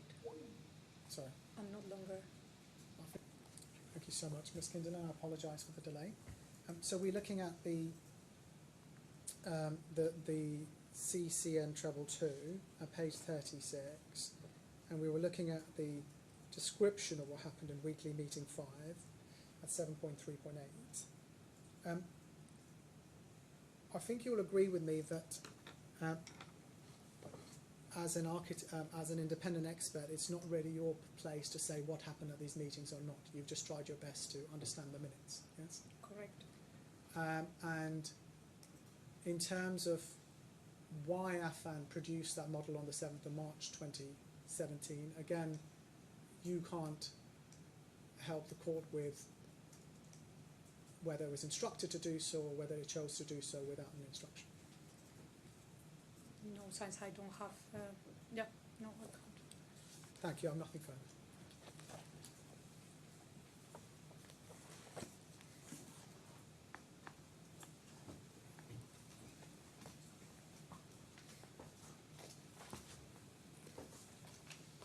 Now, when you started your evidence, you were asked about the curvature. Correct. And your position was that the curvature didn't change with the height of the panel. Yeah. And that was in some controversy. Lord Marks, excuse me, but your mic is not on. I'm so sorry. I'll start again then. I was asking you about the curvature, and your point was that the curvature didn't change if you changed the height of the panel. Yes, I think. Can you? I just want to ask you to consider a position. If you imagine a golden egg, not a torus, a simpler body, a golden egg, and assume that you don't change the mass or the shape, can you explain to His Honour how you say the curvature doesn't change according to how you panelize it? I think it's a really good, a good example. So, if we have an egg has been done. If we simplify in geometry, it will be a sphere in the bottom, and it will be half of the sphere, cone, and then a smaller sphere on the top. If we just look to the cone, that it will be the surface, and we have panels of half of the cone, and then the other half, in this way, in the height, for example, the curvature, it will be exactly the same, because it's the same. The only thing that it could happen is that if that panel takes the sphere, then in that case, I will agree, it will make different curvature. It will not increase. Well, that's the it will point be I was different. making, because this is a torus. Yes. And so you have the same situation as at the top of the egg. Yes, I do have it in some areas. I do Yes, agree. so yeah. in other words, when you move the panels around the torus, they will change in curvature. Because the curvature of the torus itself changes. Yes, they could change in curvature if the two panels or the panel that increase is on the same surface. It will not change the curvature. No, of if course it's not. cut If you flat. have a Yes, I uniform, do agree. that's why we talk. Sorry. That's why I differentiated between the cylinder and the torus. I do agree. Yes. I do agree. I think if the panelization doesn't take care of the interface of two different surfaces, it could happen that then the curvature of that panels that are covering the interface varies. Yes. I agree. I do Yeah, agree. that was the point I was So, making. Yeah, sorry. can I ask you to consider our egg again? Oh, yeah, sorry. I think you've just explained to His Honour that the curvature of individual panels will clearly change as you go round from the pointed end to the fat end of the bottom of the egg. But overall, considering the curvature of the whole shape, if the mass doesn't change and the shape doesn't change and the dimensions doesn't change, overall, do you have differences in curvature or the same curvature over the whole thing? We will have, and that's what I understood, I think, at the beginning, we have the same curvature. The curvature doesn't change because the shape. Well, the shape of the building doesn't change, but where you place the panels may change the shape of the panels. Yes. Yes, that's I think So you're that on one, we're yes. at one. Yes. But it was difficult to see how we got there. Sorry for the misunderstanding. seems obvious to me. I want now to ask you about the Exhibit 15 to the defendant's opening note. which is this document.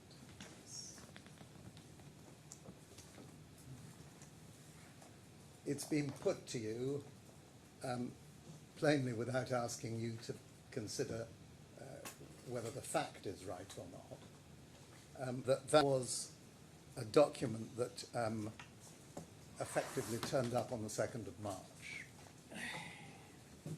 Had you ever been shown that drawing? No. Had it ever appeared in any pleading which you had been shown and looked at? No. Had it been referred to in the tender documents which you had looked at? No. And when it came, well, did you see the skeleton arguments? Sorry. Did you see the defendant's skeleton argument and my skeleton argument? Yes, I see it. I'm sorry. Had it been referred to in any of the skeleton arguments? Not that I recall. Had you seen any document at all that drew your attention to the prospect that have been a new model presented on the 2nd of March? No.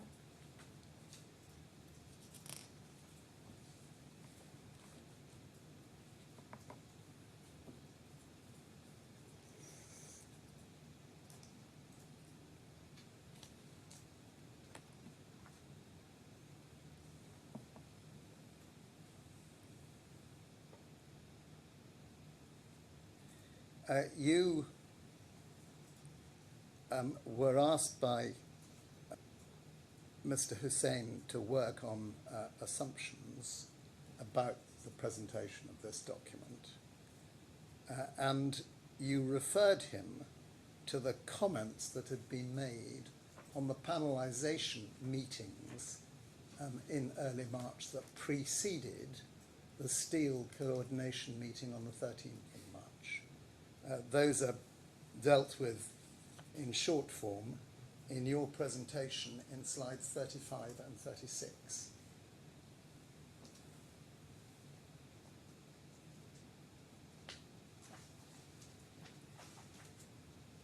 Yes. Was there anything in those slides to alert you to the proposition that this was a new model deriving from a document like this presented on the 2nd of March? No, and based on the recollection of the information that I have reviewed, since there was two models shared of March prior to this meeting, I assumed that those models were related to the models shared by Affan on Aconex on the 7th of March.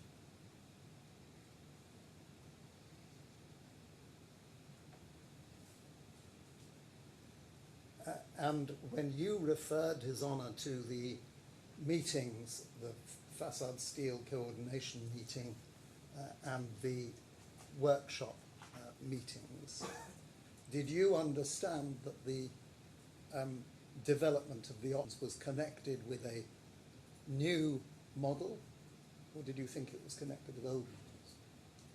Sorry, I hope I haven't put that in leading form. It's intended not to be. So, sorry, just clear which meetings, the facade steel coordination meetings. So you've gone through the development of the facade panelization. Mm-hmm. Your 7th of March initial model, which you explained to Mr. Hussain that you took to be the initial model. And then there was a meeting on the 13th of March which referred to the options that had been discussed at meetings shortly before that. Yes. And we see that on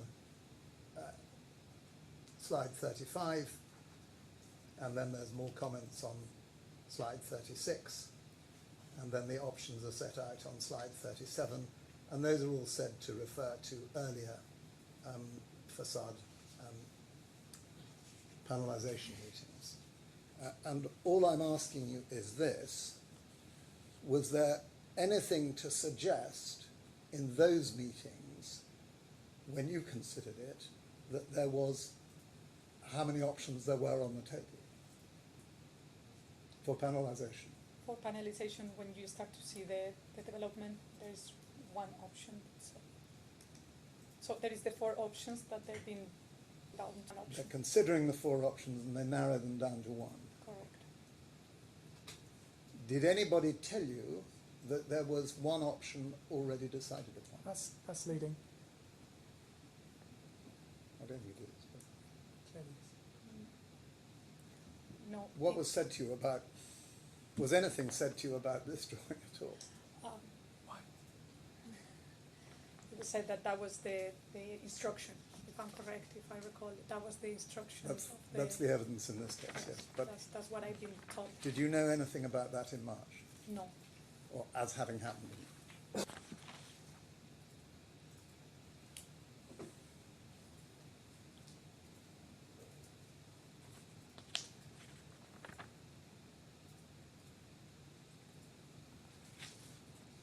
You were asked about the fact that you hadn't considered a number of documents, and you explained that your main focus was to analyse the panelisation process. Did you want to see further documents as to the facts as to what happened? I will, and it's the same that I requested from as soon as I joined the project. I wanted to see all the models available, and I requested specifically the CATIA model that it was not available.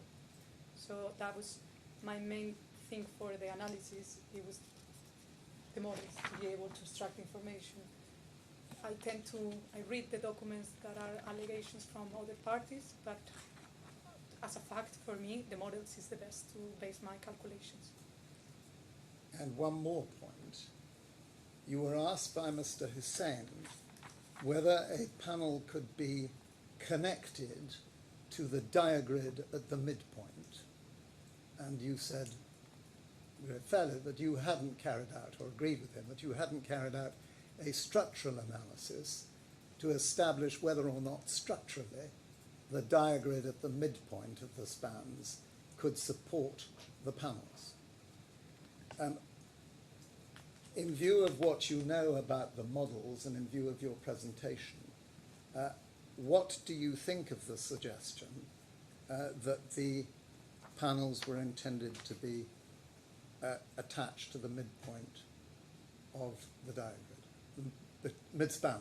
I don't, again, I'm still, as per my presentation, don't think there was an intention, or I couldn't see in any of the documents that I have reviewed, there was an intention of fixing it to the mid-span. And these facade and steel coordination meetings are exactly for that point. When you fix a facade to the main structure, it has a lot of implications. So those implications are crucial when designing the main structure. There were 2 choices given in the tender invitation, 4.5 or 9 metre panels. A 4.5 metre panel would have to be fixed mid-span. Correct. And you will need to design the structure for that specific. So when the... Well, did the grid structure change, or was it a constant? I think, again, that I'm not a structure expert, so maybe... But if the steel work was constant, then maybe the fixings would have to change, but not the steel work. I don't know, I think there is You a don't know. coordination with the wind loads. It's not the same if you apply the wind loads of the panels to the main structure. Yeah, when you if you actually apply those wind loads or you don't. So I'm assuming this is an assumption that on the areas that you will not fix the panel, so therefore you don't have the load of the panel, neither the wind load, it will not need to be the same dimension. So it will make sense to dimension the main that I agree to respond to those needs. I don't know what. Okay. Thank you.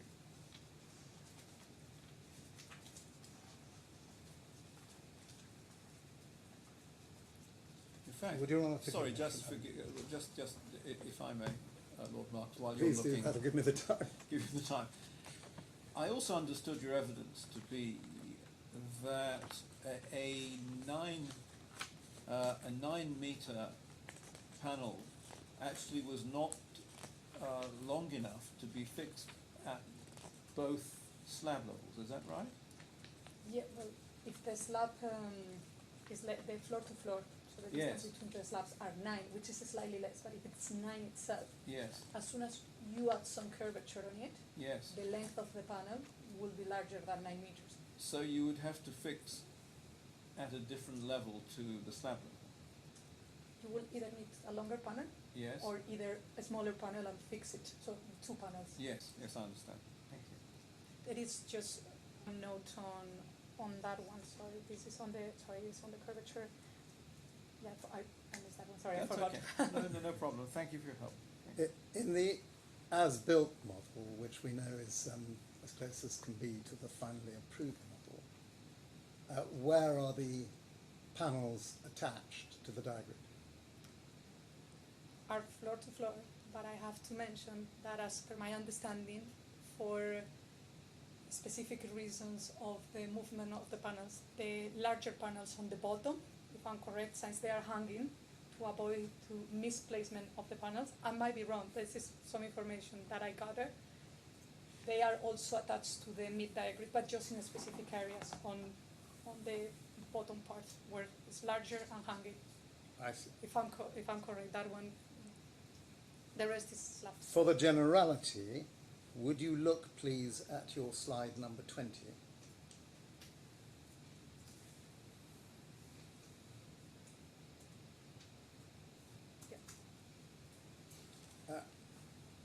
Does that indicate anything to you on this subject? Yes, it does, and there is 2 things.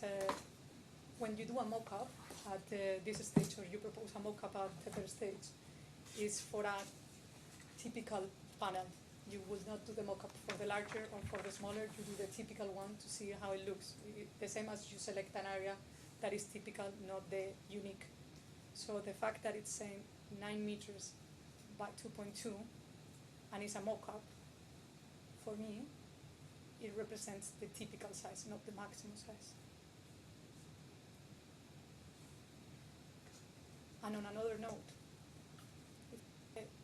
when on the tender stage it says that the production line is based on 9 by 2.2 meters, providing 60 to 80 panels per month. Again, when you do a production line, you don't do it based on the biggest panel, you do it based on the typical panel.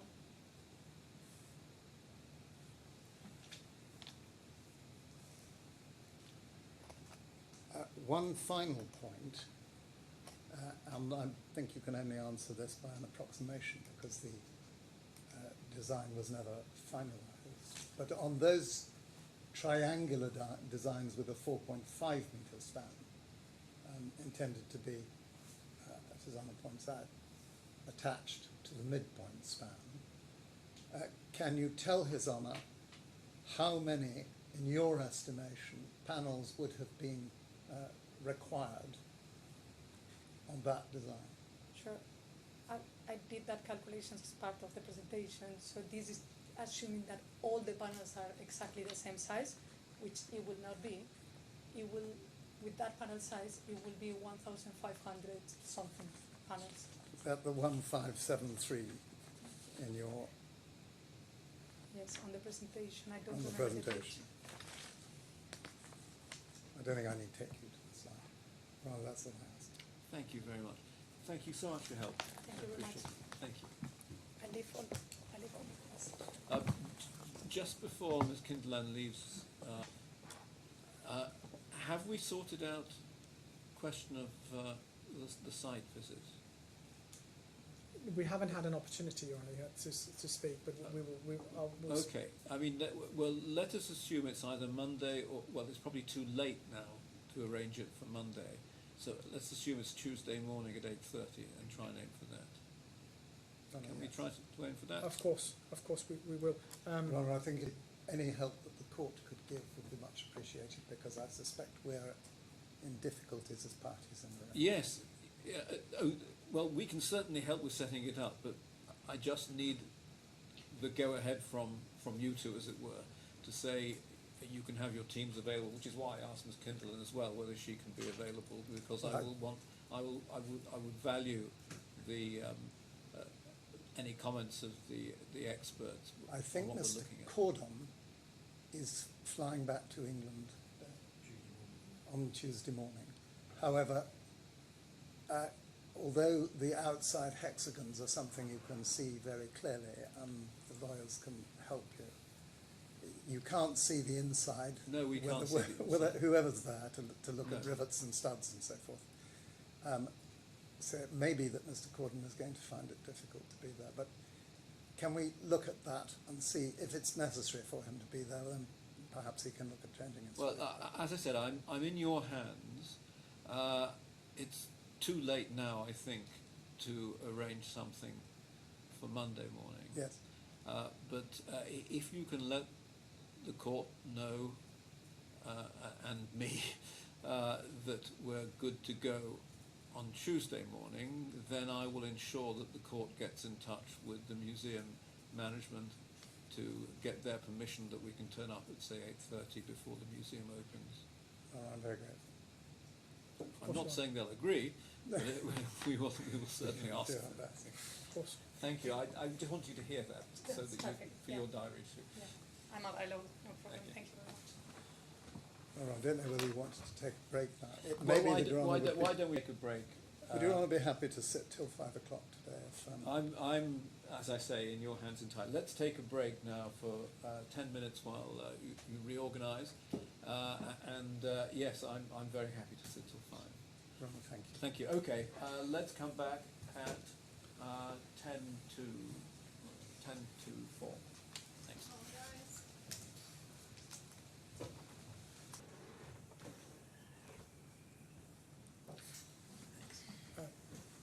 It'll have to be a hard stop at 5 because I have a meeting. Okay. Your Honour, I have a somewhat cheeky request that's coming from me. My learned friend said he'd let me make it. What if we did the site visit on Monday afternoon after we finish? Is that obviously the public? I will have still a be- meeting. Okay, we'll do it on Tuesday morning. Then. Apologies. All right, I call Dean Cordon.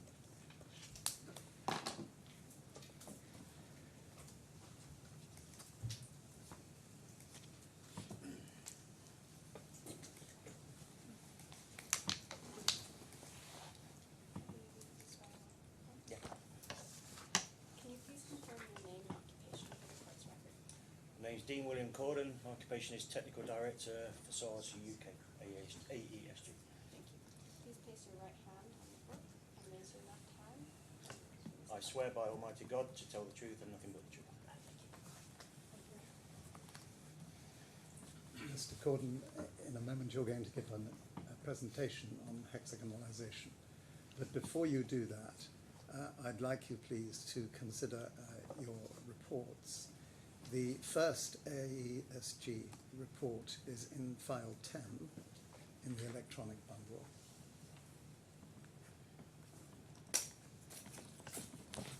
And do you see in front of you the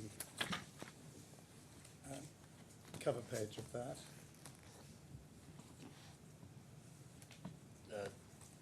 No, that's the Hawkins Yeah. report. That's no good. So I think it may be file 9 in that case.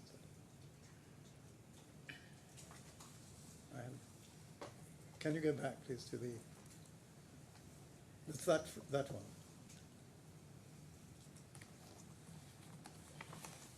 No. Yes. That's the one, page 72. And would you look, please, at the closing page? Yes. On page 72.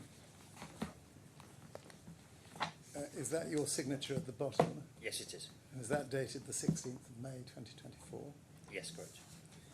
And did prepare a second report, which is file 14.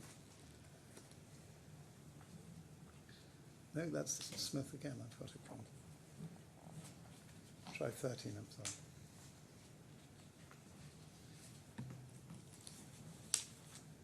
That's the signature page there, Yes. isn't it? Yes, it is. And at file 18, and I'm sure this one's right, is the joint statement.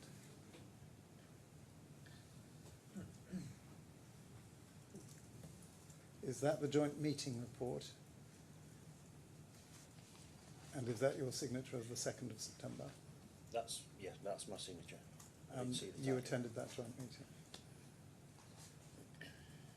Sorry, Sorry. you attended the joint meeting? Yeah, I attended it. I didn't see the cover page. That was all. Yes. Um,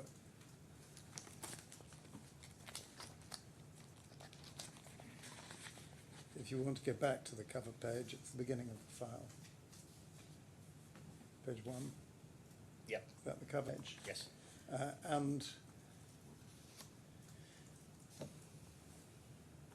you gave evidence in the first 2 reports of opinion Yes. on hexagonalization. Yes. And you attended the joint meeting to deal with hexagonalization. Yes. And would you, in that file, would you look please at Exhibit 1 and Appendix A, second joint report. File 18. 18. Would you look please at Appendix A? Do the opinions expressed on hexagonalization in that for AESG reflect your opinions? Yes, they do. And Exhibit 1 I don't think is relevant to you. Are the opinions expressed in that report, in those reports and the joint statement, your honestly held opinions? Yes, they are. Yes. And are statements of fact that are in there are facts that you believe to be true? Yes, I believe they're true. Yes. So would you wait that? Well, you don't have to wait that. You have to answer. You have to give your presentation now, if that's all right. Okay.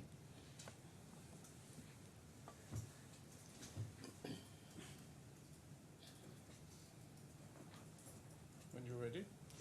This is the wrong presentation. That's Mr. Smith's presentation. Sorry, what's happening now? Is that one? Could you take us through those slides that are of relevance? Sure, yeah. I think slide 3 is just my background. I'm currently Technical Director Facades UK for AESG. Previously worked 23 years in production installation of cladding facade systems in the Middle East.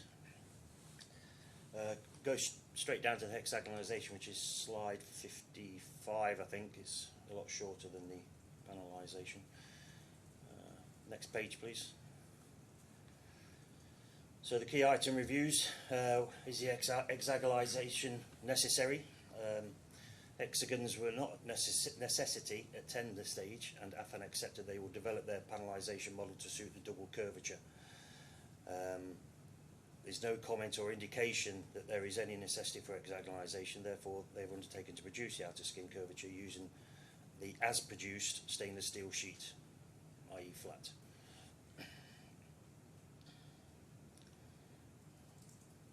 Or should I say unscored. Yes, next page. So, the introduction of the hexagon scoring of the stainless steel. When was the hexagon scoring of the stainless steel panels introduced? On my review of the documents, the proposal to introduce the hexagon scoring was put forward between revision 0 and revision 1 of the VMU 5, between the 4th of February 4th of February 2018 and 18th of March 2018, and subsequently incorporated into the VMU 5 revision 1. In particular, it was included on Affan's shop drawing submission on the 22nd of February under the transmittal that's noted there, 0006-465, with the attached drawing 121 P101 AFN FAC SHG 1000000 DP revision 3. There's no documents during that period that identify that the scoring was instructed by the engineer of record. However, further into the project timeline, and in response to the contractor CCN 222 interim claim notice submitted on the 29th of January 2019, the ERC response dated 7th of April 2019 has identified the source of the hexagon introduction as being Affan. I've referred to Affan there because it says contractor actually in the response. I refer to the extract below, and referring to 8.2.2.2, the contractor explained that the drapability of the stainless steel sheet needed to be increased to reduce the propensity for the sheets to peel away the surface of the panels, as they inherently try to return elasticity to their original flat form. The contractor showed the client a previous concept of cutting large relief slots in the large-scale hexagon, in large-scale hexagon shapes, which they had explored during pre-tender as a proposed solution. The contractor developed a prototype panel of stainless steel using smaller hexagons cut and laid over a foam mould to assess ability. This immediately resolved the contractor's issues relating to the panel debonding and the drapability, ultimately providing a viable solution for the facade panels to the project. The contractor requested the engineer to assist with enabling this solution to be acceptable to the client. The engineer assisted the contractor in the process of presenting the solution to the client, assisting in describing that it solved the issues that the contractor had experienced to date. Next page, please. Then during the development, there's a rotation of the hexagon pattern. As noted in the VMU review earlier, this is an extract from my report. This request to rotate the hexagon would have significantly assisted the production and quality control process, and the rotation, noted as either sawtooth or hex wave joint, would not have a different production duration. Next page, please. Claims of incurred costs due to the introduction of the hexagon. There's a claim that implies that hexagons are individual and each hexagon has to be mechanically secured to the GFRP panel to minimise the risk of event of debonding. However, elsewhere in the claim it is acknowledged that the hexagons are not individual but connected to each other, as per the photo on the previous page.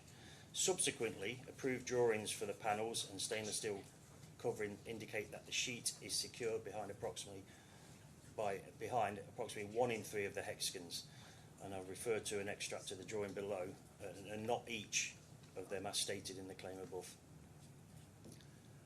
And I think that's the last page.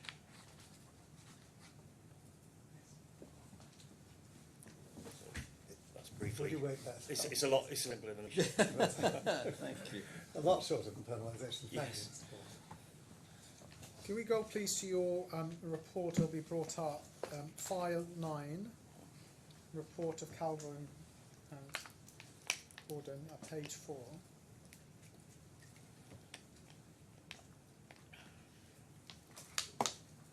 Scroll down please.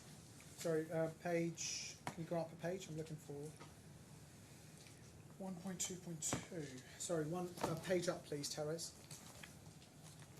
Yeah, just pause. Just bear with me 1 second.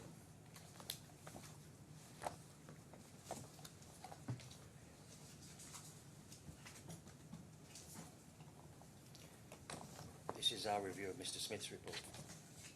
Ah, that's why. Thank you, Mr. Corbyn. File 9, please, Therese.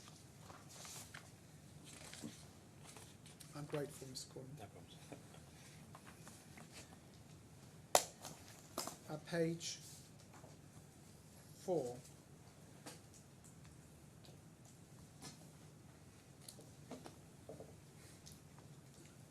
So, Mr. Corbyn, you're not an engineer, correct? No. And you're looking at this issue of hexagonalisation.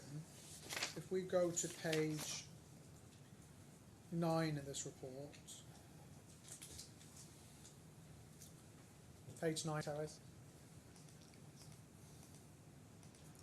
There's a timeline there.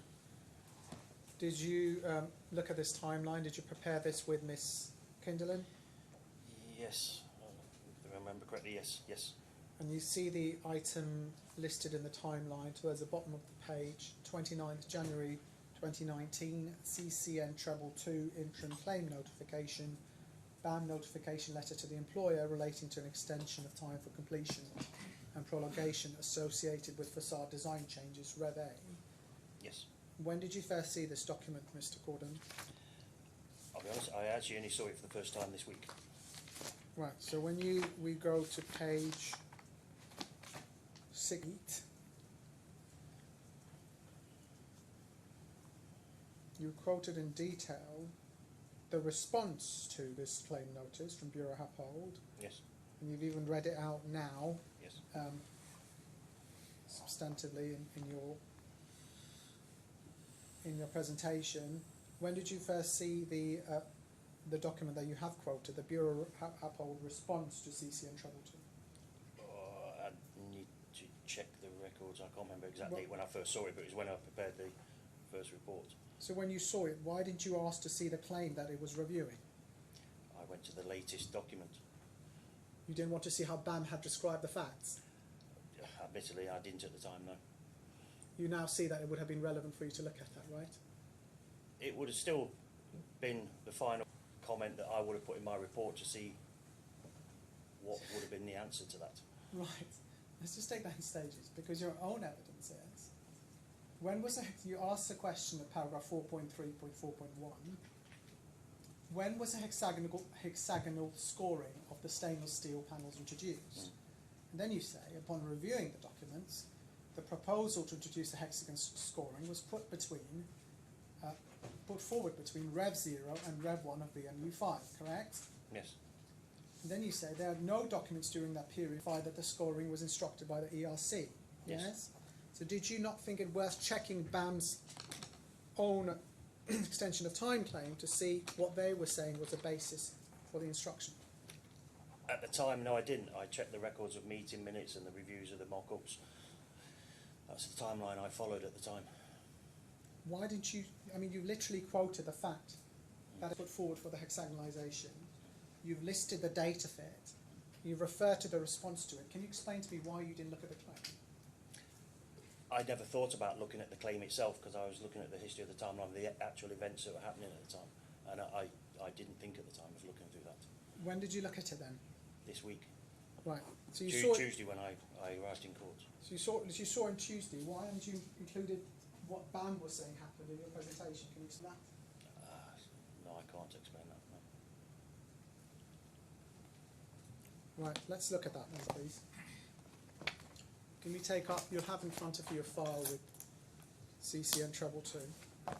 Someone will help you with it. Your Honor, I'm sorry to go. It's okay.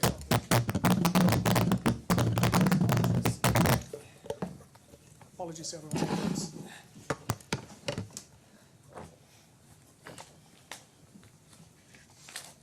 My file's just disintegrated. There we go.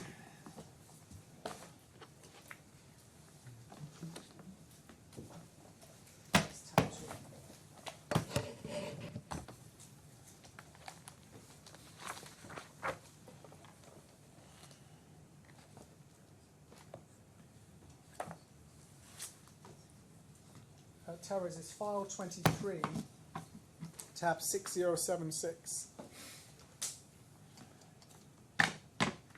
It says claimant's disclosure, tab 2. Right, so this is CCN Trouble 2. Have you read it now? I'm still putting together I'm my so sorry, Your Honor. disintegrated. It's a trip down memory lane for me, disintegrating files. I am so sorry for that.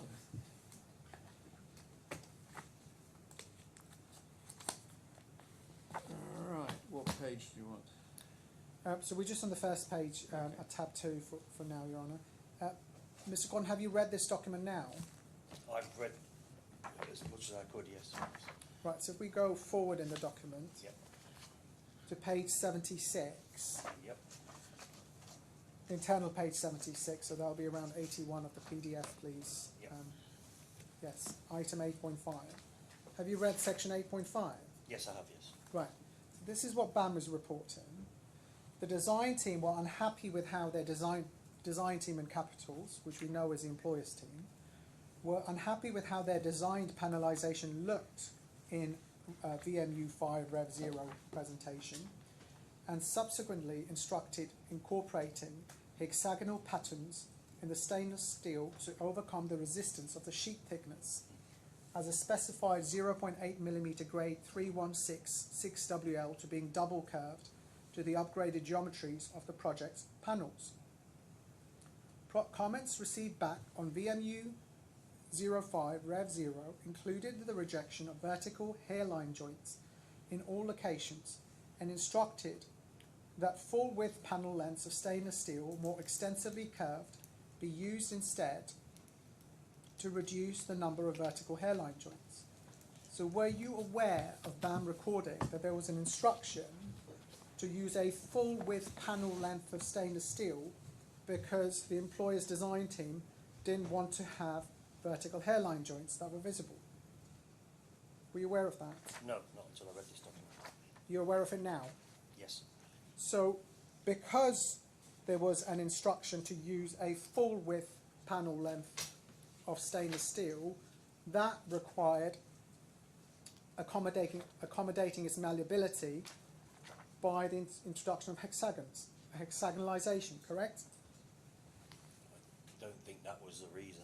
You would probably still need to have hexagonal scoring to make it to drapeability in whatever form.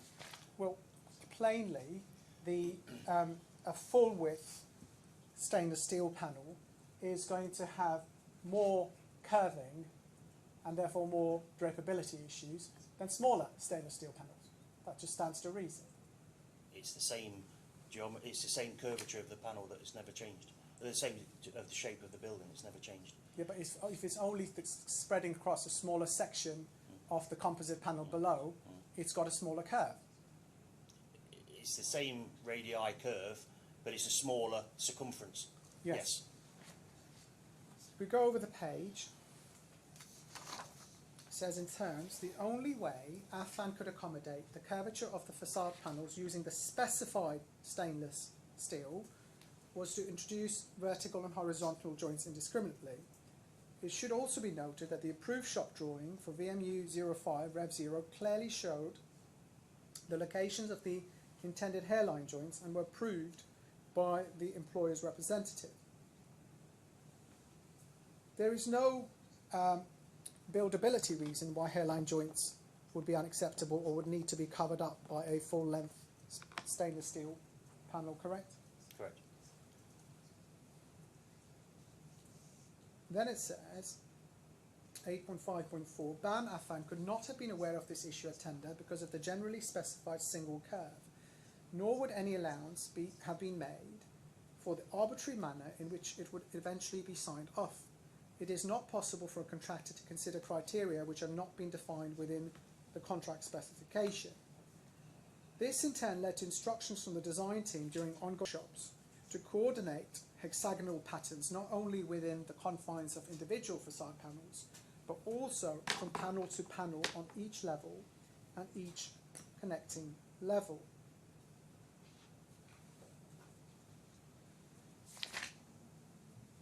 And then if we go over to page 79,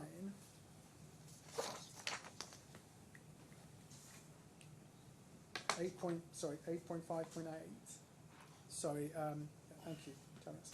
A further contributory complexity was added because of the introduction of the hexagonal patterns coupled with a hairline joint setting out, which is dealt with below, that being the requirement for the use of templates for each and every stainless steel sheet to be used. And then it says 8.5.9, the instruction to split the panels into hexagonal pieces vastly increased the time required for laser cutting the raw stainless steel sheets and increase the ratio of material wastage. You have no reason to doubt 8.5.9, do you, Mr. Corden? No, the hexagons did increase the production time for the stainless steel sheet, yes, on the laser machine and the studs.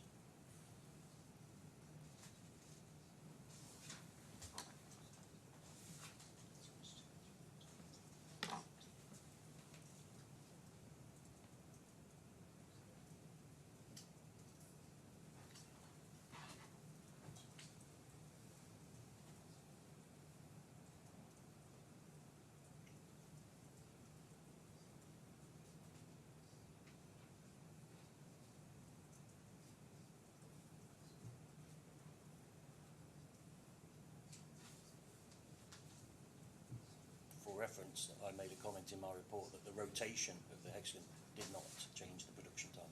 Okay, thank you. Thank you, Mr. Gordon. I have nothing further. Any re-examination, Lord Marks? Your Honour, just one question. Yes.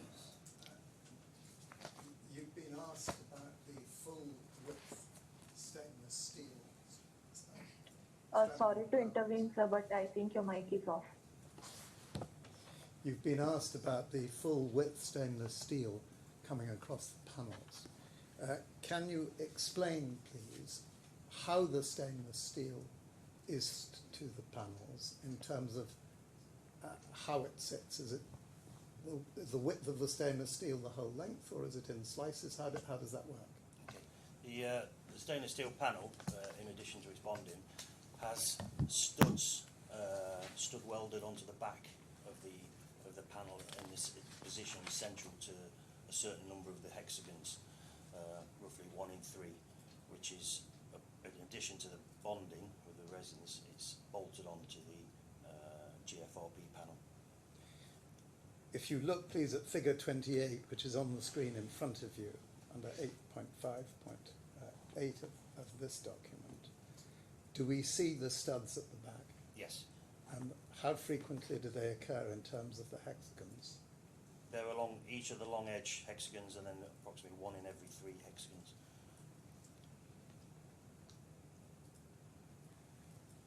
And we can see that picture shows us one hexagon scored panel next to another hexagon scored panel, but they're some distance apart. Yep. What is the width of one steel panel? The width will vary depending on the calligraphy, because it goes between the shapes. The Yes. height is approximately 600, I believe it is, 600 millimetres. So it's 600. Yeah. And does it go across or up and down the panel? It's going across now. Yes. So it's going across the panel in strips, Yes. in a sort of ladder form. Yes. And then the hexagons interlock. Do they, as appears that Yes, they might? they interlock from and 1, 2. form another scoring, appearance of a scoring, but it's a continuous hairline joint. And how does this stainless steel come from the producer? It comes as a solid sheet of a standard coil width, maybe 1200 or 1500 mil wide by, you can get special sizes, but generally 2.5 metres or 3 metres long. And 2.5 metres or 2 3 metres long by 1500 wide or 1200. You can get special So sizes. if you buy 1200 and you cut it into 2, you get two Yes. 600 Yes, exactly. Yes. strips. Yes. Well, that's all I have.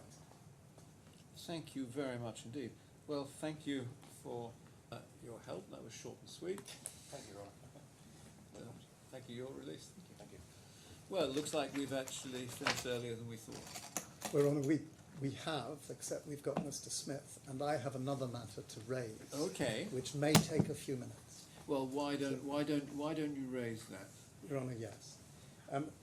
Your Honour, I raise it now because I don't want to run out of time, and it may cause some thinking on all sides. The position now is that the faces an entirely new case based upon the documents first referred to in the oral opening by my learned friend on Monday, which is that on the 2nd of March 2017,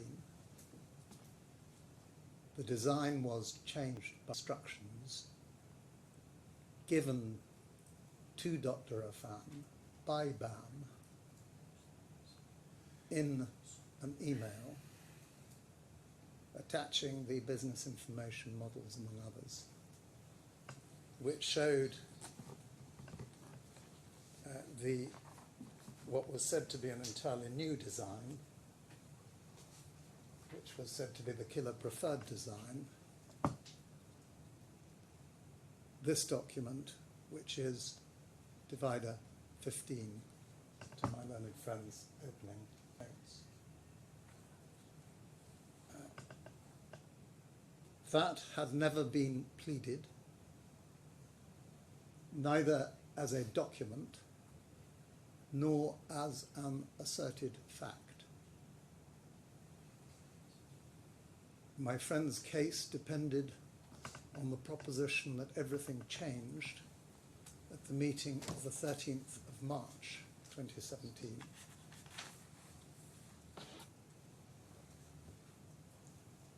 preceded, as he set out in his pleadings, by the panelisation workshop meetings before that.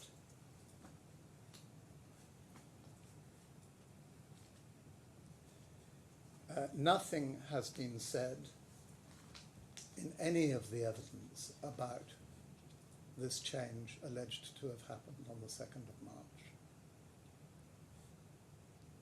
It forms no part of Mr. Affan's evidence. It forms no part of Mr. Smith's report.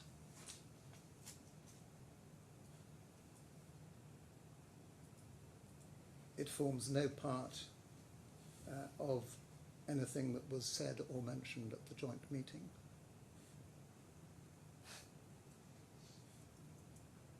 There was nothing mentioned in the skeleton argument of the defendants.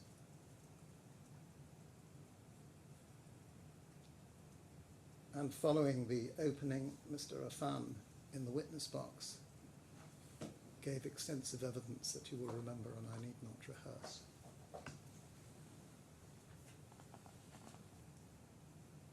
You will have been acutely aware of the fact that Ms. Kinderland was challenged with the fact, or the proposition, that she had neither been instructed of a case that was dependent upon a change of model on the 2nd of March, nor had she considered it in her report, which she inevitably accepted because there had been no indication before my friend's opening that that was the case that was to be advanced. Well, the bit that I suspect may take some time is working out what we do about this.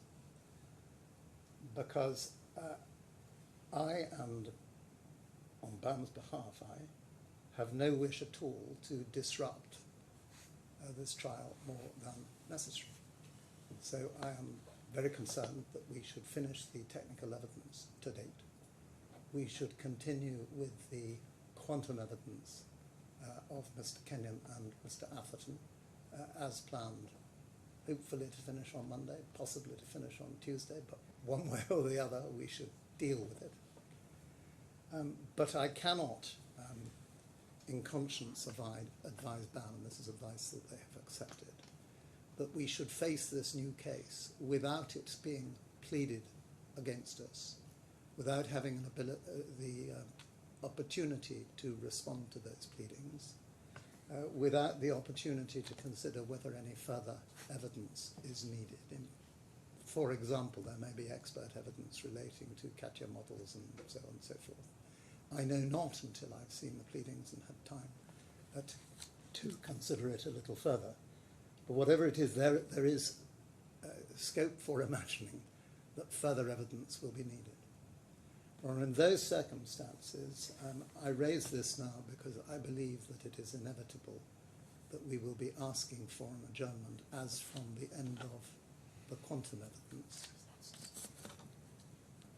I have no particular desire to be reopening my cross-examination of Mr. Affan, but it is possible that he may have to be recalled. It is possible there may be other evidence. It's simply not clear now as to what will be needed. I understand that this court is not averse to hearing even live witnesses remotely. Certainly not, no. It would therefore be possible to have an adjournment of the trial at that stage and resume the trial when these steps have been taken in as short a time span as possible while it's all fresh in everybody's minds, and to do that remotely. But I simply cannot see how the case can proceed to submissions and a disposition on the part of Your Honour without this properly being canvassed. Not only may it go to the contractual issues in the case, which may or may not be straightforward. But Your Honour has raised the point in UAE law on the assessment of damages, the termination of the contract, the whole question of good faith on both sides, and one can see ways in which these issues may determine Your Honour's mind, or at least assist in Your Honour's coming to a judgment on those issues. So I'm in Your Honour's hands, but I do make it clear that we believe this trial ought to be adjourned. There ought to be directions for further pleadings, for further expert evidence as necessary, keeping the whole thing in as short a compass as possible and as short a time span as possible. Well, that's what I seek to raise. Thank you very much. Your Honour, may I address you? Yes. Your Honour, this is a plain attempt to disrupt a hearing which a learned friend may feel has not gone his way, or his client's way.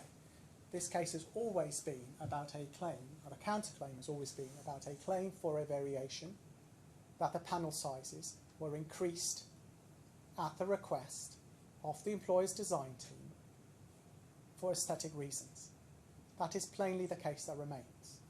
In her evidence, Ms. Kinderlin referred to the CATIA model as something that was created unprompted by Affan as an initial model.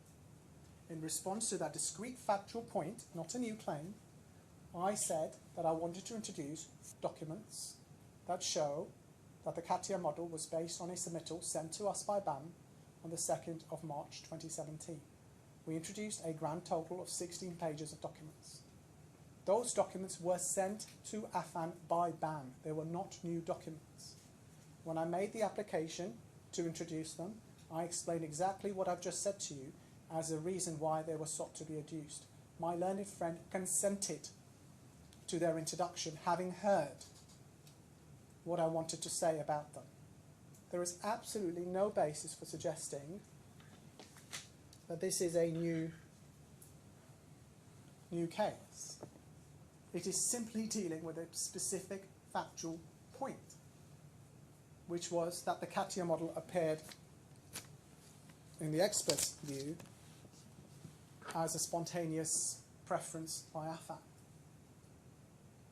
So the suggestion that there's a new claim, it's exactly the same claim for the same variation, or that's been put on a new basis is not. The point is that it was the aesthetic requirement instructed by the employer.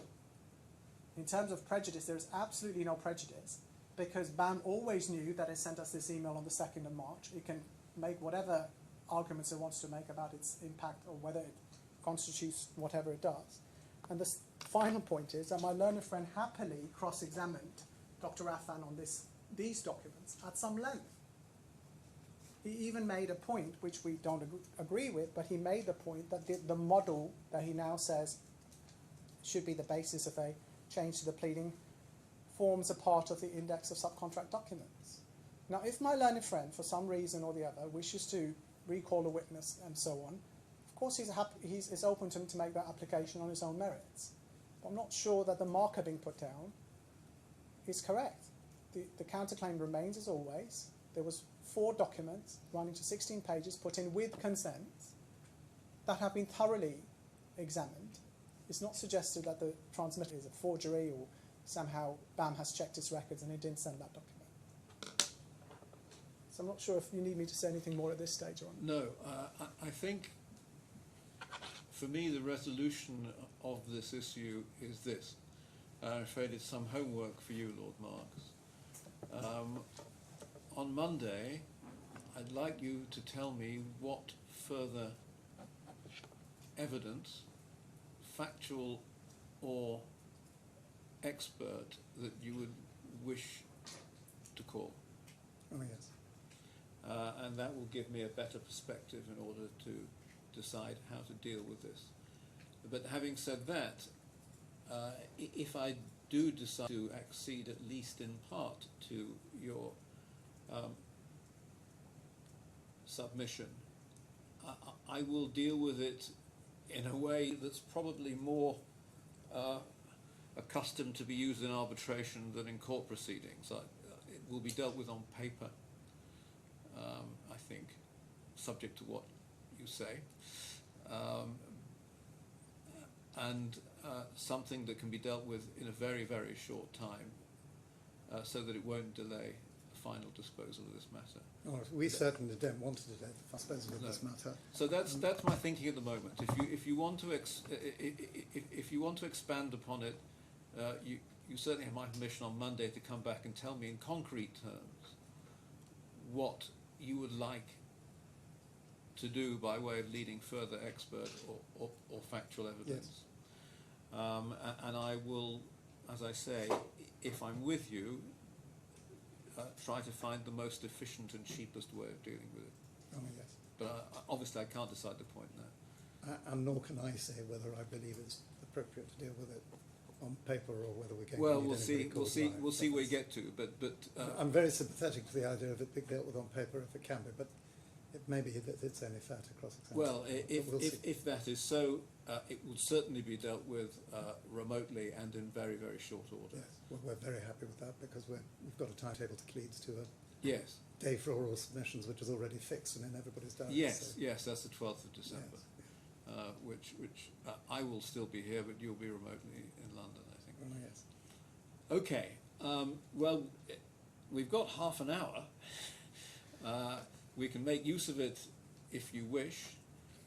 Mr. Hussain, it's Well, actually... we've got Mr. Smith here to do his presentation. So Yes.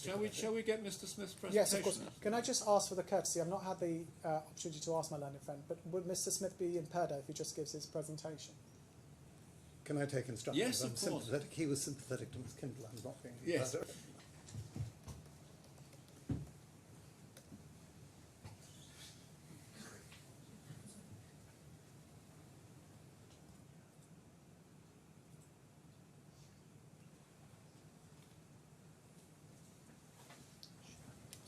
No, Your Honour, that's fine. He can be That's very kind. fully free to talk. I'm grateful for the give and take on both sides. Good. Well, in which case, Mr. Hussain, we might as well make use Yes, of of the course. half an hour we've got. And I'm afraid it is half an hour. Yes, as I say. I'm grateful, Your Honour. I've got a hard stop at 5. Mr. Smith, I must stop calling you Mr. Austin. Mr. Smith, are you want to?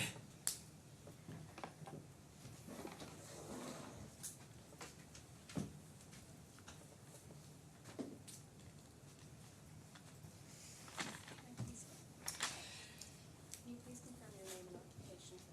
It's Austin Smith and I'm an architect.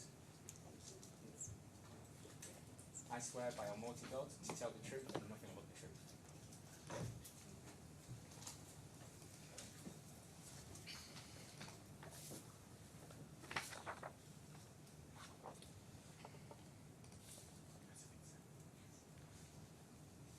Oh, I'm sorry. Can I just hand up, Your Honour, a brief errata to Mr. Smith's report? There was. I wouldn't mind seeing his slides too. Yes, of course. Have you got a copy of the slides? You can get a printout of the slides. They were provided as Terrace. We'll get them printed out for you, Your Honour.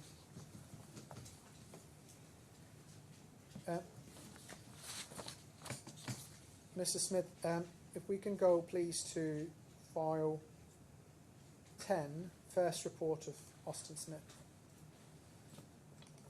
Do you recognise that as your first report dated the 17th of May 2024? Yes, I do. And if you go in that document please to page 62, Terrace.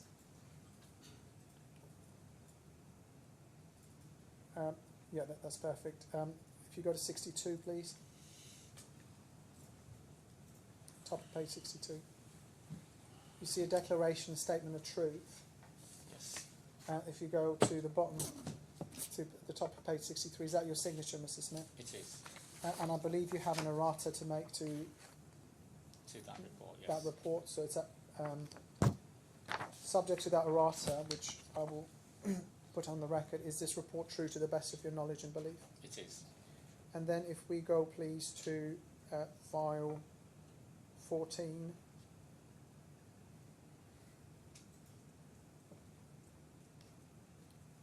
Do you recognise your second report or your Yes. supplementary report? And then if we go within that please to page 33.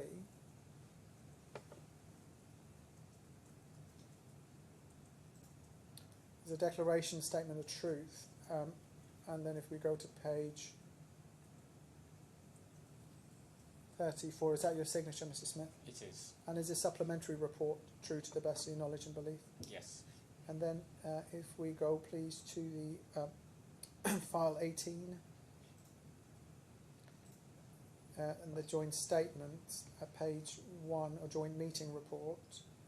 Do you recognise this as a joint meeting report you prepared with Ms. Kinderland and Mr. Corden? I do. And if you go to page 9, is that your signature on that report, It on that is. joint report? Yes. And as far as you've expressed opinions in the joint report, are they true to the best of your knowledge They are. and belief? Yes. Thank you. Can I request Terrace to bring up the Mr. Smith's presentation on it? It's just been printed for you. I'm sorry, it's a lapse on my part that it hasn't been. That's okay. It's in front of me at the moment. Do you want to make your presentation, please? Mr. Smith? Okay, you've got 20 minutes. Presentation, please. Can we go to the next slide, please? So, Your Honour, this is setting out what you already know in terms of the tender and the RC panel size. So the two images on the left set out what was in the tender in terms of module sizes that the contractor could potentially select. That's then repeated on the centre image, which is an extract from 901, and then the image on the far right is again an extract from 906, which we learnt shows the optimum panel sizes. Can we go to the next slide, please? And this is a quote from BAM CCN 222, which, as you can read, states that in January it became apparent that the detailed design was not complete and that the employer wanted to continue making changes to the detailed design. Next slide, please. So, as you're already aware, Affan's tender proposal was for a panel size of 9 metres by 2.2, and we have an extract from tender queries from Colte on Affan's proposal. And as you're already aware, Affan's response was that they'd be using two milling machines to produce 9 metre by 2.2 metre panels with an output rate of 60 to 80 panels a month. And then the image below is from Affan's facility in DIP. That's one of the CMS machines, and you can see there's two panels to the right hand side with space for another two on the left hand side. So 4 panels could be made on time. Next slide, please. This was also part of Affan's tender proposal. So this is the matrix that was provided in the tender documents, and in the red box, Your Honour, I've highlighted the typical modules that had been suggested in the tender. And as you can see, adjacent to it, Affan have responded that they will be doing a 9 metre by 2.2 metre double curved on every single different panel type. Next slide, please.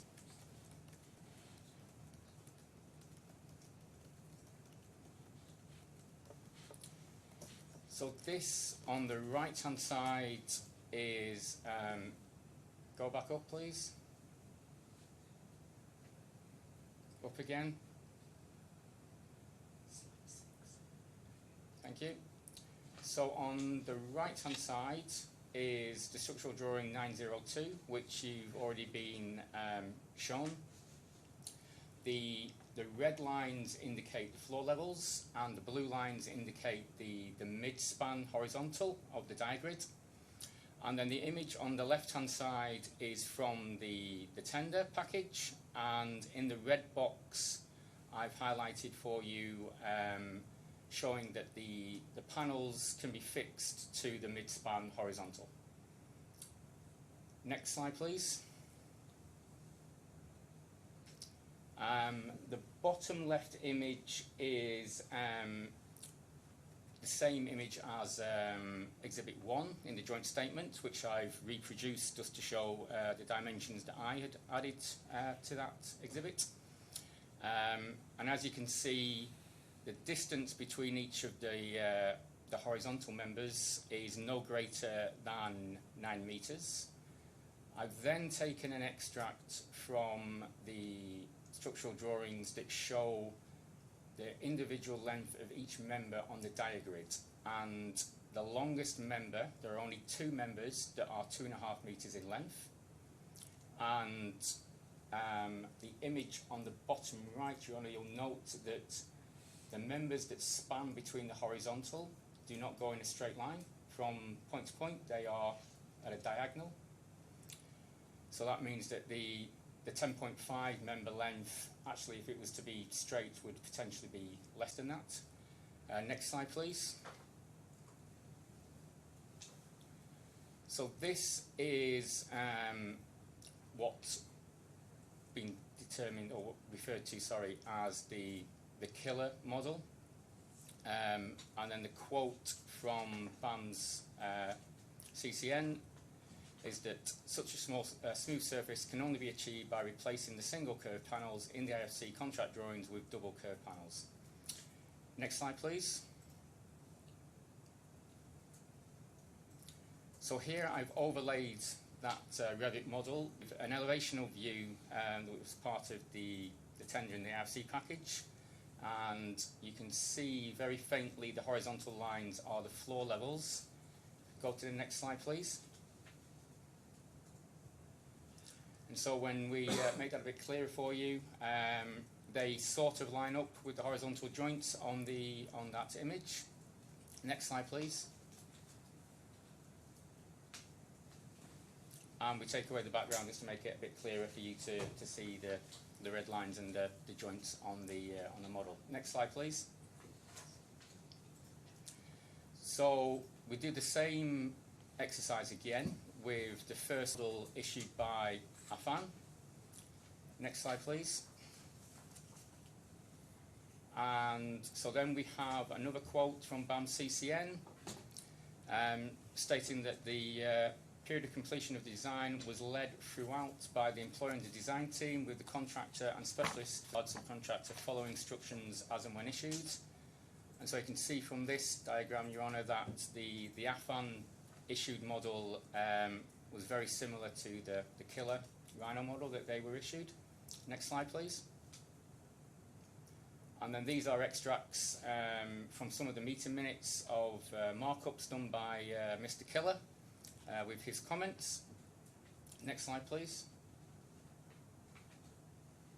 And then this is an extract from one of the meeting minutes. You can see that they were looking at 4 options for some reason, despite the contractor being allowed to have his preference. And you can see that there is a line where it states aesthetic preference of the architect and client. And then the bottom left image is referring to input from Killer Design and Morass. And then the quote on the right again from BAM's CCN, basically stating that the design team were repeatedly changing and developing their own design. Next slide please. So these are some of what's referred to as the mini mock-ups that were produced by Affan.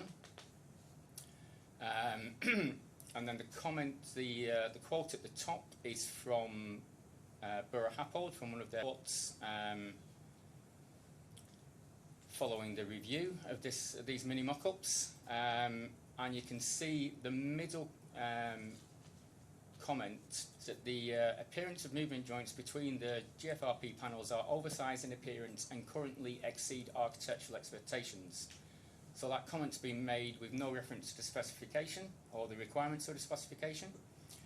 And as you can see from the quote from BAM CCN, BAM's view at the time was that the client was using the mini mock-ups to basically change their design if it didn't meet their aesthetic requirements.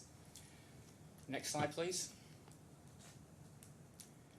So this is an extract from an Excel spreadsheet that I was provided with, which was, as I understand, the as-built sizes of a number of panels, in fact 836 panels. And what I did with this was I asked Excel to basically highlight for me any panels which were either greater than 9 meters in height or greater than 2.2 meters in width. So basically comparing Affan's tender proposal size against the as-built size. And as you can see in the box on the right-hand side, Your Honour, the percentage of panels that had changed its size is 73%. You'll note that in the pleadings it's 70%. Next slide, please. So as you've also heard, Affan's proposal at tender stage was to mechanically fix the stainless steel sheets using rivets. You can just, well actually in that image you can't see them. So on the left hand side image I've put a red box, tried to indicate where they are. Within this photograph obviously you can't see them. Then going back to the Colte questions to Affan at tender stage, you can see that the last sentence is that refers to Colte's concern about the aesthetic impact of using rivets to fix the panels. Next slide, please. So on the left-hand side here, you have the shop drawing for VMU5 revision 0, which does not show hexagons on the stainless steel sheets. It does show hairline joints. And then we have the quote underneath from BAM stating that the design team were dissatisfied with the aesthetics of the vertical hairline joints despite having approved the shop drawings. On the right-hand side, we have an image that basically shows you how the hexagon pattern would look, and although you can't actually see it within that image that I produced, there is the actual hairline joint between two stainless steel sheets. And then again, we have the quote from BAM about their thoughts on the introduction of the pattern at that stage, and that the design team wanted no vertical hairline joints, which resulted in the stainless steel sheets having to span the full width of the panel, which meant that the stainless steel sheets basically had to be bent further and actually overcome the increased curvature of the panels. Next slide, please. So this is an image which is in my supplementary report. And what you can see here is the canopy to the entrance to the Museum of the Future. And you are looking at flat stainless steel sheets without a pattern. You may be able to see joins between individual patterns. What that image doesn't show clearly, which is the point of the image, is that there are actually hairline joints, straight hairline joints between those panels, which you can't see. So somebody's unable to see a hairline joint when the sheets are, or when the metal is maybe 4 or 5 meters above their head, and the design team was concerned about people being able to see hairline joints several meters up in the air on the main facade. Please. This is in relationship to the vision brackets. So the image on the left-hand side, the green boxes that you can see are the brackets that fix the panels to the horizontal diagrid. And you can see that the numbering of those panels is identical to the numbering of the panels on the right-hand side. And on the right-hand side, I've outlined the boundary of the calligraphy glazing. So between those two scion lines would be the glazing. And the design team didn't like the fact that you were going to be able to see the brackets through the glass. Next slide, please. The IFC drawings and the tender drawings, so on the left-hand side image, Your Honour, you can see there are two pieces of glass joining together and connected below to the diagrid. And that bracket and interface with the diagrid is boxed out. That is what the design team didn't want to see, and therefore Affan had to produce a special bracket that was more aesthetically pleasing to the design team when viewed through the glass. Next slide, please. The LED change I don't need to go into because that's an accepted change. Next slide, please. And the glazing clips, during our joint meeting, it was accepted that that change as well, so I don't need to go any further on that. And that's the end. Thank you very much indeed. Good. Well, you did it in 13 minutes. Right, I think that probably does bring us to a close for this afternoon's session. Thank you very much indeed, Smith. Thank you for staying late, Your Honour. We both appreciate it. No.